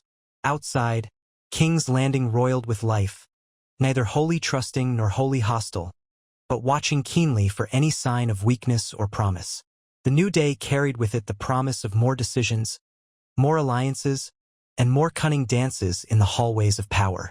Sansa Stark, the Wolf Queen, would greet those demands with the tempered steel of a woman who had survived both crown and cruelty, forging a future that might outlast the shadows of the past. Sansa Stark rose at dawn the next day, hardly rested from the long journey south. Her rooms in the Red Keep felt both familiar and strangely new, as though her recent days in Winterfell had rewritten some part of her senses. The southern air was warmer, tinged with the city's endless smells of sea salt, tallow, and roasting meats. She had almost forgotten how quickly King's Landing stirred to life. A city that woke with the sunrise, hungry for intrigue, gossip, and enterprise. She dressed quietly, choosing a gown of subdued gray-green, less severe than her northern wardrobe, yet not so lavish as to appear frivolous. A gold clasp with the direwolf Fandragon sigil held her cloak at the shoulder. She stood before a small mirror, studying the faint lines at the corners of her mouth and eyes. Was it only a handful of years ago that she had been a frightened girl, forced to hide any flicker of her true self? Now she was queen, wed to a Targaryen consort, forging a realm balanced on the edge of peace. If she paused too long, she could feel the weight of it pressing in on her. So she did not pause. By the time she stepped into the corridor, the Red Keep was astir. Servants bustled with trays of bread and honey. Pages hurried with scrolls tucked under their arms. The hush of early morning had already yielded to the daily rush of governance. 2 gold cloaks flanked her as she walked, though she waved them back at a distance. She preferred not to be surrounded by too many guards. King's Landing was her seat. If it was not safe enough for her to walk these corridors, then her reign was a brittle thing indeed. She found Viseris waiting for her in the antechamber outside the small council room, speaking quietly with Lady Ellis Westerling, her master of laws, who had served as regent during their absence. At the sight of Sansa, Lady Westerling inclined her head in greeting. Viserys offered a faint smile that wove relief and renewed focus. Despite everything, Sansa had grown used to the steadiness of him at her side. "Your Grace," Lady Westerling said, "the rest of the council has gathered. We await your word." Sansa nodded. "Let's go in. I suspect there's much to address." They passed through the doors into the small council chamber. It was a circular room with a broad table of polished wood at its center. Arranged around it were chairs for each council member. A tapestry on one wall depicted the 7 kingdoms in stylized form, while the tall windows overlooked the city's sprawl. Within those windows' arches, 2 gold cloaks stood sentry, eyes forward. Gathered around the table were Lord Tarley, Master of Coin, Lady Rosby, who now oversaw trade and certain fiscal negotiations with Bravos, the Lord Commander of the Kingsguard, Ser Brant, and Atheron Tull, her spymaster, a slim, soft-spoken man who had replaced the more famous, and often treacherous, whisperers of the past. Also present was Lord Mal Lister, Master of Ships, recently appointed to strengthen the Crown's naval defenses. Each stood upon her entrance, bowing or curtsying, then resumed their seats as Sansa took hers at the head. Viserys sat at her right, Lady Westerling at her left. Sansa let a small hush settle before she spoke. "My lords, my ladies, we have returned from the north to find King's Landing secure, which is more than I hoped for. My gratitude to all who served in our absence. Now we must turn to pressing matters, chief among them the threat rumored in Lys, the Company of the Scorpion, and, of course, these continued ironborn raids. Let us begin with the Cell's words. Atheron, what news have your whisperers uncovered?" Atheron Tull adjusted his collar. He had an unassuming appearance that belied his cunning. Short brown hair, mild brown eyes, the stoop of a man who had spent more time reading letters than riding into battle. "Your Grace, our agent in Lys continues to send dispatches. The Blood Viper, so this mercenary leader calls himself, remains in the city, recruiting from the discontented and the desperate. It seems he claims partial Dornish blood, though our genealogies suggest it's unsubstantiated. Nevertheless, he has spun a tale that House Martell's grievances remain unaddressed, and that the current monarchy ignores the old wounds dealt to Elia Martell. He's using that as a rallying cry. Of course, we know the treaty with Dorne has largely satisfied House Martell, but this Sellsword commander is stirring the pot in Essos, claiming to be the true vengeance that Dorne was denied." Lady Rosby let out a controlled sigh. "The Bravosi bankers are aware. They've asked me if the Crown intends to quell this potential invasion before it reaches Westerosi shores. I've made no promises, as you instructed, Your Grace, but they are anxious. War in Westeros disrupts trade, and trade is their lifeblood." Sansa tapped her fingers lightly on the table's edge. "And the Lyseni themselves? Are the Magisters of Lys doing anything to rein in these Sellswords, or do they care only for gold?" Atheron answered, "Some of the Magisters see potential profit if the Blood Viper sails off to war. Lys historically has no qualms about hosting mercenary bands, so long as coin changes hands. They won't drive him out unless they see a threat to their own city. Our agent suggests that the Blood Viper is courting certain Lyseni ship captains, hoping to secure vessels for a crossing. If he obtains enough ships, he could attempt a landing in Westeros." Lord Mal Lister, Master of Ships, leaned forward.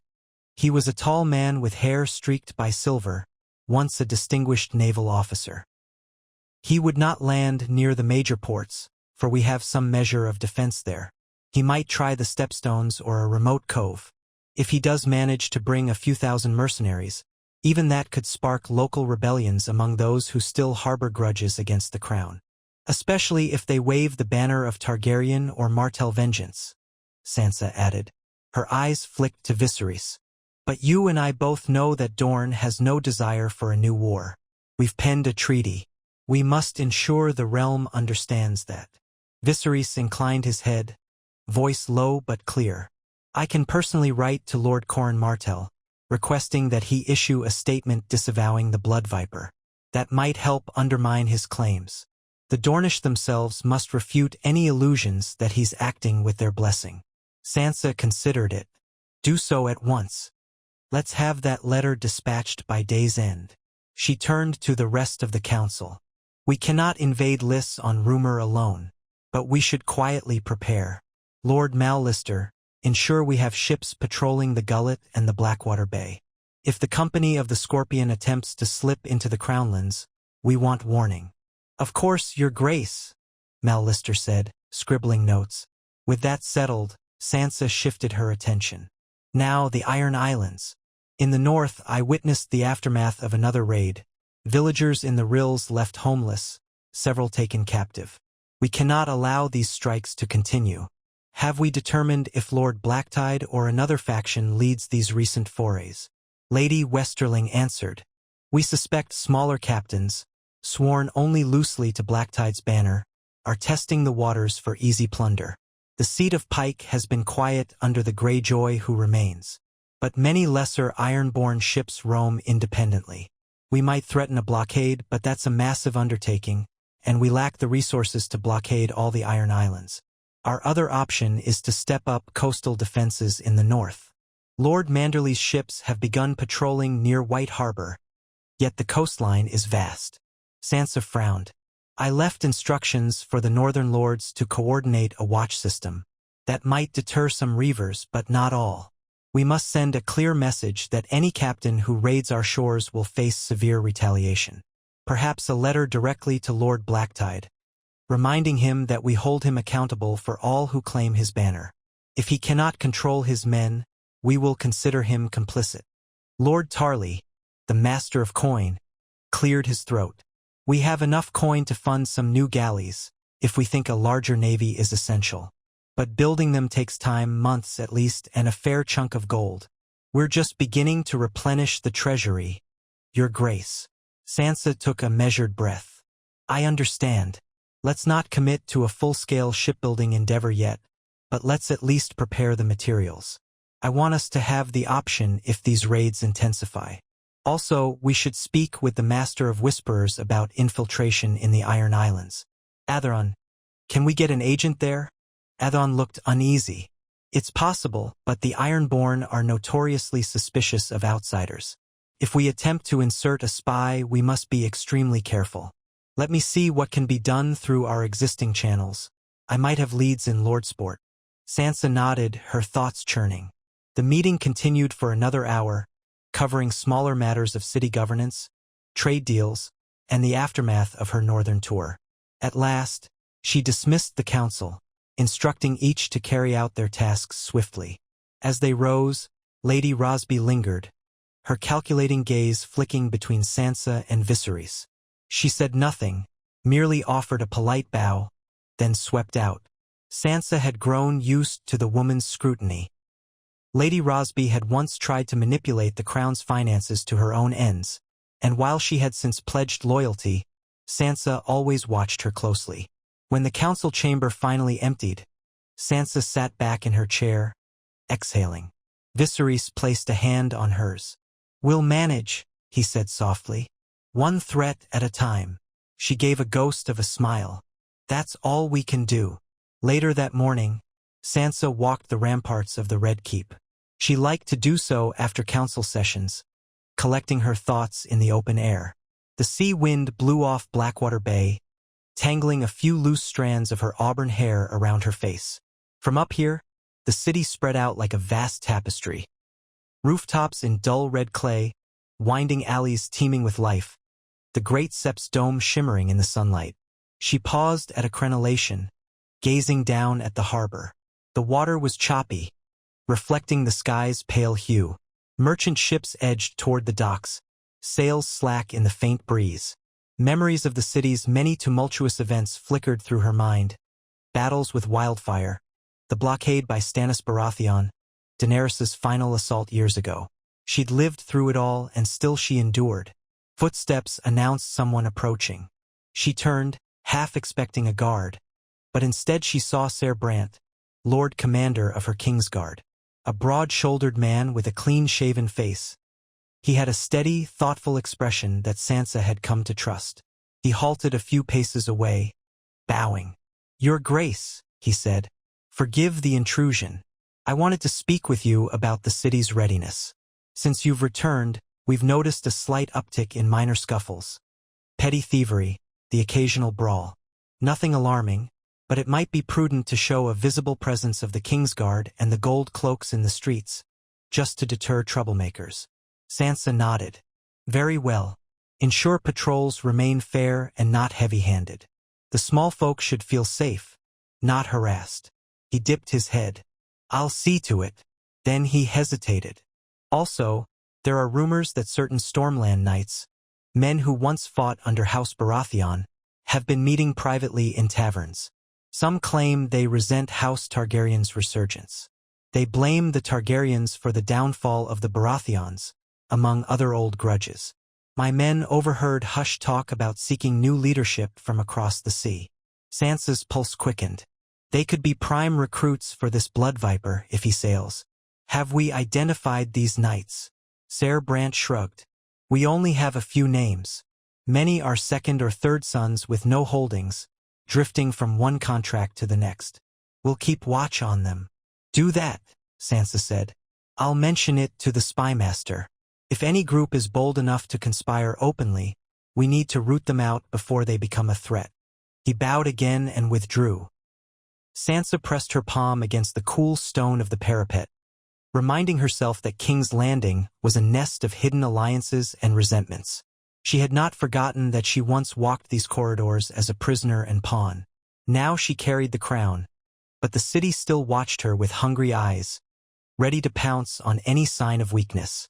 With a final glance at the glittering bay, she turned and headed back down the stone steps that led into the keep's interior. The corridors felt warm compared to the ramparts, braziers flickering in sconces. She decided to see how Viserys fared with his letter to Dorne. If they could undermine the Sellsword threat by disavowing the Blood Viper's claims of Dornish lineage, it would be a significant step. She found Viserys in a small library room, poring over a half-completed letter. A single candle burned beside him on the desk, though daylight streamed in from the tall windows. He looked up when she entered, setting down his quill. "I'm nearly finished, Sansa. I've written to Corin Martell, explaining how we must show a united front against any Sellsword who tries to claim they're avenging Elia Martell. I phrased it respectfully, reminding him how our new treaty is meant to heal old wounds. Once he signs a formal condemnation of this blood viper, we'll distribute copies across the realm and to Lys." Sansa leaned over his shoulder to skim the letter. She recognized his careful penmanship. He had improved in the last months, once half-jokingly saying that a Targaryen prince in exile spent more time learning swords than letters. Now he wrote with an almost courtly flair. She nodded in approval. "This should do well as long as Corin cooperates. I believe he will." He seemed genuine enough in wanting peace. Viserys set his jaw. "Yes, though some Dornish lords still harbor grudges. Let's hope Corin has the authority to speak for them all. If the Blood Viper truly has supporters hidden in Dorne, it could complicate matters." He sealed the letter with wax, pressing his signet ring into it. A stylized dragon entwined with the Stark wolf. "There. I'll send this off now." He rose, rolling the parchment. Sansa watched him with a mixture of gratitude and caution. She'd grown to trust him more than she expected, yet a corner of her mind remained vigilant. That caution was the legacy of betrayals past. Still, each day he proved his loyalty anew, and she could not deny that it eased her burdens. "Before you go," she said, "Ser Brant informed me of new discontent among some Stormland knights.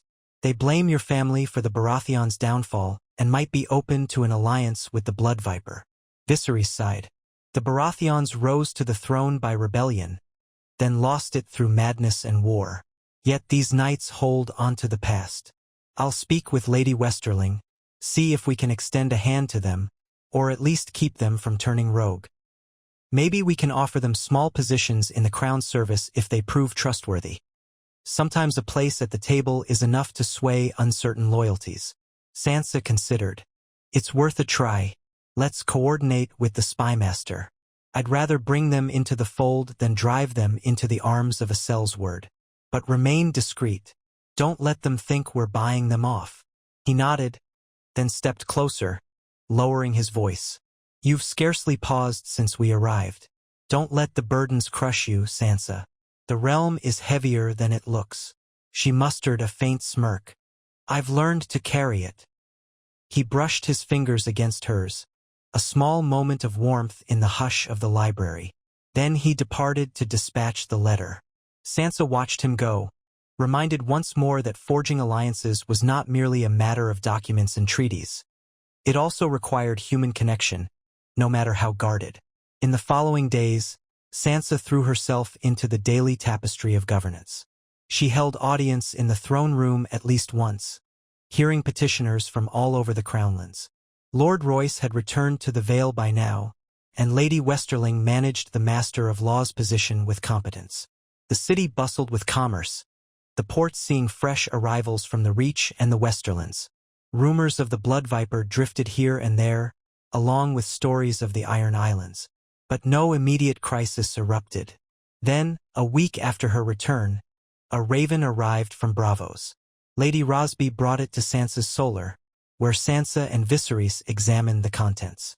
The Bravosi bankers expressed concerns that the Blood Viper might be courting financiers in Lys or Pentos, private lenders who cared little about the Iron Bank's disapproval. The letter warned that if the Blood Viper secured enough funds, he could purchase a fleet or bribe local lords in Westeros to open gates. Bravos asked, with polite urgency, what measures the crown planned to take. Sansa composed a measured reply, assuring them that the monarchy stood united, that no sellsword incursion would be tolerated. She asked if Bravos would refuse any loans to the Blood Viper or his associates. While the Iron Bank rarely meddled so blatantly, she hoped to at least nudge them away from neutrality. She sent the letter off, feeling a knot of tension in her gut. That evening, she retreated to her bedchamber early, seeking a respite from the swirl of duties. The heavy drapes were drawn, muffling the sounds of the city below. A single lamp glowed on a side table. She shed her formal gown and slipped on a simpler robe, letting her hair down. She stared at her reflection in the mirror. The Wolf Queen, no longer a young girl starry-eyed at the notion of southern courts. She saw faint shadows under her eyes, an echo of weariness that never quite lifted. A soft knock came at the door. She called for them to enter. Viserys stepped in, also having discarded the day's attire for a loose tunic and breeches. He looked at her with concern. "May I?" he asked gently, gesturing to a chair near the hearth. She nodded, and he sat, leaning forward, forearms on his knees. "I came to see if you needed anything. You looked weighed down at court today." Sansa managed a small chuckle. "The crown weighs more each day, or so it feels. I keep thinking if I solve one crisis like the ironborn, another will vanish. But no, they just accumulate. That's the nature of ruling." He studied her. "Maybe you need a reminder that not everything is dire. Have you considered hosting something? An informal gathering for loyal lords? Perhaps a small feast? Show them you're not only a queen of war and negotiations. Sometimes a display of normalcy can reassure the realm." She tilted her head. "You think the realm worries that I've lost my sense of grace? Or that the tensions are overshadowing the everyday joys?" He shrugged mildly. "A bit of both. We've been so focused on preventing conflict that we haven't celebrated the peace we do have. The small folk might appreciate a sense of stability, a reason to gather in the streets, share wine, sing songs. It might also remind the lesser lords that you're not trapped in gloom. She mulled it over. It had some merit. The Red Keep had not hosted a celebratory feast since their wedding. There had been no time, it seemed, yet the people might benefit from a gesture of confidence. "All right," she said slowly. "We can arrange a modest festival, something that won't bankrupt the treasury, but that invites the city to partake in a day of respite. We can welcome traveling performers, hold small competitions. Let the people see we aren't strangled by fear." Viseris smiled. "Exactly. I can help organize it if you like. I've seen how festivals in Essos can be done cheaply yet still feel vibrant." She raised a brow. "All right, but keep it within reason. I don't want coin wasted on pageantry if we need ships or defenses. We'll speak with Lord Tarley and Lady Rosby about budgeting." He nodded, rising from the chair. For a moment he lingered, as if searching for something else to say. Then he stepped closer. "If there's ever anything beyond the realm's burdens, if you just want a moment to talk about something other than alliances or war, I'm here," he offered quietly. Her expression softened. "Thank you," she said. Though she'd once sworn never to need anyone, it comforted her that he understood. He placed a hand on her shoulder, a gentle squeeze, then withdrew to let her rest. When the door closed behind him, Sansa allowed herself a rare moment of silence, letting her mind drift. The lamp flickered, shadows dancing on the walls, and she thought of the old gods in Winterfell, of Arya's quicksilver presence. Perhaps she was allowed, if only for a breath, to feel less alone. Within days, word spread that the Queen planned a small festival. It would be held in the city's main thoroughfare leading to the Red Keep, culminating in open grounds near the Gate of the Gods, where space allowed for small contests. Even as the official announcements went out, some courtiers whispered that this was ill-timed. After all, the threat from Lys still loomed. But Sansa insisted that they show confidence rather than cower, and the small council, after some initial doubts, gave their support. Lord Tarley fretted over the expenses, but Lady Rosby assured him that increased trade revenues from the Reach and the Westerlands could cover a modest celebration. Viserys enlisted the help of local performers, jugglers, and traveling bards, ensuring a variety of amusements. Sansa oversaw the practical details. Extra watchmen posted to prevent pickpocketing or riots, an orderly distribution of simple foodstuffs, breads, turnips, a bit of ale, so that even the poorest might share in the day. She remembered how the Lannisters had thrown lavish feasts for themselves while the small folk starved. She refused to repeat that mistake. As the festival day approached, the mood in King's Landing lightened, if only by degrees. Markets bustled with visitors from outlying hamlets, eager to take part. A sense of guarded excitement rippled through the city. People were always hungry for a diversion in these uncertain times. The day dawned bright, clouds scudding across a pale sky. The morning air was cool but not unpleasant. Sansa dressed in a gown of soft gray, embroidered along the hem with subtle green vines, a nod to the new life she hoped to foster. She pinned back her hair in a single braid, letting it fall over one shoulder. A short, silver circlet rested on her brow, simpler than a crown. She wanted to appear approachable, not remote. She stepped out onto a balcony overlooking the courtyard, where the festival route would begin. A throng of small folk already clustered below, chatter echoing off the walls. Musicians tuned fiddles, drums, and flutes. Stalls offered pies, roasted nuts, cups of watered wine or cider. Even the breeze carried a tang of anticipation. Viserys joined her, similarly dressed in understated finery. Black breeches, a tunic embroidered with the faint silhouette of a dragon, and a short cloak pinned by the wolf and dragon clasp. He gave a quick smile. "Ready, as I'll ever be," she replied, scanning the crowds. "Let's hope no one uses this gathering as a cover for treachery." He nodded grimly. "We've posted guards in plain clothes among the crowds, plus the city watch is on alert. If anyone tries something, they'll find it difficult. But still, we should remain vigilant." They descended to the courtyard, where a makeshift dais had been erected. An official crier announced the Queen and her consort, prompting a wave of cheers, applause, and perhaps a few sullen looks from those less enthused. Sansa stepped up, raising a hand for silence. The crowd gradually stilled, thousands of faces turned toward her. She sensed the swirl of curiosity, expectation, weariness, and flickers of hope. "People of King's Landing," she began, letting her voice carry. "We gather today not to forget our challenges, but to acknowledge that in times of uncertainty, we must also remember life. We celebrate the peace we have forged thus far, a fragile peace, but one worth nurturing. Let this festival be a moment where we share in laughter, in music, in the simple gifts of food and company. The crown stands with you. Enjoy this day, and know that your city is watched over and valued by its queen." A roar of approval went up, clapping, whistles, some boisterous shouts. Sansa's cheeks warmed slightly, unused to public adulation even after all this time. She glanced at Viseris, who gave a small bow to the crowd, earning a more mixed response. Yet many still clapped politely. Perhaps the months of seeing him at Sansa's side had softened old prejudices, if only a little. After a few more words of welcome, they moved down from the dais, accompanied by a small retinue of gold cloaks and a handful of knights. The festival spread through the city's main boulevard, lined with colorful flags and flower garlands. Musicians played tunes that combined old northern songs with livelier southern rhythms. Children chased each other around the stalls, squealing with excitement.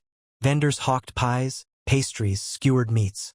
Jugglers performed with bright scarves or spinning knives, drawing gasps from onlookers. Sansa and Viserys strolled among them, occasionally stopping to greet local artisans or accept a bouquet of late summer flowers from a shy child. Sansa insisted on tasting a small pastry from a stand, a sweet apple turnover that left sticky crumbs on her fingers. She laughed softly, wiping them with a handkerchief, surprising herself with how the moment felt almost normal. Behind them, Ser Brant and a few other knights stayed watchful. Sansa noticed the tension in their shoulders, the scanning of the crowd. She appreciated their caution. The memory of how quickly a joyous day could turn tragic in King's Landing was never far from her mind. They reached a section of the street where a temporary archery range had been set up. Skilled bowmen and amateurs alike paid a small fee to attempt hitting targets of straw bales. The best shot at the end of the day would earn a modest purse from the crown. Sansa paused to watch a lanky youth loose an arrow that thudded just wide of the center. Applause rippled. Next came an older woman who drew the bow with surprising strength, landing close to the target center, drawing cheers. Viserys leaned in. "Shall we try?" She blinked. "Archery? Are you any good?" His smile was lopsided. "Better with a sword, but I've some skill with a bow." "And you grew up in Winterfell? Did you never practice?" She recalled her childhood, how archery had been Arya's domain while Sansa had preferred needlework. Still, she'd picked up a bow once or twice. "All right, we can try. But you'll be disappointed." A hush fell as they approached. The crowd recognized the queen stepping to the range. The steward overseeing the archery contest bowed hastily, offering bows and arrows. Sansa, uncertain but game, took a light bow in hand, her heart fluttering with sudden nerves. How strange to perform a simple skill under so many watchful eyes. She notched an arrow, drawing the string back. Her posture was passable, though not as confident as Arya's would have been.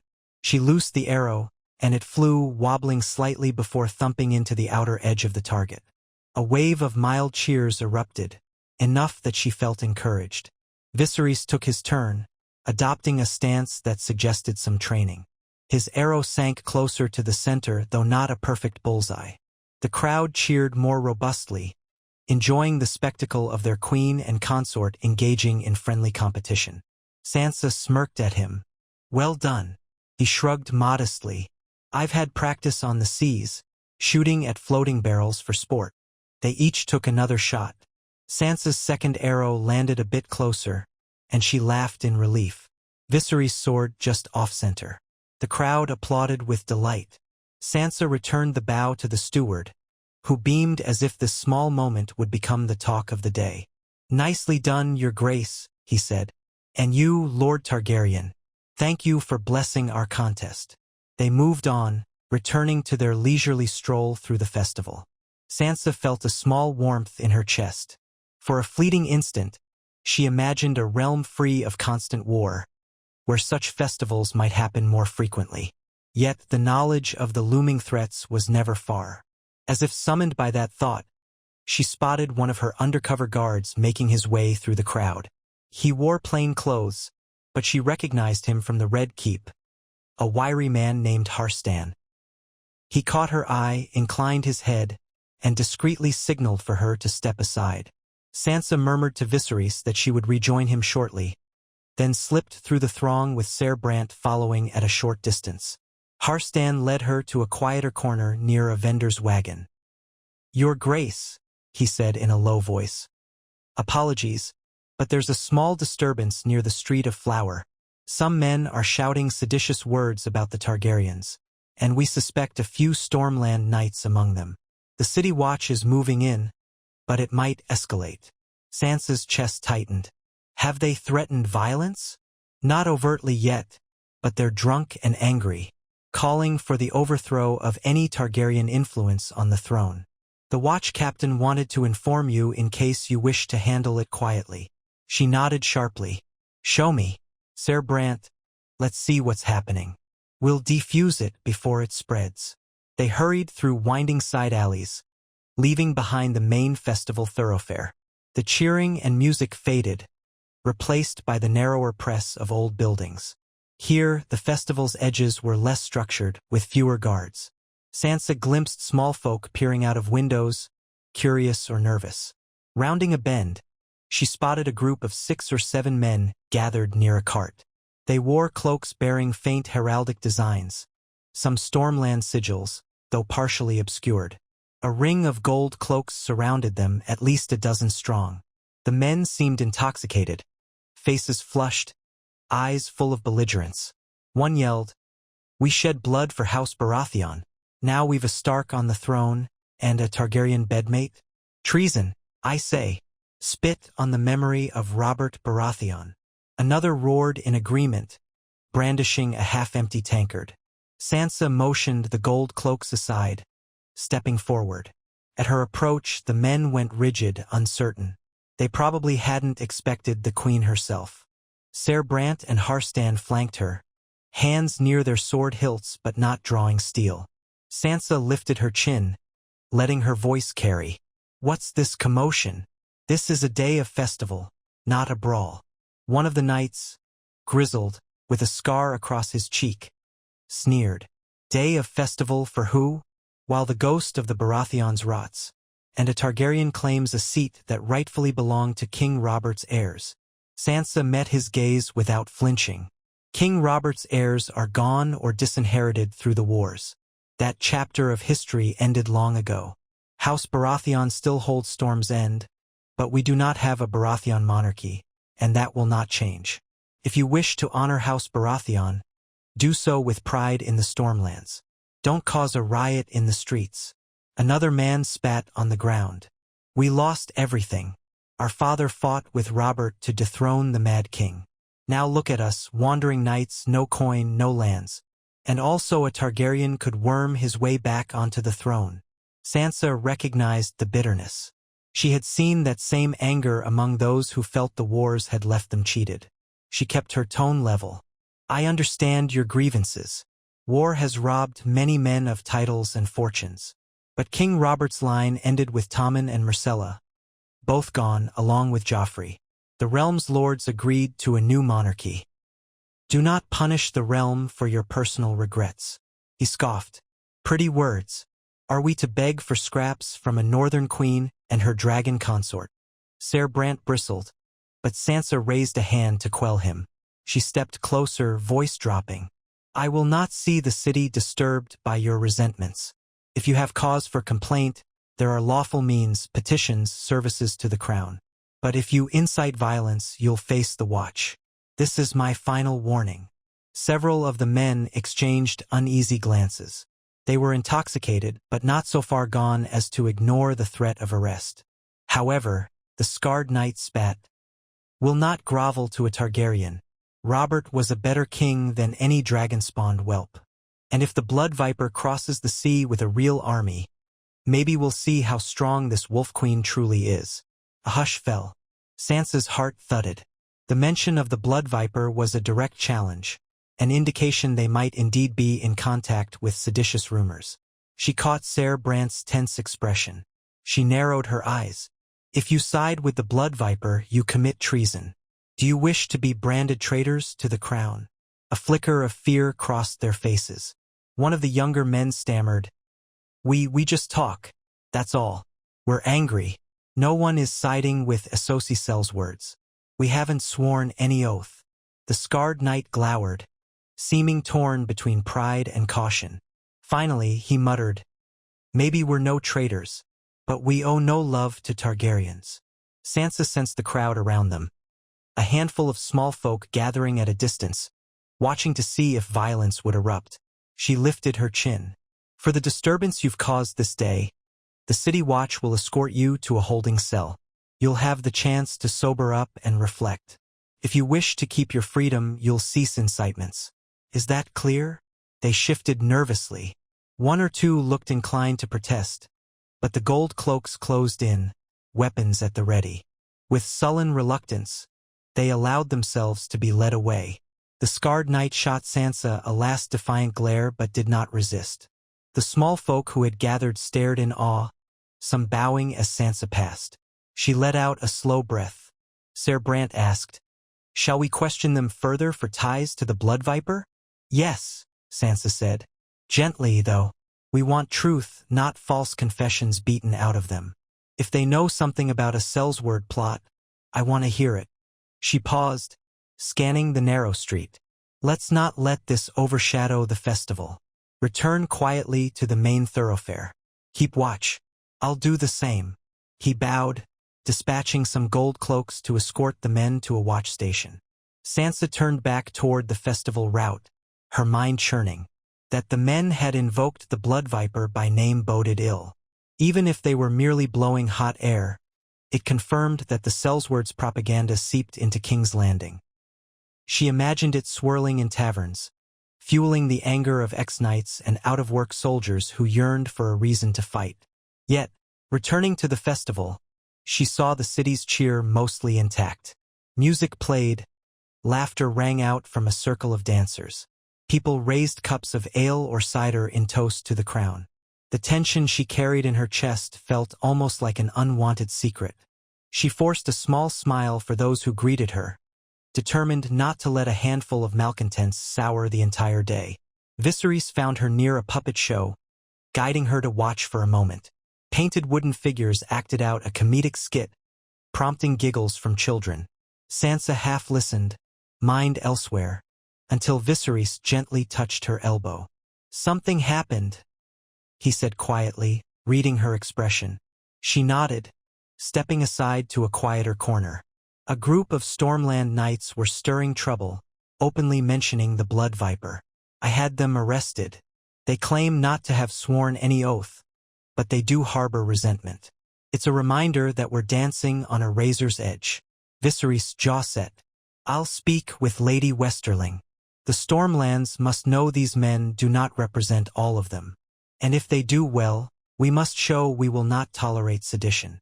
Sansa sighed. Agreed. For now, let's not let this overshadow the rest of the day. But I want them questioned thoroughly. He nodded, gently guiding her back to the festival. We'll handle it. Come, let them see us side by side. The city needs to know we're not intimidated by a few angry voices.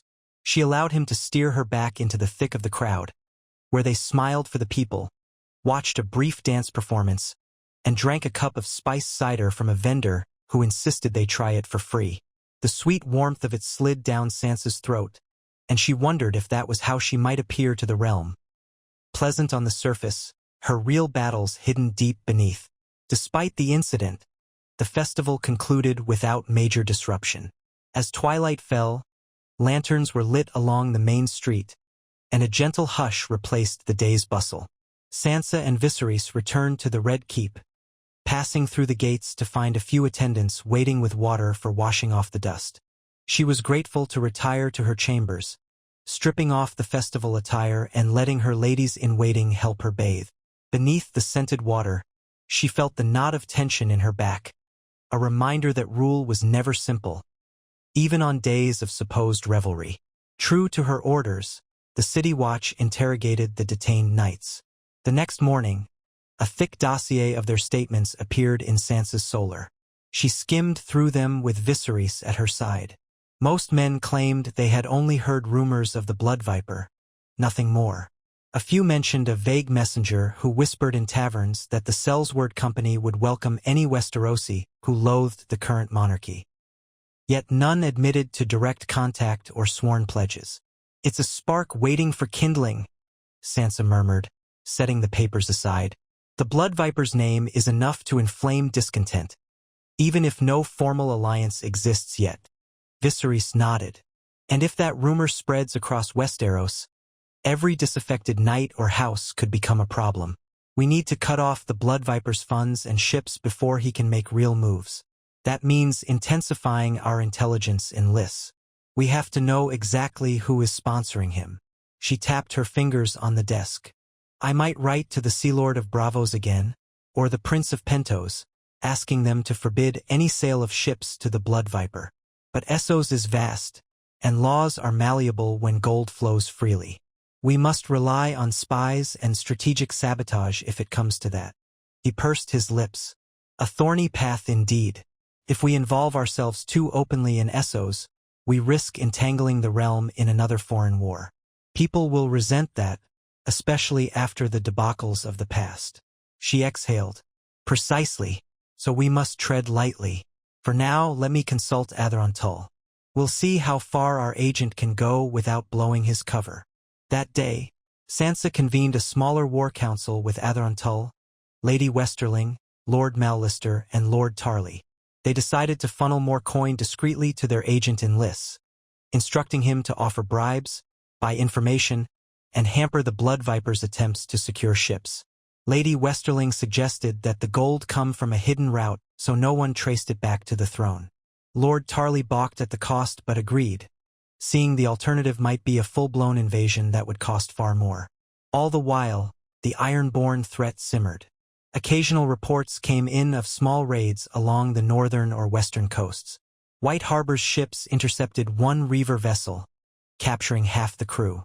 Sansa ordered them brought to King's Landing for trial as pirates. She learned from the interrogations that these raiders had no unified commander, just opportunists. That, at least, might mean no large-scale ironborn invasion loomed. But it remained a constant drain on resources. Amid these burdens, a letter arrived from Corin Martell in Dorne, responding to Viserys' message about the blood viper. It was polite but firm. Dorne formally repudiated anyone claiming to seek vengeance for Elia Martell in an attempt to overthrow the crown. Corin invited the Queen and her consort to send a royal envoy to Dorne, to assure the southern lords that the new treaty would be upheld. He made no mention of any hidden support for the blood viper. Sansa drafted a reply, thanking him for his clarity, and promised an envoy soon. She hoped that the statement from Dorne, especially if circulated widely, would weaken the blood viper's propaganda. Still, she knew how easily illusions could persist if people wanted someone to blame for their woes. A fortnight passed, filled with slow progress and mounting tension. The festival had buoyed the city's mood temporarily, but rumors of possible war or infiltration from Essos continued to swirl. In Flea Bottom, local gossip claimed that a Targaryen pretender had dragons hidden in the east. Others gossiped about a new Dark Baratheon, a child sired in secret, though no one could provide evidence. Sansa recognized it as typical King's Landing chatter, fantastical half-lies, but dangerous if left to fester. Then, one gray afternoon, a raven arrived bearing the seal of House Royce from the Vale.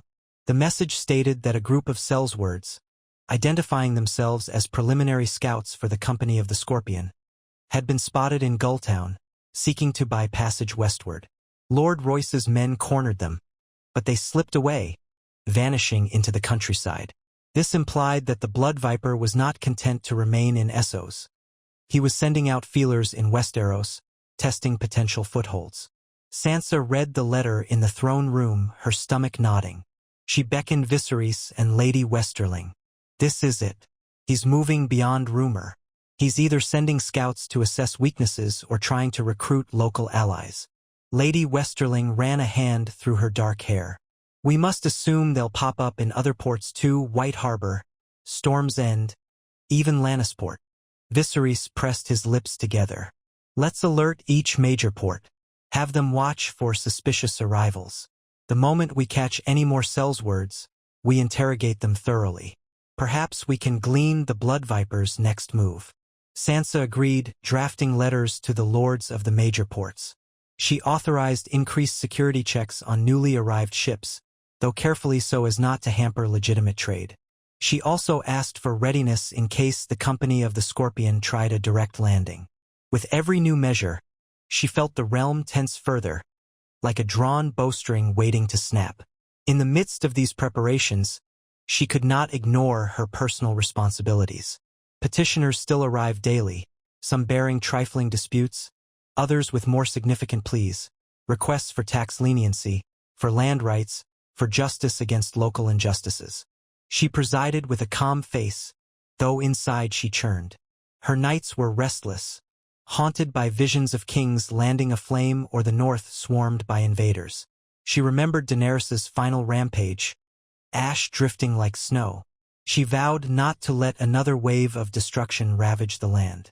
On a particularly damp, chilly morning, she woke before dawn. Slipping away from the bed she shared with Viserys. He stirred but did not wake, exhausted from late-night strategy sessions. She dressed in plain clothes, a simple cloak over a dark gown, and made her way quietly through the castle. 2 guards accompanied her outside the gates, where a small carriage awaited. She had decided to tour the city in secret, or as secret as a queen could manage, wanting to gauge the small folks' mood beyond the festival's glitter. She'd done so in the past, but not recently. The carriage rattled over cobblestones. The windows shuddered to conceal her face. She stopped at the Street of Flower, where the commotion had occurred. Dawn's first light cast a pale wash over the cramped alley. She stepped out, ignoring the curious glances of a few early risers, and pulled up her cloak's hood. Walking with her guards at a slight distance, she watched as bakers lit their ovens, as maids swept stoops. She passed a beggar wrapped in threadbare blankets, shivering. Sansa paused to slip him a coin, ignoring the embarrassment of her guards. The man mumbled thanks, blinking at her face in confusion before she moved on. She overheard snatches of conversation from locals preparing for the day. Talk of rising bread prices, of new rumors that Sellswords might soon knock on their doors. One woman said to another, "If the queen's strong, we'll be safe, but I heard she's too busy coddling the Targaryen." The other responded, "Better a Targaryen consort than dragons overhead, I say." She ventured deeper, crossing into the wider markets near the mud gate, where fishmongers and vegetable sellers set up stalls. The city smelled of brine, fish guts, and damp straw. People milled about, bartering for the day's catch. Sansa paused at a stall that sold small trinkets carved from driftwood. The vendor, an older woman, tried to hawk a carved direwolf to her. She almost smiled at the coincidence, but she merely shook her head politely and walked on. A hush drew her attention to a cluster near the gate. A pair of gold cloaks had cornered a man carrying a worn shield. The design was half scraped off, but Sansa thought she recognized an old Stormlands sigil. She stepped closer to overhear. The guards demanded the man show his traveling papers. He insisted he was just a Sellsword seeking honest work. The guards seemed suspicious but had no direct reason to detain him. Finally, they let him go with a warning. Sansa felt the tension in the air. The city watch was more on edge, mindful of the infiltration rumors. Ordinary Sellswords passing through might find themselves harassed. That might cause resentment, fueling the very discontent they sought to prevent. She rubbed her temples, seeing that each solution carried its own risk. This was the precarious dance of governance in King's Landing. Returning to the carriage, she directed the driver to a vantage point near Rhaenys' Hill, where she could look down over the city rooftops. Mist drifted around the old dragon pit ruins, a hulking shell that once housed dragons. She recalled how Daenerys Targaryen had parleyed with Cersei Lannister there, how the city's memory was steeped in 1,000 ghosts. She inhaled, the air tasting of ash and possibility. By the time she returned to the Red Keep, the sun was well above the horizon, the city fully awake. She found Viseris in the solar, reading a message from Lys that had arrived that morning.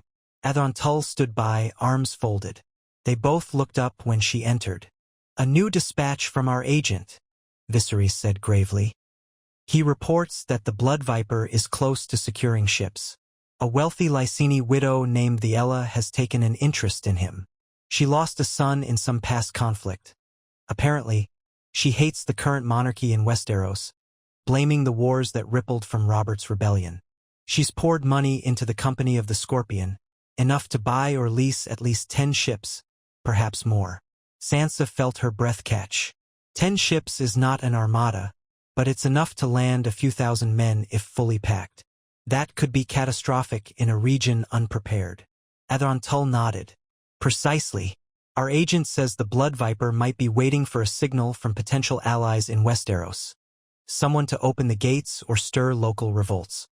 He's also courting lesser lords in the Stormlands, promising them restoration or plunder if they help overthrow the Targaryen usurper." She met Viserys' eyes. "So he's painting you as a false Targaryen? Or as the embodiment of everything that took the throne from the Baratheons?" Viserys exhaled shakily. "Yes, it seems he weaves a story that House Baratheon was cheated, House Martell was wronged, and House Targaryen is a half-breed on the throne. He's combining every old grievance into a single cause. However little sense it makes logically, it might resonate with those who feel spurned." Sansa paced the solar. "If he manages to land, the realm will face a new wave of bloodshed. We must stop him before he crosses. A direct strike on Lys is out of the question. But sabotage at sea, perhaps? Or preventing them from leaving port?" Adon Tull frowned. "That would require a shadow war. We could pay pirates or rival sellswords to attack the Blood Viper's ships in Lys. It's a ruthless approach, but it might delay him or force him to spend more coin on defense." Viserys hesitated.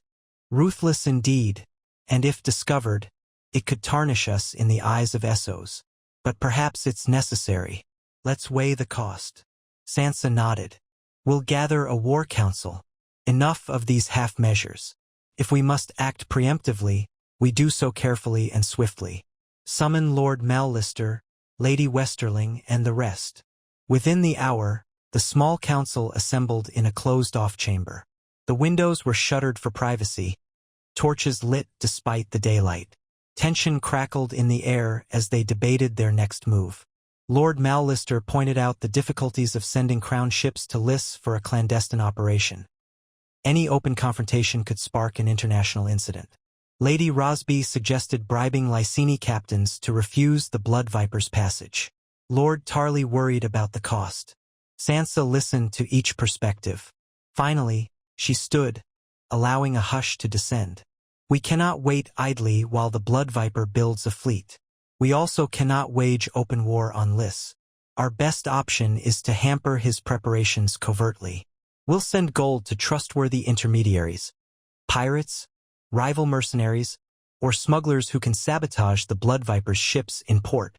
If the sabotage is traced, it'll appear to be a mercenary feud, not the crown's doing." Some council members exchanged uneasy glances. Lady Westerling said, "A delicate game. If it fails or is exposed, we risk blowback." Sansa's jaw set. "And if we do nothing, we risk a sellsword invasion. We cannot fight another war on our soil. I have no desire to see the city burned again, or any region turned into a battlefield for outlaws and exiled knights." Slowly, the council concurred. They began drafting instructions for Adon Tull's network, specifying sums of gold, contact points in Essos, possible local allies in Lys who disliked the Ella. It was all the quiet, shadowy side of monarchy that Sansa had once been naive about. She disliked resorting to subterfuge, but she had learned from the schemers of King's Landing that sometimes it was the only way to avert worse horrors. As the meeting drew to a close, Lady Rosby asked, "And what if sabotage alone isn't enough? Suppose the Blood Viper still musters ships and sails. Are we prepared for an actual landing?" Lord Mallister cleared his throat. "I can position a small fleet near Massey's Hook, prepared to intercept suspicious vessels. But we lack the numbers to patrol the entire coastline. If the Sellswords land in Dorne or the Stormlands, we may not catch them in time." Viseris spoke up. "We can warn Dorne and the Stormlands. Let them station watchtowers and signals. If any unidentified fleet approaches, we'll have time to rally forces." Sansa agreed. "We'll do so immediately. Meanwhile, the sabotage efforts might buy us time. Let's pray it's enough." The council dispersed. Outside, the day had grown darker, clouds gathering ominously over the bay. A gust of wind rattled the castle shutters. Sansa stepped into the corridor, feeling as though she stood on a precipice. This is how power truly works, she thought. Not in radiant ceremonies, but in the hidden corners where life or death decisions are made without fanfare. Viseris stood beside her, stoic. "We'll see this through. The realm has survived worse." She studied his face, recalling how he had once told her he had no thirst for conquest, only for securing the legacy of House Targaryen in a peaceful realm. "Yes," she murmured, "though we must be ready for anything." He placed a hand on her shoulder. She let it linger, acknowledging how far they'd come since forging their unlikely marriage. War might be forging them closer still, even if neither had sought it. Over the next week, messages flew across the narrow sea. Coin moved under false names, buying certain Lyseni mercenaries to sabotage or delay the Blood Viper's preparations. A coded letter from Atheron Tull's agent indicated small successes. A warehouse storing the Sellsword Company's provisions mysteriously caught fire. A half-finished ship sank at dock due to structural flaws. But the agent warned that the Blood Viper was growing suspicious. He had doubled security and might retaliate against suspected saboteurs. Time was running short.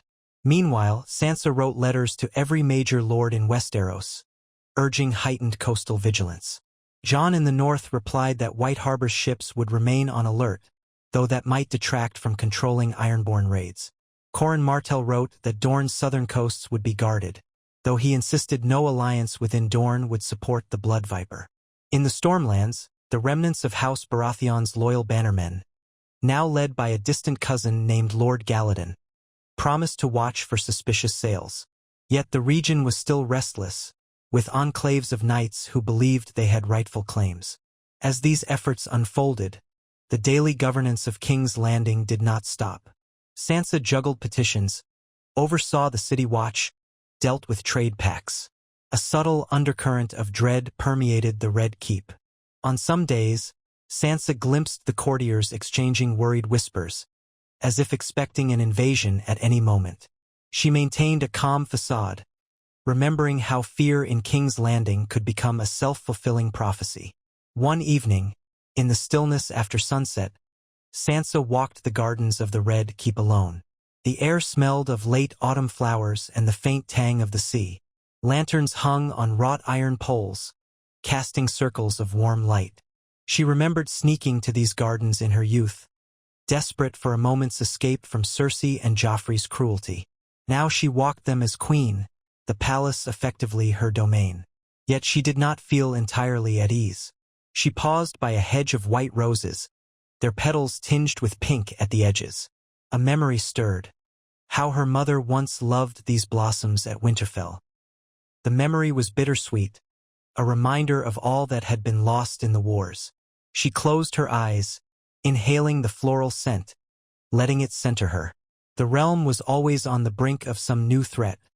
Perhaps that was the nature of the Seven Kingdoms. Yet she would not yield to despair. A voice broke the hush. "Your Grace." She turned to see Ser Brant stepping quietly from the garden's edge, hand resting on his sword hilt. He bowed. "Apologies. I saw you leave the keep alone. I wished to ensure your safety." Sansa offered a faint smile. "Thank you, Ser Brant. I needed a moment of quiet." He approached, keeping a respectful distance. "I understand. If I may, Your Grace, I want to assure you that the Kingsguard stands ready. We know the realm is tense, but we will not fail you." She studied him, remembering how he had once been a simple knight from the Stormlands who'd proven himself loyal through the war's last horrors. "Your dedication is noted. I fear we might need it soon." He nodded gravely. "We'll be prepared." She gazed at the lanterns swaying in the breeze. "Do you think we're wrong engaging in covert sabotage across the sea? Sometimes I wonder if a direct confrontation would be more honest." Ser Brandt's expression was thoughtful. "Honesty in war is rare, Your Grace. I think you do what you must to save innocent lives from a mercenary horde. If it stops the blood viper from landing, that's fewer swords that will cross these walls." She appreciated his clarity. "Yes, thank you." Then, with a soft breath, she turned back toward the keep, Ser Brandt following at a slight remove. In her mind's eye, she imagined a line of ships crossing from Lys under moonlight, bristling with men hungry for vengeance or coin. How many times had Westeros faced would-be conquerors? The realm always bled, no matter who claimed the banners of war. Returning to her chambers, she found Viseris seated at a small desk, reading by candlelight. He looked up, concern etched across his features. "I heard you were walking the gardens. Are you well?" She set aside her cloak. "As well as can be. I needed air to think." He nodded. "We received another coded raven from our agent just now." He tapped a parchment. "The sabotage is working, but only partially. The Blood Viper has lost 2 more ships. However, he's managed to procure another 3, presumably from some unscrupulous Pentosi merchant. The agent fears the Blood Viper might sail soon, with or without a full armada. He could attempt a landing with fewer men if he sees us interfering." Sansa's chest tightened. "Meaning we might face a smaller, faster strike.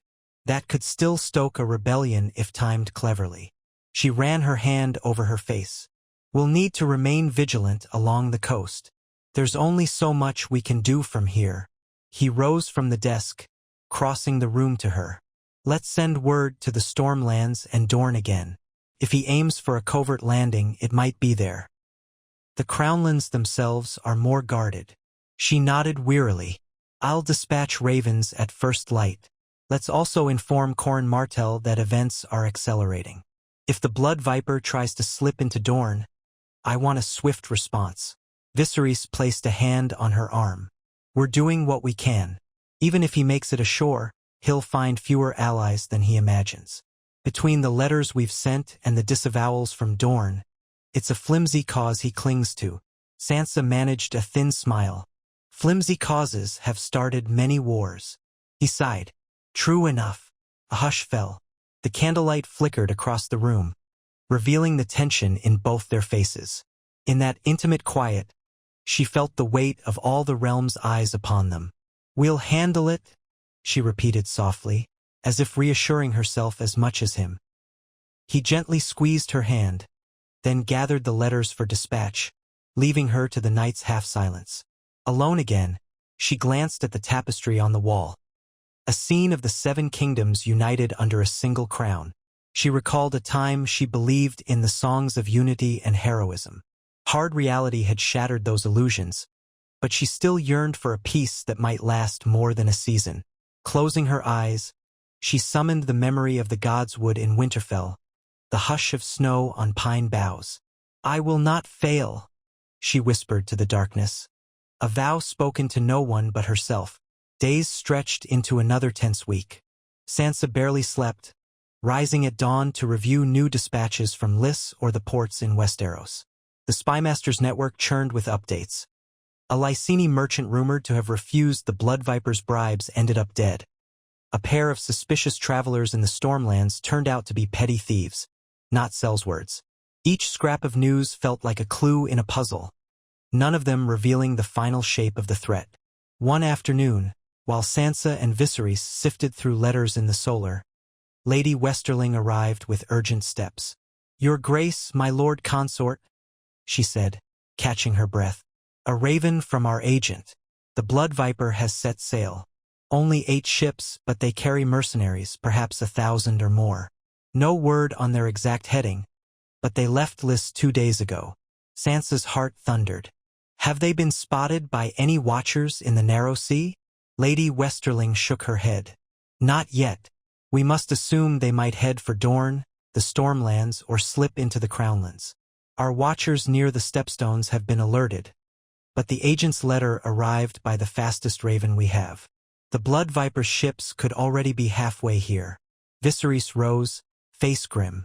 Then it's war, or at least a forced confrontation. We must gather our forces near potential landing points. Sansa clenched her jaw. We'll raise the Crownlands levies. Alert the garrisons in the Stormlands and Dorne. Let them know the Blood Viper might try a sudden strike. Also, inform the Vale. He might attempt Gulltown, though that would be less likely. Lady Westerling departed at once to mobilize. Sansa turned to Viserys, who paced the room, tension in every line of his body. So it comes to this after all our efforts, she said, a hollow ache in her words. He stopped, meeting her eyes. We've weakened him, at least. He sails with fewer ships and fewer men than he hoped. If we respond quickly, we can crush his incursion before it finds allies. The realm can't let itself be dazzled by a sellsword. She squared her shoulders. Agreed. We must show no hesitation. Let's convene the War Council in the throne room. I want every relevant lord or commander present to plan our immediate response. Within the hour, the throne room filled with the Queen's advisors, knights, and lesser lords from the Crownlands who had rushed to the Red Keep. The echoes of boots on marble swirled under the vaulted ceiling. Sansa sat on the Iron Throne, austere as iron and battered by centuries, a testament to how many had died for it. Viserys stood at her side, wearing a sword at his hip, a rare sight, but symbolically important in times of war. She addressed the assembly with crisp urgency.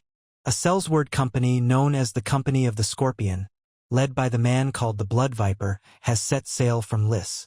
Our watchers have not yet spotted him, but we know from spies he heads for Westeros. We must prepare to meet him wherever he lands. Lord Mallister, report on our naval readiness. Lord Mallister stepped forward, brow creased. We have a small fleet positioned near Massey's Hook, as ordered. They can intercept any approach to Blackwater Bay if the sellsword ships come that way. However, if they steer south around the Stepstones, they could attempt a landing near the Dornish or Stormland coasts. We have no large royal fleet in those waters.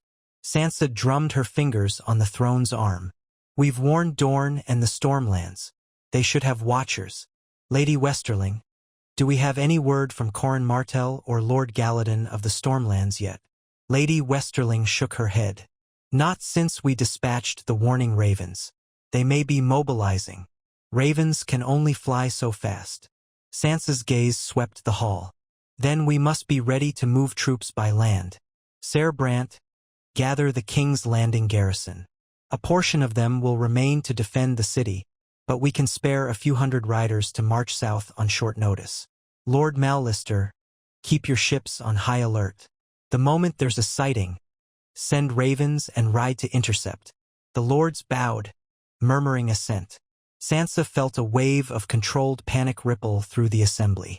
She wondered if any here secretly hoped the Blood Viper would succeed, but she saw little evidence. Fear of chaos tended to unify even uneasy allies. As they plotted the next steps, the hall's doors opened. A gold cloak approached, whispering something to Lady Westerling. She leaned close to Sansa. We have news. A war galley returning from patrol near Dorne just docked. They claim to have sighted a suspicious cluster of ships heading westward at a distance, possibly the sellswords. They were too far to engage.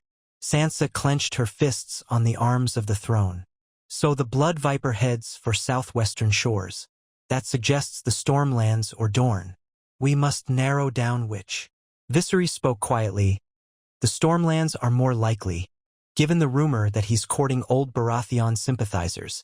If they can land near Cape Wrath or Shipbreaker Bay, they might meet any local lords who are secretly in league. Dorne might be less welcoming, given Corin's stance. Sansa nodded. Then we move quickly. Lord Mallister, dispatch a swift messenger ship around the coast to the Stormlands. Warn them the blood viper is likely inbound. Ser Brant, ready a contingent to ride south. I will lead it myself if necessary. A murmur of surprise passed through the hall. Rarely did a queen ride to a potential battlefield.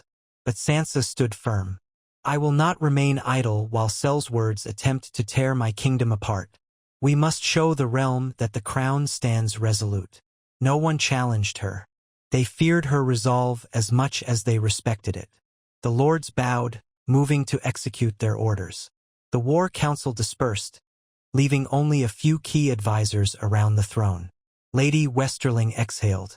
We'll try to gather at least 400 cavalry in the next 2 days. That's not an army, but combined with Stormlands forces, it might be enough to repel 1,000 sellswords. Sansa rose from the throne, stepping down the dais. Let us pray we get there in time. She paused, glancing at Viseris. Will you join me? He nodded without hesitation. Yes, if the realm sees me fight alongside you, it might dispel this notion that I'm some usurper or puppet. I want to face this threat directly. She placed a hand on his arm. Very well. We leave as soon as the cavalry is ready. True to her word, by dawn 2 days later, Sansa and Viserys led a column of mounted knights southward from King's Landing. The crisp autumn air bore the tang of forthcoming winter, though the southern climes were still mild. Behind them trailed supply wagons, squires, and a portion of the gold cloaks who volunteered for the campaign. Ser Brant rode near the front, scanning the horizon. Lady Westerling remained in King's Landing to govern in Sansa's absence. The road to the Stormlands was not overly long, but it would take days of hard riding. Ravens flew ahead to warn local lords of their arrival. Sansa half expected to find towns whispering that the sellswords had landed, but the first few days were quiet, the countryside calm. She forced herself not to let that lull her into complacency. On the 4th day of travel, they reached the edges of the Stormlands, wilder terrain, with rolling hills and thick stands of trees. The wind picked up, biting at their cloaks. Early morning sunlight struggled through gray clouds. They encountered a handful of Stormland scouts who recognized Sansa's banner. One scout reported no sign of foreign ships yet, though they had heard rumors from fishermen that sails were spotted far out at sea. The next day, they pressed on deeper, nearing the stronghold of Lord Galladon Baratheon's line. By mid-morning, a horn blew from a watchtower, announcing the queen's arrival. Sansa led her riders onto a broad slope leading to a sturdy castle, nowhere near as large as Storm's End but imposing enough. The banners that hung over its gate bore the stag sigil, albeit with a slight variant. Galladon was a distant cousin who had inherited land after the main Baratheon line ended with Tommen. She had never met him in person. They halted in the courtyard, men dismounting in a flurry of dust and hooves. Sansa swung down from her saddle, ignoring the ache in her thighs from days of hard riding. Viserys landed beside her, hand on his sword hilt. A cluster of Stormland knights emerged from the keep. Leading them was a tall man in his 30s, a short-trimmed beard framing a stern mouth. He wore a cloak pinned with a small golden stag. He bowed. Your Grace, I am Lord Galladon Storm, as some call me now. I welcome you to my hall. His gaze shifted to Viserys, eyes flicking with an unreadable expression. And Lord Targaryen. Sansa extended her hand. Lord Galladon, we've come to stop a potential invasion by the blood viper. Have you any news of these sellsword ships? He grimaced. Not in my immediate domain. We've watchers on the cliffs. No sightings so far. But rumor says they might attempt a landing near Cape Wrath, where the coastline is rugged and less patrolled. My men stand ready if they do appear. We can show you the maps we have. She nodded, removing her riding gloves. Thank you. We'll share any intelligence we possess. The Crown is prepared to fight alongside the Stormlands to repel these invaders. His gaze hardened slightly. You'll find some in the Stormlands remain loyal to the memory of House Baratheon. But we have no desire to see sellswords burn our lands. If this blood viper hopes to exploit old wounds, he'll fail. Sansa allowed relief to creep in. I'm glad to hear it. Let's proceed inside. We've little time. They entered the keep, the hall dimly lit by torches despite the daylight. A massive boar's head mounted on the wall attested to the local love of the hunt. Maps of the coastline were spread on a large oak table. Sansa, Viseris, and Ser Brant bent over them, discussing possible landing sites. Lord Galladon pointed out inlets or coves with deep enough water for ships. They agreed to dispatch patrols to each critical point, lighting signal fires if sails were spotted.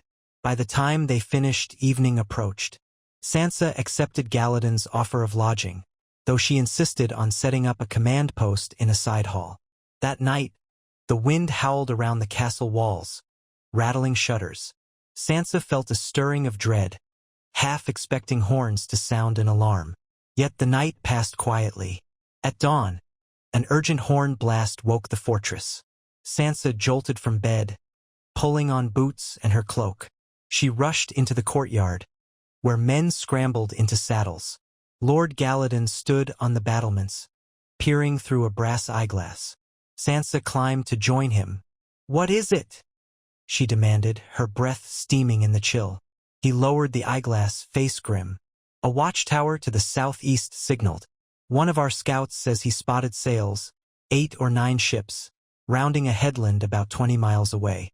They fly no obvious banner. Must be the sellswords."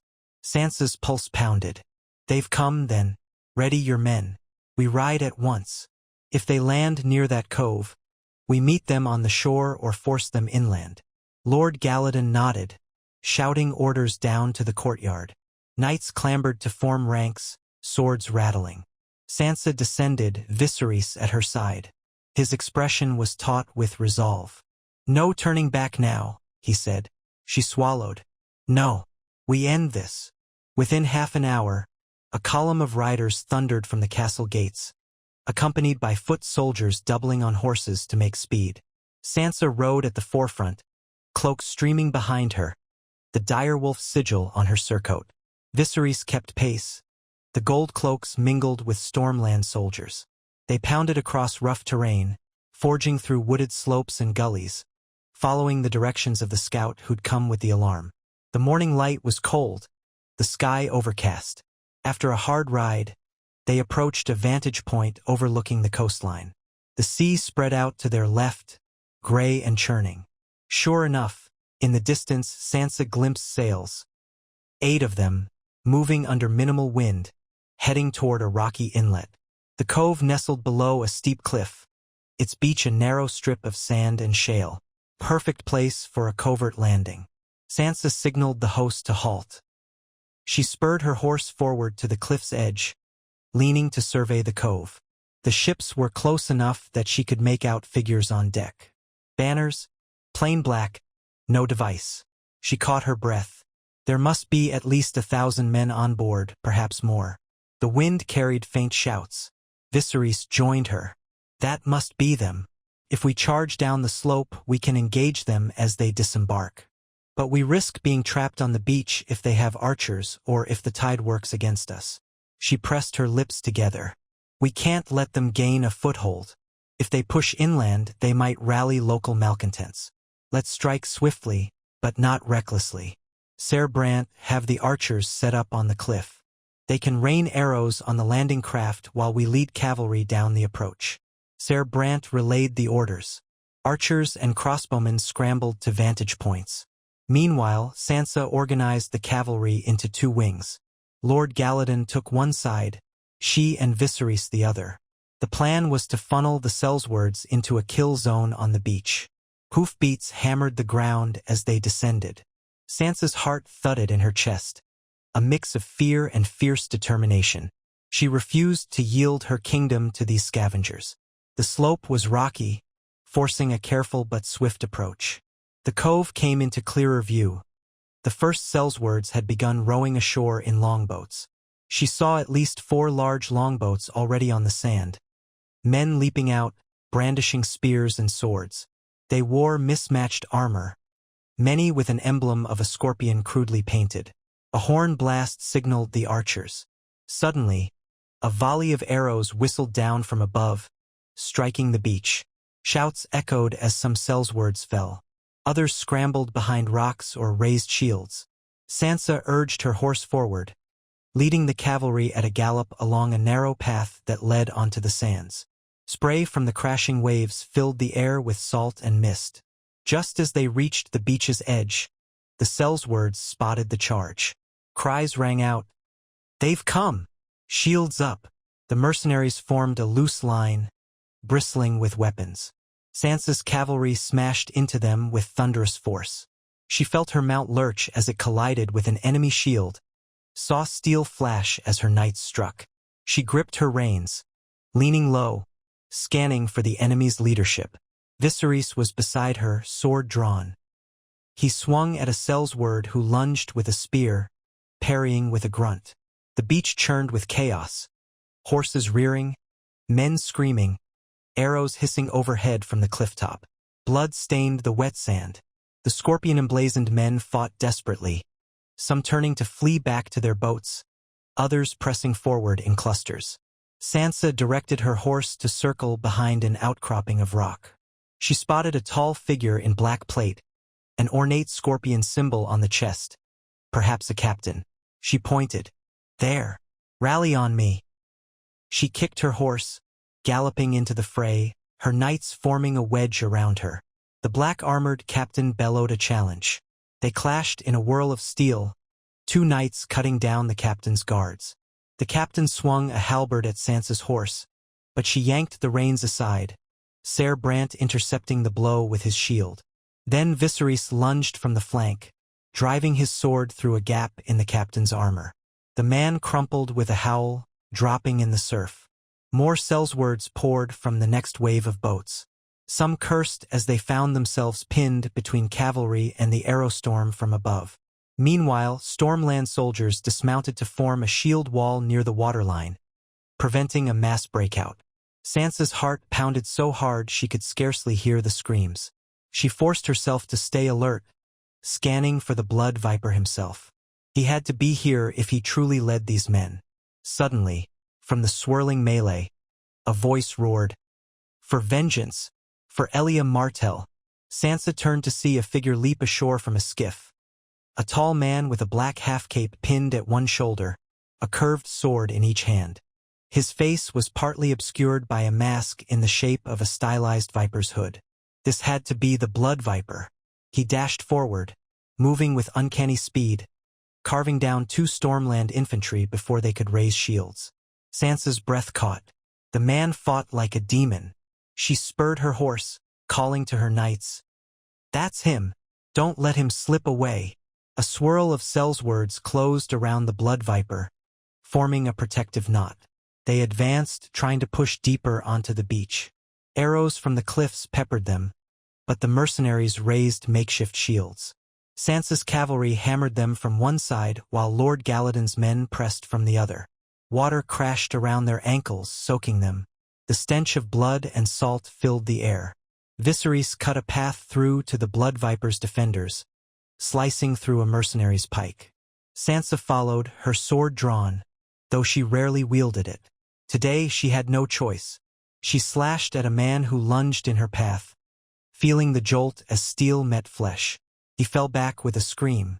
She braced herself, pushing her horse onward. Another volley of arrows rained down, striking more Sellswords. The blood viper parried a strike from Ser Brant, spinning with lethal grace. He glimpsed Sansa, letting out a harsh laugh. "The Wolf Queen herself comes to greet me," she set, her jaw heart drumming. "Surrender, or you and your men die here." He sneered behind his mask. "Never. I carry all the vengeance the realm stifled. Martell, Baratheon, Targaryen tyranny. Your throne is built on lies." He lunged, scimitars flashing. Ser Brant intercepted one blade, but the other scored a glancing cut across the knight's shoulder. Sansa tried to maneuver for a thrust, but the swirling chaos of men and horses hindered her. An arrow from the cliff whistled dangerously close, sending one of the blood viper's guards sprawling. Viserys darted in, crossing swords with the masked leader. Steel rang. The blood viper was skilled, deflecting blow after blow, but he was outnumbered. At last, Ser Brant's shield bashed him, staggering him backward. The blood viper tried to regain footing, But Viserys seized the opening, driving his sword in an arc that cut across the man's chest. Blood spattered the surf. A wounded snarl escaped the blood viper's lips. He tottered, dropping one scimitar. Sansa urged her horse forward to see if he'd yield. He glared at her, staggering. "You've won nothing," he spat.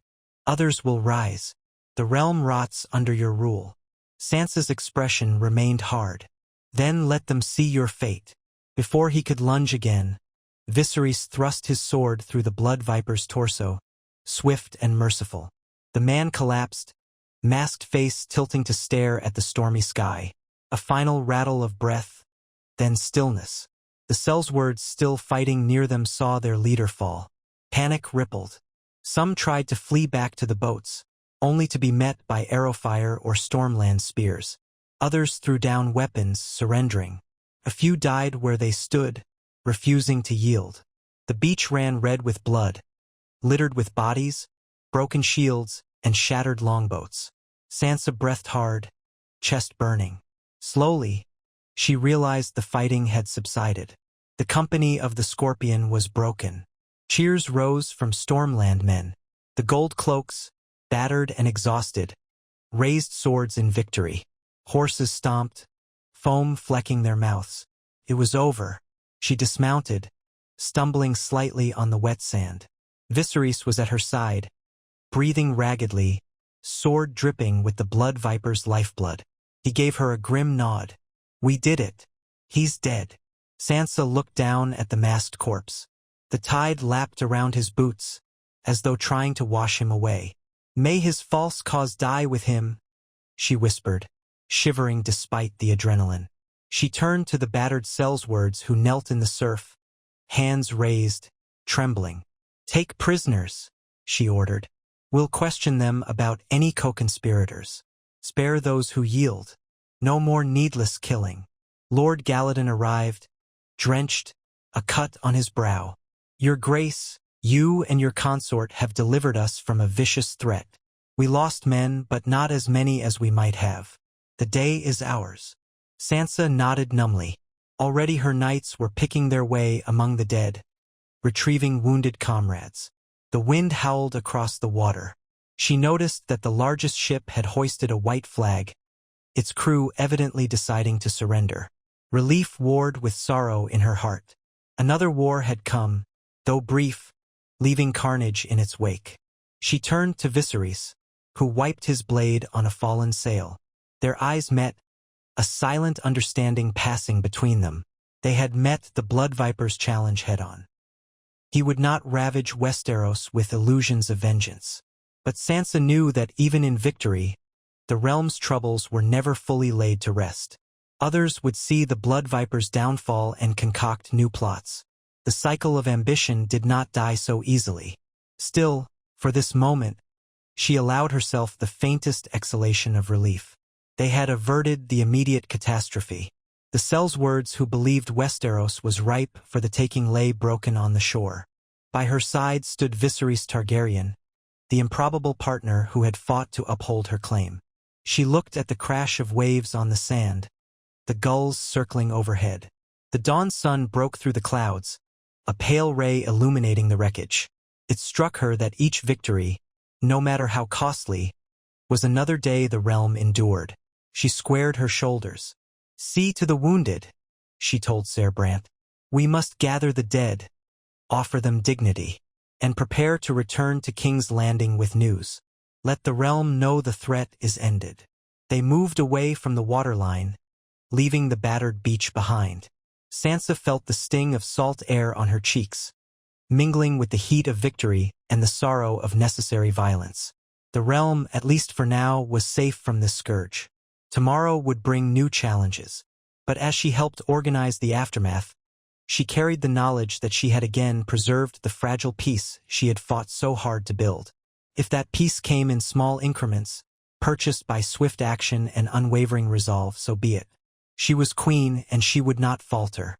They spent the better part of the next day clearing the shoreline of corpses, hauling away broken hulls, and gathering a final tally of the wounded. Sansa moved through the aftermath in a kind of weary haze, directing men to see that the living were tended to, the dead respectfully laid aside. Seawater lapped at the bodies that still lay on the sands. The stink of rotting seaweed mingled with the copper tang of spilt blood. None of it was glorious. The taste of victory felt harsher now that it was won. Viseris remained close, speaking quietly with the Stormlanders, who stared at him in uneasy wonder. Word had already spread along the dunes. The Blood Viper was dead, slain by the Targaryen consort and the Wolf Queen's knights. Sellsword survivors, a handful of them battered and terrified, huddled under guard. Every so often, one tried to protest that they had been duped, that they had believed they were liberating Westeros from tyranny. Most pleaded ignorance. Sansa allowed them water and blankets. Her war was not with the rank and file, but with the leaders who had steered this chaos. By mid-morning, the wind had picked up, scouring the beach with gritty salt spray. Sansa climbed a low rise to get a clearer look at the cove. The ships that had carried the company of the Scorpion were now half-beached or abandoned. A few smaller crafts bobbed in the shallows, riddled with arrow holes. She felt an odd relief that the sabotage and Lys had whittled the mercenary fleet to this handful, else they might have been overrun. Lord Galladon approached, a bandage wrapped around his forearm. He had evidently taken a sword cut during the fray. He gave Sansa a respectful nod. "We've secured the remaining mercenaries, Your Grace." About 3 dozen gave themselves up. Another dozen or so were too wounded to fight on and lie in the tents we've set up inland. The rest lie here dead. The tally of our side's fallen is smaller than expected, but we lost good men. Perhaps 40 from my own host, a dozen or so from your gold cloaks. Sansa bowed her head. They died protecting this realm from invaders. We'll honor them. She scanned the shoreline. Men used ropes to haul driftwood and shattered hull pieces into piles. They would burn what they could not salvage. Already, gulls circled overhead, shrieking in the bleak sky. She took in a slow breath of brine-laden air, the chill raising gooseflesh on her arms. "We'll see that your men receive what they need. We brought extra provisions," she said. "And once we return to King's Landing, the families of the fallen shall receive compensation." Lord Galladon seemed both relieved and mournful. "I'll remain here a while longer to ensure no stragglers are hiding in the hills." He glanced at the cluster of gold cloaks rummaging among the ships for anything worth confiscating. This Blood Viper, he was so certain the realm would embrace him. I suppose he never understood how weary people are of more war. Sansa nodded, remembering the masked man's final words, that the realm rotted. She could not dismiss the kernel of truth in his claim. The realm's scars were deep, but the time for vengeance had passed. "We must keep it from rotting further," she said quietly. "That is the whole point of everything we do."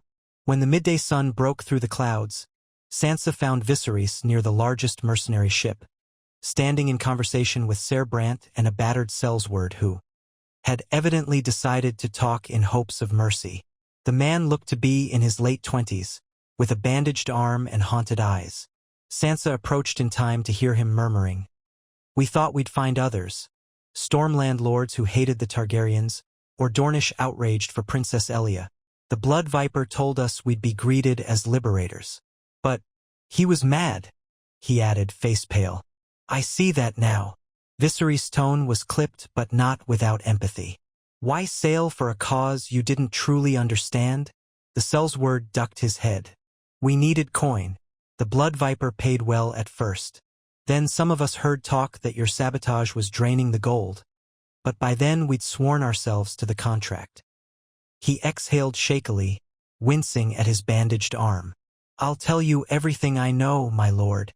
Just let me live." Ser Brant glanced at Sansa. She folded her arms, meeting the Sellsword's gaze. "If you speak truth, we'll spare you. But if we find you've hidden anything that might spark future revolts—" "No, I swear," the man blurted. "The Blood Viper had illusions. Said he'd subdue one region, gather local lords. We never questioned him too deeply." Sansa nodded curtly. "Then speak with our men, write a statement. The crown may grant you mercy, but that doesn't mean freedom if you've killed innocents. Expect to answer for any crime." Have you taken captives or slaughtered villagers? He shook his head, trembling. We never got the chance, my lady, your grace. We landed here and were ambushed. I killed no one, I swear. She turned to Ser Brant. Keep him under watch. Record his testimony. If we find him guilty of murder or worse, he'll face judgment. Otherwise, let him live. The same goes for the rest who surrendered. Ser Brant inclined his head. As you say. Viseris watched with a set jaw, then placed a hand on Sansa's shoulder as they walked away. She felt his tension. We did what we had to, he said. She gave a weary nod. We'll need to confirm no local lords aided them. Lord Galladon says he found no direct evidence. But I'd like to question the prisoners thoroughly. And we must be certain no one else in Westeros tries to resurrect this cause.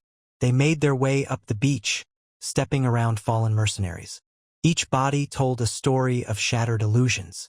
A northern knight under Sansa's banner approached, removing his helmet. Your Grace, we found records aboard one of the ships, letters, presumably from the Viper's backers in Lys. Might be worth examining. Take them to my tent, Sansa said. We'll look them over before we depart. The knight hurried off. Sansa turned to Viserys. Perhaps we'll find references to any Westerosi conspirators who were set to meet them. That might help us root out discontent in the stormlands. His eyes were hard. We cannot let discontent fester. Not after this cost in blood. She heard the steel edge in his voice, remembering how he'd ended the Blood Viper's life. No matter how justified the killing, it weighed on him. We'll do this the right way. Justice without cruelty. He nodded. Yes, I know. They parted briefly as Viserys joined Lord Galladon to coordinate a post-battle plan. Sansa took a moment to check on the wounded. Makeshift tents had been set up inland, near a small stand of cedar trees. She found half a dozen men on pallets, tended by a stormland maester. A few recognized her, eyes widening. She knelt beside one gold cloak, a youth with a bloodied bandage wrapped around his thigh. He tried to push himself up when he realized the queen was there. Stay still, she said gently. You fought well. Rest. There'll be time to stand on ceremony later. He lay back, wincing. Aye, your grace. Thank you. She moved on, exchanging quiet words with the maester about supplies. The day felt too short for all that needed doing. By the time afternoon threatened to tip into evening, Sansa was thoroughly drained. She found her way to a large canvas tent where a rough table had been set up. There, Ser Brant awaited with the newly retrieved letters. They leafed through the parchment. Most were written in a hasty scrawl, referencing shipments, pay ledgers, and vague hints of our allies. One letter seemed especially interesting. It mentioned the old Stormlands cause and the hidden remnants who yearn for Baratheon vengeance. It implied that someone in the region had promised to raise men once the Sellswords landed. But the letter offered no names, only an initial, R. Sansa's pulse quickened. We have a possible collaborator. R. That could be anyone. But I recall House Rosby in the Crownlands, or certain Stormland families like the Ronnet Lines, or lesser lords whose names start with R. She frowned. We should keep this quiet until we know more. Ser Brant tapped the letter. It says they'd meet near a place called the Old Weir Bridge. That might be a local landmark. Sansa thought for a moment. I'm not certain. I'll ask Lord Galladon if he knows the place. If there truly was a plan for local lords to meet the Blood Viper, we might still root them out. Viserys entered, pushing aside the tent flap. He'd removed his armor's top pieces. Dusty sweat had dried on his brow. How fares the search? He asked softly. She handed him the letter. It seems someone in the Stormlands, name or initial unknown, was ready to greet the Sellswords. They never got the chance. But we must not let them vanish back into the shadows. Viserys read quickly, frowning. Could be a minor lord or knight with old ties to the Baratheons. There were many who felt that after Stannis, the Stormlands were never properly restored. We might start by asking Galladon what he knows about this place. If it exists, perhaps we can set a trap. A subtle excitement flickered in Sansa, though she was exhausted. "Let's do so at once," she said. They found Lord Galladon in the courtyard of his fortress that evening, after riding back from the cove. Twilight cast long shadows on the stone walls. Soldiers had begun to settle in with relief now that the immediate threat had passed. Some sat around cookfires, sipping stew with subdued gratitude for survival. Sansa and Viserys took Galladon aside. She handed him the letter, watching his brow furrow. "Old Weir Bridge," he murmured. "Aye, there is such a place. An ancient footbridge crossing a deep ravine, maybe a day's ride east of here.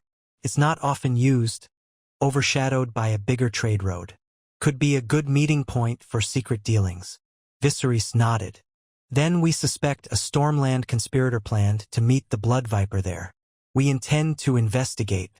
If you can spare men to guide us." Galladon set his jaw. "Of course. I won't have traitors in my lands. Let's gather a small force. If anyone tries to keep an appointment with these sellswords, we'll be waiting instead." Sansa felt a spark of determination. "We leave at first light. I'll not have more blood spilled if we can snuff this conspiracy quickly." Though she'd barely recovered from the battle, she refused to wait. She spent the rest of the evening confirming plans with Ser Brandt. A small band of knights, no more than 20, would ride with them to avoid attracting notice. The rest of the royal host would remain to secure the cove and ensure the captive sellswords were managed. She insisted that each prisoner be treated firmly but not cruelly, in case they held more information. When she finally retired to the modest chamber Lord Galladon had provided, she found Viserys there, seated on a stool near a narrow window. The single candle on the table threw flickers across the rough stone walls. She sank onto a small bench, removing her boots with a groan. "You should sleep," he said gently. "It's been a day." She rubbed her eyes. "I know. My head feels stuffed with hornets. That letter about a conspirator. It's all I can think about." He rose, crossing to her in 2 strides. "We'll handle it. You can't fix everything in a single day. Look how far we've come, stopping that invasion before it truly took root. This is just the last weed to pull." She pressed her lips together, leaning back against the cold stone. "I worry it won't be the last. There are always more ghosts from the war, more grudges, more illusions. How many times must we fight them?" His eyes searched hers. "As many times as it takes." He gave a small, weary smile. "But at least we fight them together." She managed a faint smile in return, though a hollowness inside her reminded her that no victory was permanent. She remembered standing on these sorts of battlefields after the wars with the Lannisters, the Boltons, Daenerys. Always another crisis. "Then let's see this through," she said softly. "Tomorrow we ride." They shared a simple meal of bread and cheese, then parted for the night. As Sansa lay on a straw-stuffed mattress, the battered fortress quiet around her, she wrestled with the ghosts in her mind. The memory of the Blood Viper's final sneer, the swirl of rumors about Targaryen or Baratheon loyalties, the tide of resentment that no single sword thrust could fully dispel. Eventually, she slept, dreaming of dark waves churning with scorpions. She jolted awake at dawn, relieved to find no real stings. She dressed swiftly in riding leathers, strapped on a light breastplate, and gathered with Viserys, Ser Brandt, and Lord Galladon's chosen men in the courtyard. Morning's gray light revealed clouds overhead, promising drizzle or worse. They set out eastward, the hooves of their horses echoing on damp ground. Sansa felt the bruise of fatigue in every muscle, but she steadied herself, guiding her mare forward. Her banner, a small field showing the stark direwolf interlaced with a subdued Targaryen dragon, snapped in the breeze. The road wound through dense stands of oak and cedar. Old leaves turned golden, the occasional swirl drifting in their wake. Sansa nodded to herself. Autumn was truly in the Stormlands. A day's ride of this country to find a hidden bridge, a place that might be the seat of conspiracy. She prayed it would be empty, that the threat was already gone. Yet the letter implied an appointment soon after the sellsword's landing. She did not want to be too late. They pressed on with minimal halts, stopping only when the horses needed watering. Lord Galladon's men led the way, pointing out each fork in the path. By afternoon, a persistent drizzle set in, soaking cloaks and turning the ground slick. The riders hunched in their saddles, teeth clenched against the cold damp. Still, they did not stop. Sansa bit back curses at the weather, ignoring the ache in her arms from holding the reins so tight. At last, near dusk, they reached a narrow gorge. The footpath bent sharply downhill, leading to a deep ravine spanned by a moss-grown bridge of stone arches. The water below roared, swollen by the rains. Dark shapes of pine and cypress lined the ravine's rim. Sansa sat her horse at the crest, scanning the area. Her breath steamed in the cooling air. Ser Brant narrowed his eyes. It's quiet. No sign of riders or campfires. Lord Galladon raised a hand for caution. Don't be fooled. The conspirators might lurk nearby. Sansa dismounted, gesturing for half the party to remain behind. Ser Brant, come with me. Lord Galladon, you circle around the ravine to the far side. If someone tries to flee across the bridge, you can intercept. Viseris, stay close. We'll approach carefully. See if we find tracks. Viseris nodded. Agreed. They led their horses down the rocky slope, the watery roar below growing louder. Twilight's gloom made visibility poor, but they spotted footprints in the mud near a stand of trees. Someone had indeed come here recently. The group advanced slowly, swords readied, scanning for hidden figures. A faint orange glow flickered under a rocky overhang near the foot of the bridge, likely a lantern or small fire. Sansa's pulse jumped. She signaled her knights to spread out, flanking. They crept closer. She glimpsed movement. Two figures, cloaked and hooded, huddled beside a small fire. One was short, the other tall. No horses in sight. They must be tethered elsewhere or hidden in the trees. Sansa held up a hand to halt her men. She wanted to listen. A faint voice carried over the water's rush. They should have landed by now, Roderick. I heard no horns. I saw no signals. Maybe they failed. The taller figure hissed. Silence. They'll come. The blood viper promised. If they're late, it could be the crown's interference. That's why we came here, to avoid detection. Sansa's heart hammered. So these were indeed conspirators. She motioned Ser Brant forward. They advanced as quietly as the wet ground allowed. But the short figure must have heard a footstep. He scrambled up, spinning. Who goes? Drop your weapons, Sansa ordered, stepping into the dim firelight. Her knights fanned out behind her. Viserys came to her side, blade half drawn. The taller conspirator, Roderick, as the other had said, snatched a dagger, eyes wild. Sansa saw a silver badge pinned under his cloak. Faded, but reminiscent of a sigil from the Stormlands. Possibly a lesser branch of an old Baratheon cadet line. You're the queen, he spat, voice trembling with either rage or fear. How did you? Ser Brant barked. Disarm yourselves, or face the crown's justice. The shorter man squeaked, dropping a rusted blade. We have no quarrel. It's not we only.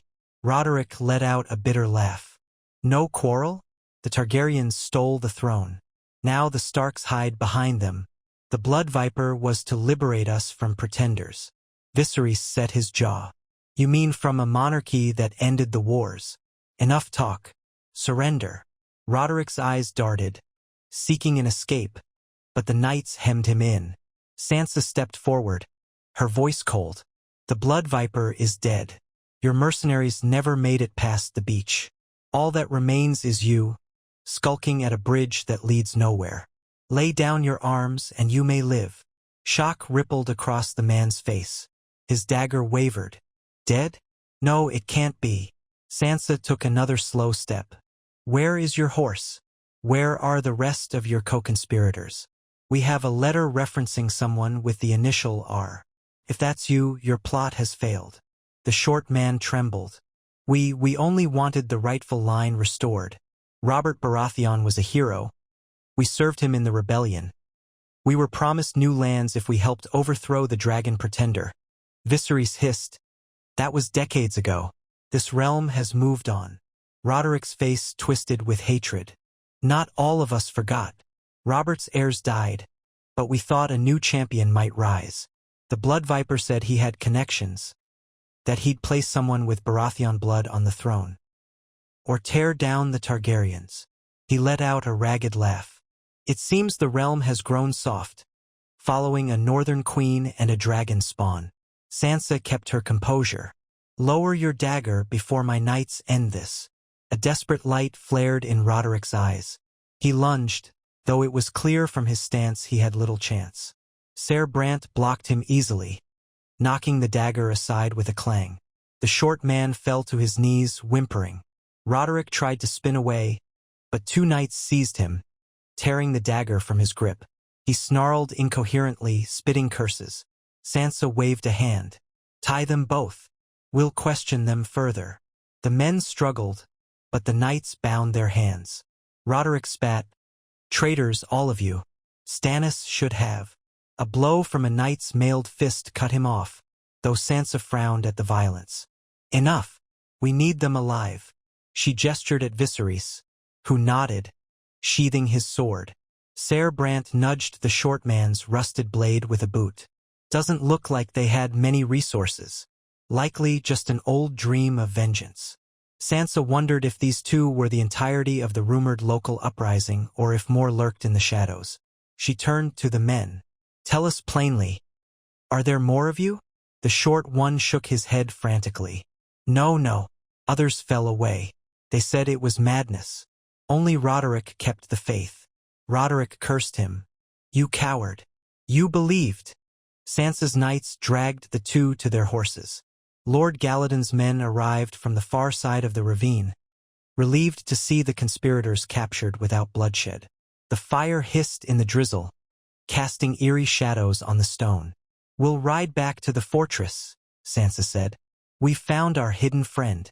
Let's see if we can glean more about any lords in the stormlands who might still harbor such treasonous hopes. They returned in darkness, a cold wind slicing through the trees. Sansa realized how raw her throat felt, her body aching from fatigue. The adrenaline of the confrontation ebbed, leaving her hollow. But they had discovered the conspirators behind the letter. The Blood Viper's illusions, it seemed, rested on these two men's fantasies of re-establishing House Baratheon's monarchy. A fool's errand, but one that had nearly cost hundreds of lives. At the fortress, Roderick and his companion were thrown into a secure cell. Sansa allowed them bread and water, but no leniency beyond that. The next morning, she supervised their interrogation. Under the stern questioning of Lord Galladon's castellan, Roderick clung to bitter defiance, revealing little. The short man, in contrast, sobbed out confessions. He named a few other men who had once believed in this cause, but none still active, none with the resources to do more than mutter in taverns. Sansa concluded that the threat was small. We'll keep these two for trial, she told Ser Brant. If they're truly the last remnants, we can be done with it. But if they mention others, we follow every lead. Lord Galladon bowed. I'll oversee it, Your Grace. In the Stormlands, that type of sedition can't be tolerated. She regarded him gravely. They'll face the law as any traitors. I'll not see them executed in haste, but if they're guilty, they will pay the price. Viseris stood beside her, arms folded. Let them serve as a warning to others who might try to exploit old grudges. This realm has endured enough. So the business ended with no more bloodshed. Sansa felt relief that she needn't fight a hidden army, only a pair of deluded men. Yet her heart remained heavy at the knowledge that discontent like this could rise anywhere. Conspiracies spun from half-remembered wars and thirst for lost glories. Would it ever truly end? Within a day, Sansa deemed her presence in the Stormlands no longer crucial. The local knights had matters in hand. The captured mercenaries were to be taken to King's Landing under guard, where the Crown's courts would sort them. The battered Sellsword ships would be seized or scuttled. Many of the survivors, if they had not committed grievous crimes, might be forced into service on the Crown's ships for a period, an alternative to execution. Sansa prepared to depart. She and Viserys would ride north with a contingent of gold cloaks, delivering the final blow to the Blood Viper's short-lived cause by presenting his corpse, or at least the evidence of his death, in King's Landing. Word had already spread, but an official announcement was needed. Before she left the fortress, Lord Galladon approached her in the courtyard. He bowed. "Your Grace, you and Lord Targaryen have saved the Stormlands from a disastrous invasion. I offer you my gratitude and a final piece of counsel. Some of my lords believe the realm's old wounds cannot be healed simply by battles won. Perhaps a more direct engagement with them would help. You might consider traveling the Stormlands more thoroughly in the future." Ring them out. Sansa nodded. "I appreciate the suggestion, my lord. For now, let us hope this demonstration of unity, Stormlanders and the Crown working together, will quell their fears. But indeed, I will consider a progress through these lands another time." He bowed lower. "You'll have my support always. House Galladon stands with the Wolf Queen." She offered a faint smile. "Thank you. The Crown does not forget its allies." With that, she and Viseris mounted their horses, Ser Brant and the knights forming rank. The roads had turned muddy from the persistent rain, but the storms had ceased. They rode at a decent pace, not as urgent as before, the tension of battle behind them. Still, Sansa felt the stares of local villagers who peered from windows as the column passed. No cheers or jeers, only wary curiosity. Another brush with war had come and gone, leaving them uncertain whether to celebrate or fear the next wave. The journey back to King's Landing took the better part of a week, slowed by the wagons carrying wounded and a group of captives in chains. Some of the Sellswords scowled at the Queen, others looked resigned. A few were so badly injured that they hardly seemed aware. Sansa tried not to let her empathy waver her resolve. These men had sailed to commit violence against the realm. They would face the consequences. Along the way, she and Viserys rode side by side, sometimes in companionable silence. On one late afternoon, as the sun dipped low behind them, painting the horizon in dusky gold, she found herself remembering the first time she had traveled these roads as a captive fiancée to Joffrey Baratheon. Everything then had felt terrifying, suffocating. Now, she wore a crown of her own making, forging alliances to keep the realm stable. The difference was staggering, yet a thread of anxiety remained that no crown could banish. The realm was always perched on a knife's edge. They arrived at the city gates near dusk on a windy, overcast day. The gold cloaks at the entrance parted for them, letting the battered procession enter. News of the victory in the Stormlands had preceded them by Raven, so a small cluster of curious onlookers gathered. A few called out half-hearted huzzahs, uncertain if a grand celebration was appropriate. Sansa nodded politely, leading the column up the winding streets. She glimpsed the everyday bustle. Bakers shutting their ovens for the night, children chasing each other in the gloom, a minstrel plucking at a lute for coin. Life continued, uncaring of the realm's close call with foreign invasion. Inside the Red Keep, Lady Westerling and Lord Tarly greeted them in the courtyard. They bowed, relief plain in their faces. "Your Grace," Lady Westerling said, "we're glad to see you returned safely. We received your messages. This blood viper threat is ended." Sansa dismounted, handing her reins to a stable boy. "Yes, their ships are seized, their leader slain. A handful of conspirators remain for trial, but the immediate danger is gone. I trust the city has been well in our absence." Lord Tarly dabbed his brow with a kerchief. "Stable enough, Your Grace. We had no incidents beyond the usual petty squabbles. The small folk are eager to hear the official account of your victory. They fear new wars like storms looming overhead. A formal statement from the throne will help quell that." She sighed. "I'll address the court tomorrow. For now, see that the captives are placed in secure cells. I want them fed, not beaten. Some are dangerous, but we might glean more from them yet." Westerling nodded. "Certainly." She eyed Viserys. "I assume you fought valiantly, my lord.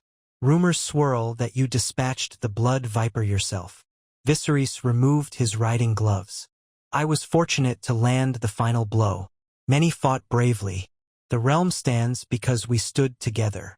Westerling gave an approving smile. Though Sansa knew the Master of Laws had once harbored doubts about him, times had changed. She brushed rain droplets from her cloak, feeling the chill in her bones. "I want a full council meeting at first light," she said, stifling a yawn. "For now, I need to rest." She and Viserys parted from the men, trudging through the keep's corridors. Servants bustled, lighting torches. Sansa could smell roasting onions and bread from the kitchens, a painfully domestic scent after days of war. She reached her chambers, where a tub of hot water awaited. Stripping off her muddy clothes, she sank into the bath with a groan of relief, letting the steam unknot her cramped muscles. This was a fleeting comfort, she reminded herself. Tomorrow she would face the city's demands, the realm's endless scurry. When she emerged, toweling her hair dry, she found a fresh gown laid out, a soft gray velvet with a subtle embroidered pattern at the hem. Her ladies had placed the crown she often wore for court upon a stand. She stared at it, that circle of gold and swirling steel, a symbol as heavy as the entire realm. Viserys appeared at the door, hair damp from his own ablutions. They exchanged a brief, tired smile. He approached, brushing his thumb along her shoulder. "We did well, Sansa. The realm is safer tonight." She nodded, exhaling. Safer, but never safe. Still, it's a reprieve. Her eyes flicked over him, noticing the faint bruise on his cheek from the chaos of the beach. "I only wish we could pause everything for a moment." He gently tilted her chin, pressing a light kiss to her forehead. "One day we'll have that luxury. For now, let's settle for a decent night's sleep." She managed a soft laugh. Agreed. They took their rest, though Sansa's dreams were fitful images of black-sailed ships, masked men, battered beaches. Morning came, and with it the council meeting. She rose before sunrise, dressing in a more formal gown of deep green. The small council gathered in the usual chamber, talk ceaseless. Atherontul delivered the final intelligence from Lys. The sabotage had continued even after the Blood Viper sailed, leaving no fallback plan for the Sellswords. Lady Rosby reported that Braavos was pleased to hear the crisis ended, though they expected the Crown to repay certain debts used for these covert operations. Lord Tarly assured them that the treasury was stable enough to handle it. Sansa recounted the events on the beach, the death of the Blood Viper, and the quiet conspiracy in the Stormlands. "We have prisoners in the dungeons, including that pair who conspired to greet him. We'll hold a royal trial in King's Landing or let the Stormlands handle them. Either way, the threat is ended. But let this be a warning. Others might attempt the same trick, exploiting old grudges, stirring illusions of rightful heirs." The council listened in tense silence. Finally, Lady Westerling murmured, "What of the ironborn raids, Your Grace? Have they quieted since you left for the Stormlands?" Sansa pressed her lips together. "We've had fewer reports, but it's not fully resolved. White Harbor might need more ships to keep them in check. That's next on our agenda. We cannot let another fiasco arise." They moved on to chart a course for the ironborn problem, reinforcing the existing blockade near the northern coasts, negotiating with the Greyjoy seat to demand they rein in their rogues. Hours passed, the meeting drifting from one crisis to the next. By the time it ended, Sansa's head throbbed. She realized she had hardly eaten, so she took a quick meal in her solar bread, grapes, and watered wine. Viserys joined her, similarly drained. "We should address the court soon," he said, chewing on a piece of bread. "Let them see we're united and victorious. The city grows uneasy otherwise." She sighed. "I know. This afternoon, I'll hold a royal audience in the throne room, proclaim the end of the Sellsword threat. Let them have the reassurance they crave." Sure enough, that afternoon saw the great hall fill with lords, ladies, and curious courtiers. Sansa took the Iron Throne, the mass of twisted steel pressing into her back. Viserys stood at her right, clad in a black tunic with the embroidered Targaryen signet. Lady Westerling and Lord Tarly flanked either side. The herald announced the gathering, his voice echoing in the high-vaulted space. When all fell silent, Sansa rose from the throne. "People of King's Landing, lords and ladies of the Crownlands, hear me. The mercenary force calling itself the Company of the Scorpion has been defeated at the shores of the Stormlands. Their leader, the self-styled Blood Viper, sought to plunge our realm into war under false claims of vengeance and restoration. He is dead, his ships seized, his men scattered. Westeros stands unbroken. A ripple of applause and murmurs swept the hall. Some looked profoundly relieved, others merely nodded, as though well aware of the realm's endless cycle of threats. Sansa let the hush settle again. We have taken prisoners who will be judged under the laws of the crown. Any who conspired with them will face justice. Let this stand as a warning to those who dream of resurrecting old feuds. We will not allow foreign armies or misguided rebels to tear this realm apart again. She paused, scanning the crowd. She recognized a few faces: minor lords from the Vale, merchants from the Reach, a handful of Stormlanders who had come to the capital for business. They watched her with a mixture of respect and caution. She pressed on, raising her chin. We cannot pretend all troubles vanish with one victory. The ironborn still test our coasts. The realm's scars remain. Yet we endure. We heal. Our future does not belong to those who would sow chaos in the name of old vendettas. She stepped back, retaking her seat on the Iron Throne. The hall erupted in applause. She could see tension lift in some shoulders, though cynicism lingered in others. She had learned long ago that no queen's decree could change every heart. At least for the moment, the city would breathe easier, comforted by the knowledge that the Sellsword invasion had been squelched before it reached their gates. When the audience ended, Sansa dismissed most of the crowd, inviting only a few to remain for private matters. A dispute over trade licenses, a complaint from a Crownlands minor house about unpaid debts. Meanwhile, she saw Lady Rosby slip out, presumably to dispatch fresh letters to Bravos. She let it happen without comment.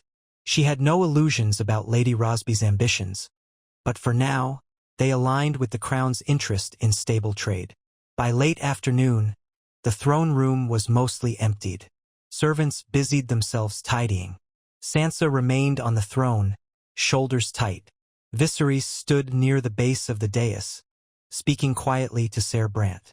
Then he looked up, noticing how exhausted Sansa appeared. With a slight signal, he approached, offering a hand to help her descend the steps. "Enough for one day?" he asked gently. She nodded, letting him lead her off the dais. "Too much, truly. But at least we gave the realm what it craved. A sense of resolution." They stepped out into the corridor, the rush of cooler air a relief after the throne room's stifling space. Sansa inhaled, glancing at a nearby window where the sky showed the first hints of dusk. "I want to send ravens to Jon in the north, to Corin Martell, and to others. Let them know the Blood Viper is finished. No illusions remain." Viserys agreed. "They should hear it straight from us, not just rumor." She paused, her gaze drifting to the stone floor. "What do we do next? We've put out so many fires. But there are always more. The ironborn, the potential sabotage from pockets of resentful knights, the precarious finances with Bravos, and so on." He placed a reassuring hand on her forearm. "One step at a time. We ensure the Stormlands remain calm, we watch the Iron Islands, and we keep the realm's trade stable. Perhaps we revisit that festival approach in peacetime, remind people life goes on." A half-laugh escaped her. "Another festival?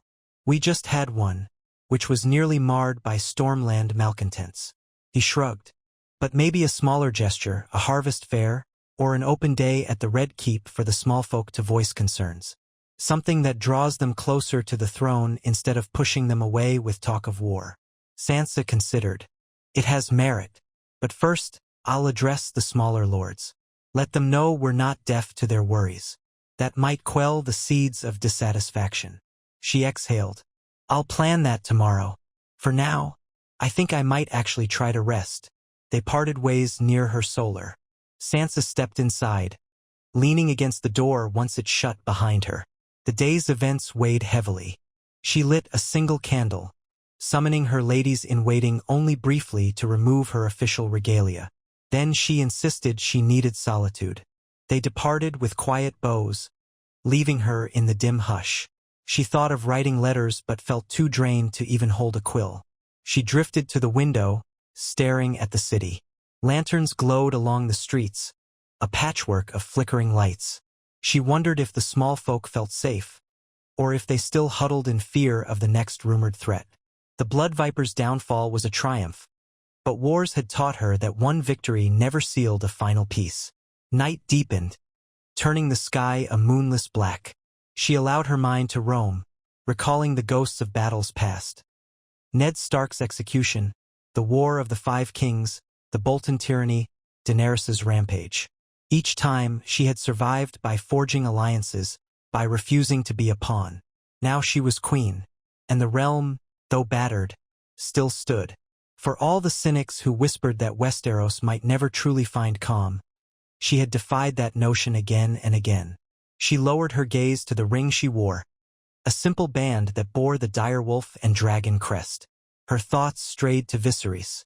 Their marriage had begun as a carefully measured alliance, but he had proven an unexpected source of comfort.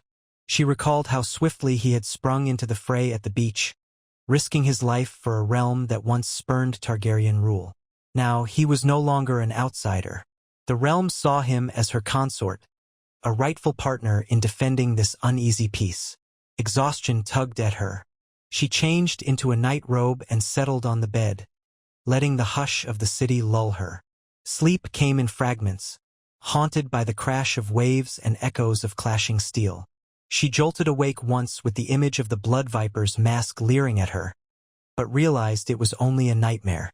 Eventually, the hush drew her under once more. Morning light found her more rested than before. She rose, attended by a fresh wave of determination. The threat was ended. She had to keep telling herself that. No sense in letting a phantom overshadow the realm's next steps.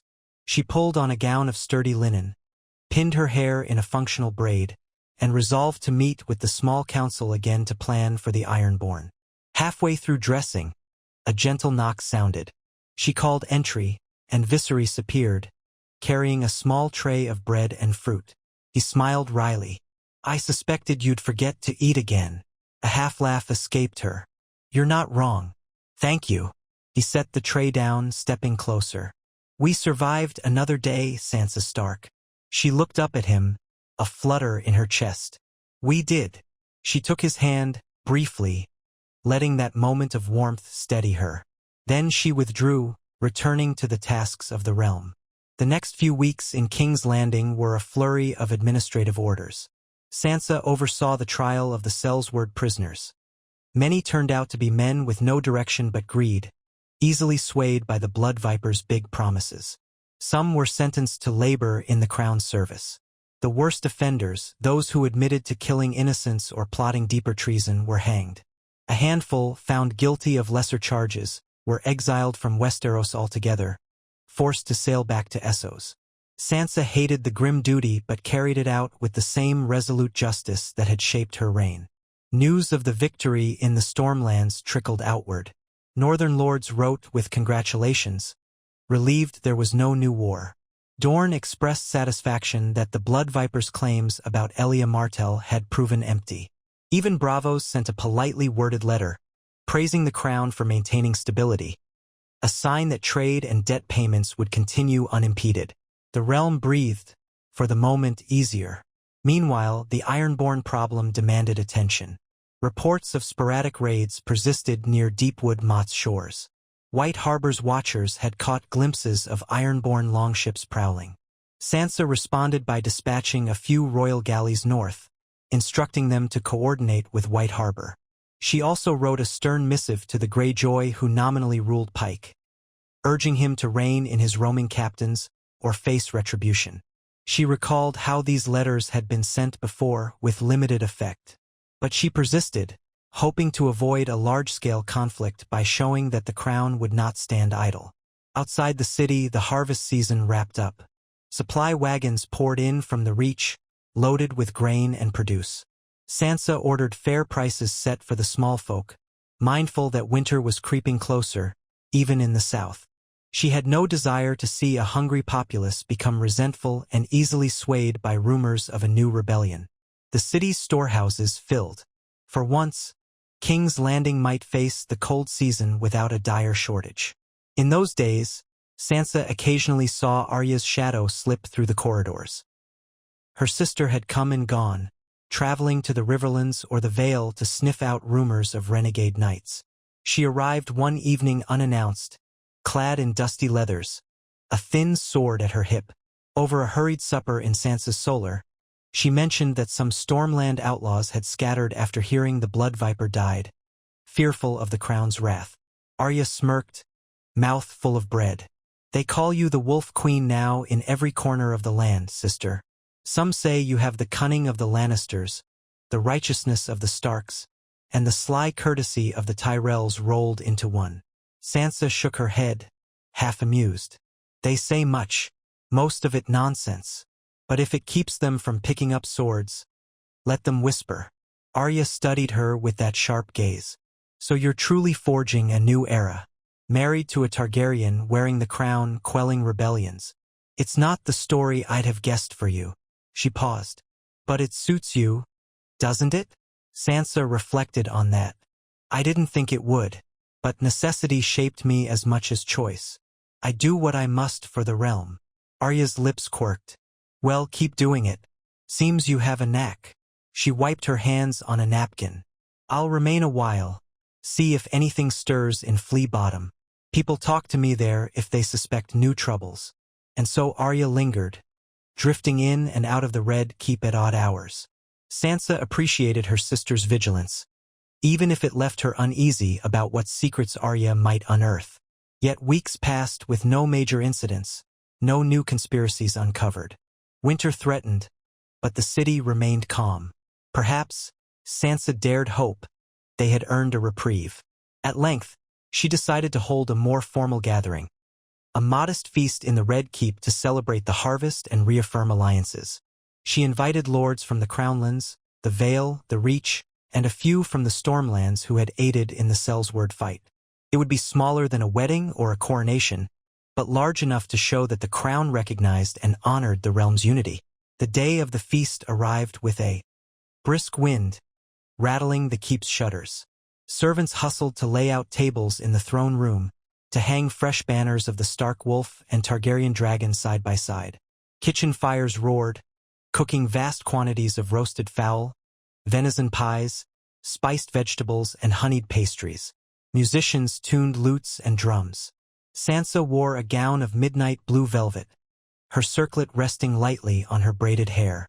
Viseris dressed in black and gold, the clasp at his shoulder bearing the double sigil. They exchanged a glance of wry amusement in their private chambers before heading to the hall.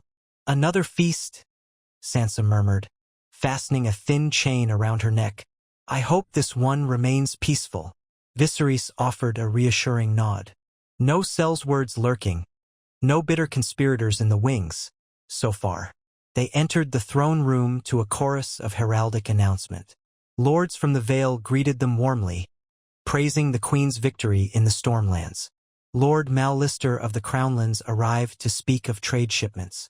A few Stormland knights, newly loyal, bowed deeply, expressing gratitude. Even a small delegation from Dorne stood in attendance, acknowledging the realm's stable leadership. Sansa greeted each with measured courtesy, letting them see she was neither aloof nor naive. The feast commenced. Servants carried in steaming platters, the aroma of herbs and roasted meats filling the cavernous space. Sansa and Viserys took seats at the high table, with Lady Westerling and Lord Tarly flanking them. The conversation across the tables hummed with relief. Everyone was eager for a night of comfort rather than conflict. Cups of wine clinked. Musicians struck up a lively tune, and for a while, the hall rang with laughter. Halfway through the feast, a hush fell as a bard stepped forward, lyra in hand, to sing a new composition. Sansa stiffened slightly, never sure if these songs would praise her family or dredge up old wounds. The bard's voice soared. In the south the ships once came, wreathed in vengeance, forging flame. But the Wolf Queen stood by the sea. She broke their wrath, set her people free. With a dragon's steel and northern might, she cast false vengeance into the night. Now Westeros breathes with calmer heart. By the Wolf Queen's grace and the realm's new start. Applause rippled through the hall. Sansa let out a subtle breath. At least this song was kind to her, though she disliked the oversimplification. She glanced at Viseris, who gave her a faint smile. Then the hall returned to feasting. People engaged in small talk, discussing harvest yields, the state of roads, the threat of a harsh winter. From time to time, Sansa answered a direct question about the ironborn or the realm's finances, offering reassurance. Toward the feast's end, she stood to speak a final word of gratitude. She thanked the realm for its endurance, credited the stormlands for their aid, and prayed for a winter that would not be too harsh. The crowd toasted. Then the tables cleared, leaving the throne room open for dancing or further mingling. Sansa accepted a single dance with Viseris, a slow, stately measure. She sensed the watchers, remembering how once she had shied from such public displays. Now, she let them see her calm, let them believe in the stability of the monarchy. When the feast tapered off, lords departed in good spirits, some traveling to inns, others staying in the keep's guest chambers. Sansa lingered in the near-empty hall, the lingering smell of spiced wine and candle wax drifting around her.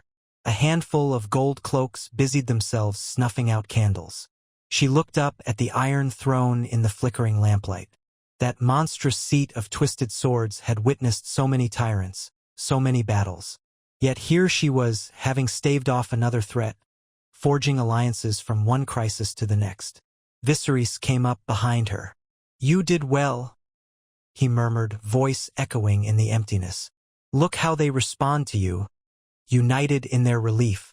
She turned, the train of her gown whispering on the floor. "And you, without your sword, the blood viper might have lived to rally more supporters." She rested a hand lightly on his. "We do this together." He nodded, expression thoughtful. "Strange how fate led us here. If we can endure the realm storms, maybe we can shape a future that's more than mere survival." A stir of warmth fluttered in her. "Perhaps, though I've learned not to trust fate too easily." They left the throne room side by side. The corridors were dark, the occasional torch lighting pools of shadow. Sansa felt a gentle weariness that came from relief rather than exhaustion. The feast had gone without bloodshed or scandal, no small victory in King's Landing. A day later, messages arrived. Lords returning home praising the crown's hospitality. Merchants reporting increased confidence in the roads. Even a Stormland knight wrote to say he was heartened by the queen's humility. The realm settled into something resembling calm. For the first time in many months, Sansa allowed herself to believe that a season of relative peace might stretch before them. Of course, smaller matters still demanded her attention. A band of brigands in the Crownlands needed quelling. Sansa dispatched gold cloaks. The ironborn circling near Deepwood Mott quieted after a skirmish with White Harbor's ships. She read letters from the north, learning that Jon was managing tensions with wildlings while winter's chill crept in. She wrote back, offering resources if needed. Each day, she faced the unglamorous details of rule, pen in hand, while courtiers hovered outside her solar. Within the Red Keep, she found time to walk the gardens again, letting the breeze carry away the staleness of endless councils. Arya sometimes joined her, though her sister was restless, soon to depart on another scouting trip. Viserys, for his part, participated more fully in the small council, earning a grudging respect from those who once doubted him. He offered a Targaryen perspective tempered by Essosi experience, helping to shape trade policies that supported the treasury. Late one evening, near a brazier in Sansa's solar, they spoke quietly of the future. A letter had arrived from Braavos, confirming that the Iron Bank was satisfied with the realm's stability for now, though it expected timely debt payments. Sansa felt a surge of relief. Losing Braavos' favor could have led to financial ruin, fueling more unrest. "This might be our chance to invest more in the Navy," Viserys said, stirring the embers with a poker. "We keep the Ironborn at bay, ensure no new Sellsword fiasco creeps over from Essos. The realm is large, but the seas connect us to the world's troubles." Sansa nodded, sipping a light wine. I agree, though I must weigh it against the cost of feeding the small folk if the winter is harsh. We can't risk letting them starve for the sake of building ships. He set down the poker. We'll find a balance. The realm needs both security and sustenance. She thought of all the rulers who had tried to unify Westeros with fear or fire. The Targaryens had once commanded dragons, but no more. Now it was forging alliances and ensuring bread on tables. Perhaps that was the real key to lasting peace, she mused. Not grand conquests, but mundane stability. As the weeks passed, a hush of winter's edge fell over King's Landing. The days grew shorter, the air crisp. Sansa took counsel with the city's purveyors to distribute extra firewood to the poorest districts. Snow rarely fell this far south, but cold snaps could devastate the ill-prepared. She felt a faint nostalgia for the North's true winters, though she knew the city might panic if a northern blizzard ever swept this far. One chilly morning, a messenger from the Iron Islands arrived at the Red Keep gates, an older man with a weather-beaten face. He brought a letter from the current Greyjoy holding pike. It claimed that the Greyjoy had no knowledge of these raiding captains and disavowed them, but it also demanded that the crown not interfere with traditional ironborn freedoms. Sansa read it with a mixture of amusement and frustration. The ironborn forever clung to their independence. She penned a firm but polite response, warning that any raid on mainland shores would provoke retaliation. When she showed the letter to Viseris, he gave a half-smile. The ironborn will never change. If it's not outright war, it's posturing. At least we have a lull. She tucked the letter aside. I'd prefer to keep them as a nuisance rather than an existential threat. In the days that followed, quiet fell upon the city as winter truly settled in. Court sessions drew fewer petitioners. Travel became harder for distant lords. Traders arrived with the last caravans from the Reach, bringing salted meats and dried fruits to last until spring. The Red Keep's corridors seemed calmer, as though the entire realm drew a collective breath, waiting out the cold. Sansa found herself in the Godswood courtyard one evening, the sky tinted with sunset's pink. King's Landing's Godswood was smaller and tamer than Winterfell's, but she still felt a trace of comfort in the old trees. She touched a slender trunk, imagining the far-off weirwoods of the north. A swirl of bittersweet longing washed over her, thinking of her mother, father, and brothers. Viserys entered the courtyard, footsteps echoing on stone. He approached, noticing her reverie. You miss the north, don't you? She sighed. Sometimes, this city, for all its bustle, can't replace the quiet hush of snow. But I belong here now. The realm needs me more than Winterfell does. He reached out, taking her hand. She let him, feeling the gentle press of his fingers. A hush lingered between them, soft as falling dusk. You've earned a moment's peace, he said quietly. We might not get many this winter or the next, but we have this one. She allowed herself to lean against him, inhaling the crisp air that smelled of earth and faint salt from the distant bay. I'll hold on to it, she murmured. They stood there, side by side, under the bare limbs of southern oaks. Beyond the keep's walls, King's Landing stretched in a tapestry of rooftops and spires. The realm, though never free of strife, had found another sliver of respite. She pictured the battered cove in the stormlands where they had triumphed, the corpses that once littered the shore. Such horrors had not recurred since, perhaps a testament to their swift action. In that moment, she let herself believe, just for a breath, that if she continued to rule with fairness and strength, forging alliances rather than unraveling them, the realm might truly step out of the shadow of endless war. The ghosts of old battles might not vanish, but their hold could weaken. The cycle of vengeance could diminish. Night fell fully, and they returned indoors. The next morning, a fresh letter from Jon arrived. The north was weathering an early snowfall, the wildlings staying peaceably in their allotted lands. No immediate crises. Sansa felt another measure of relief. She penned a return letter, describing her success against the Blood Viper and the general calm in King's Landing. Days drifted into weeks, and as the winter solstice neared, Sansa planned a smaller ceremony in the Red Keep to mark the turn of the year. a quiet recognition of the old traditions, if not full-on northern custom, at least a gesture to the realm that even in the coldest months, hope could flicker. Lords in the city were invited to a brief morning observance in the courtyard, followed by a simple feast of hot spiced wines and pastries. The ceremony took place under a gray sky, with braziers flickering around the courtyard. Sansa wore a thick cloak trimmed in fur, reminiscent of her northern heritage. She addressed those gathered, speaking of the need for unity in the face of winter's hardships, praising the realm's resilience. Viseris stood beside her, likewise cloaked. She noticed how some older lords of the Crownlands viewed the moment with quiet respect, as if acknowledging that the monarchy under Sansa had fused southern tradition with a distinctly northern flavor. As the day wore on, she oversaw smaller audiences, then retreated to her solar to finalize a new set of directives regarding local courts. She had begun delegating more judicial matters to local lords, so the Red Keep was not overwhelmed by petty disputes.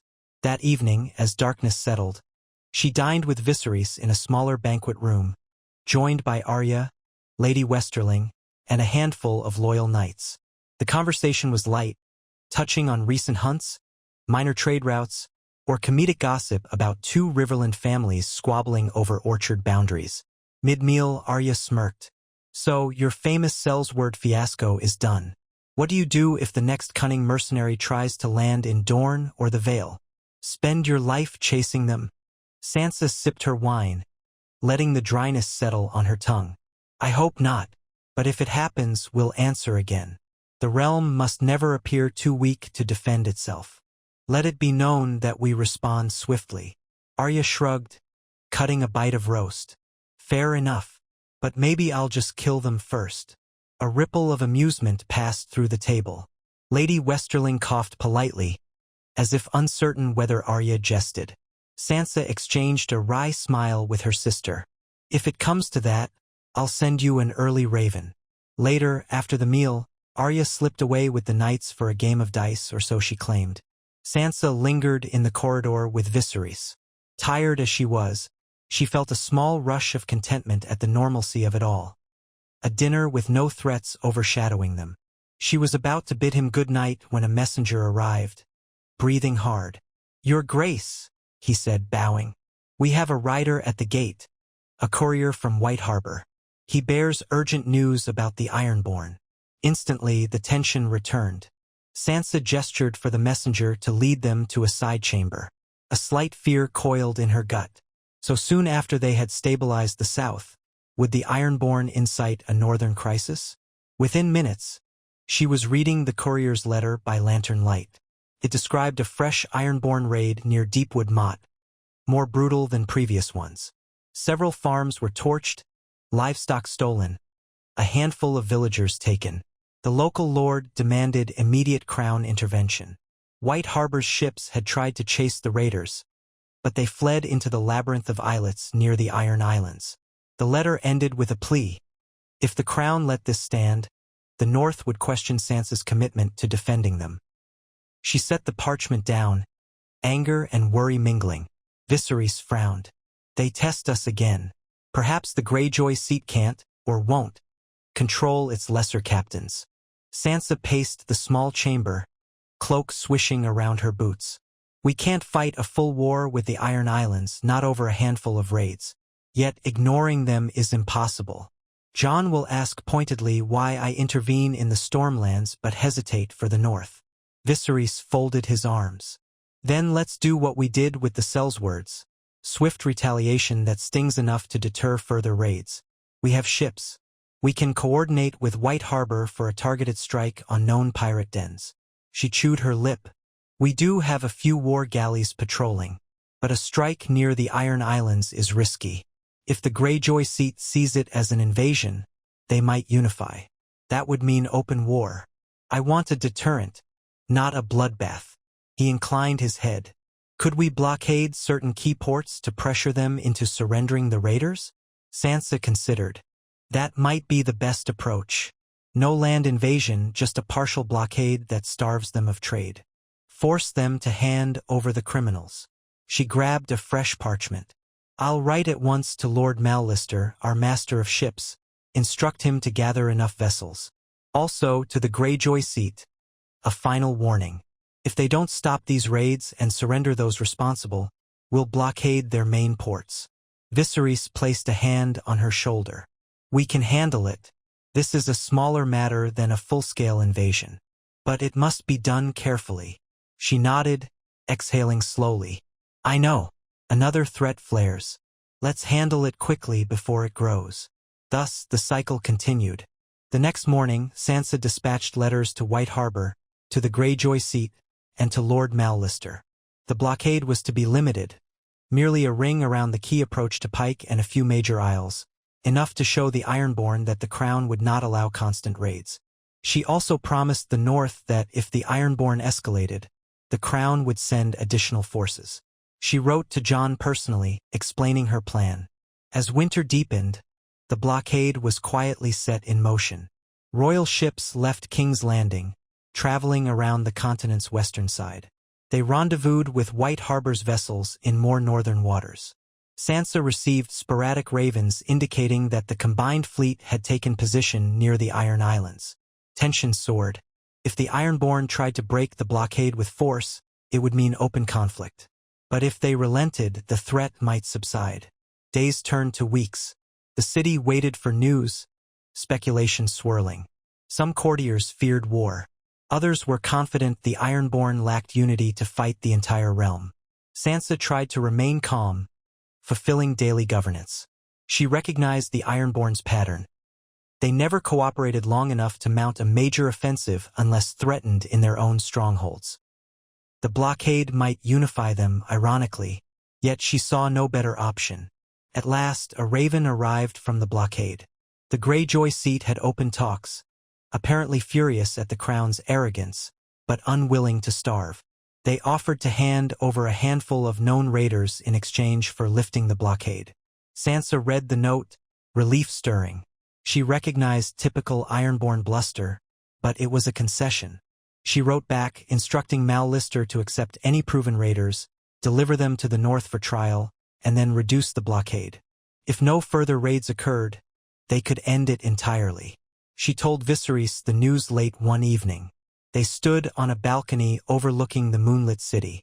So it seems the Ironborn realized they gained nothing by open war, she said, letting the cool breeze sift through her hair. They'll surrender a few scapegoats. Maybe it'll deter others. He leaned against the stone railing. It's a compromise, but it beats 1,000 men dead in some pointless feud. This is the shape of your reign. Pushing back threats with measured force, forging uneasy truces. She managed a tired smile. Perhaps that's what it means to truly rule. Not shining triumphs, but constant vigilance. Each day I see more reasons my father struggled in King's Landing. He wanted a simpler world. Viserys nodded softly, turning to face her. You've done more than simply endure, Sansa. You've woven fragile alliances into a net that holds the kingdom. Even if it's never truly at peace, it's better than the chaos we had. Her gaze flicked over the rooftops, the flickering lights in windows. She thought of the thousands who lived here, going about their lives, unaware of half the crises she averted. Good. Let them be unaware if it spared them fear. We do our best, she whispered. They lingered a while, letting the night air calm their minds. Then, with winter pressing in, they left the balcony's chill for the warmth of the keep. Sansa resolved to keep weaving that net of alliances and caution, for as long as the realm needed her. If new storms arose, be they from Sellsword's IR, unborn or old grudges, she would stand ready, crowned by the responsibilities she had once dreaded, guided by a steel that she and the realm had forged together. In the days that followed, ravens confirmed the Greyjoy seat delivered several ringleaders of the raids. They were turned over to White Harbor's custody for trial. Sansa sent an official announcement to the north, praising their cooperation with the Crown. The blockade was lifted to a partial watch, a handful of ships remaining to monitor the coasts. Another war had been averted through pressure rather than bloodshed. Life in King's Landing rolled on. The city's small folk endured the winter as best they could, aided by the crown's distribution of grain and firewood. Occasional brawls flared in Flea Bottom, but nothing unusual for a city of this size. Merchants trickled in from Essos, hesitant but intrigued by the realm's relative stability. Some brought cargo from Lys or Pentos, apparently satisfied that no new sellsword companies threatened open war. Sansa kept a watchful eye on the horizon. Each day, she recalled the face of the blood viper, twisted in contempt, or the sullen Stormland knights who had dreamt of overthrowing her monarchy. She remembered how easily illusions could spark violence. Yet for every malcontent, she found a loyalist grateful for a season of calm. Farmers wrote praising her efforts to keep trade routes safe. Lords recognized her firm stance on the ironborn. Step by step, she won the realm's trust, or at least its acquiescence. As the year turned, the last leaves fell from the garden trees, and a thin frost sometimes coated the Red Keep's stone at dawn. Sansa oversaw smaller ceremonies, acknowledging local heroes who had contributed to city improvements. Stonemasons who repaired a damaged aqueduct, healers who cared for the poor. She believed in highlighting such acts, a different kind of strength from the warrior's sword. Perhaps it would inspire others. On one such morning, as she commended a group of stonemasons in a courtyard ceremony, she caught sight of a mother and child at the fringe of the gathering. The child stared at her with wide eyes, as though she were a mythical figure. Sansa smiled gently, reminded of how once she had revered queens and princesses in song. Perhaps that child would grow up believing a queen's role was not to orchestrate terror, but to uphold the realm's welfare. That hope spurred Sansa onward, even when every bone in her body felt weighed down by duty. She returned to her solar that afternoon, prepared to tackle more letters. She found a new dispatch from Dorne. Corn Martell reaffirmed his region's peaceful cooperation, inviting Sansa to visit once winter eased. Another note came from the Vale, proclaiming that Lord Royce had eliminated bandits in the Mountains of the Moon. She found a small spark of satisfaction. The realm was not perfect, but it was better than it had been in years. People were handling their local troubles, leaning on her monarchy for broader stability. Viseris entered, a subtle grin on his lips. "I bring good tidings. Lord Tarly says the treasury stands in the black for the first time in a decade. Our finances no longer teeter on ruin." Sansa's eyebrows rose. Truly? The cost of those sabotage bribes in Lys was high. He nodded. High, but overshadowed by increased trade from the reach and careful management of taxes. "We're not rich, but we're afloat." She leaned back in her chair, letting out a long breath. "That's remarkable. Another sign that maybe we can do more than lurch from crisis to crisis." He smiled, crossing to her. "One hopes. We can invest in better roads or small improvements for the city, baths, drainage, a more robust city watch. Small steps." She tapped her fingers on the table. "Let's start with roads. If we can keep the countryside better connected, lords will see the value of the crown's presence." He placed a hand over hers briefly, a warmth that reminded her how far they'd come since forging this alliance. "I'll inform Tarly and the council." Her gaze held his.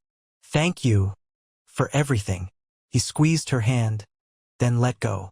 With a nod, he departed.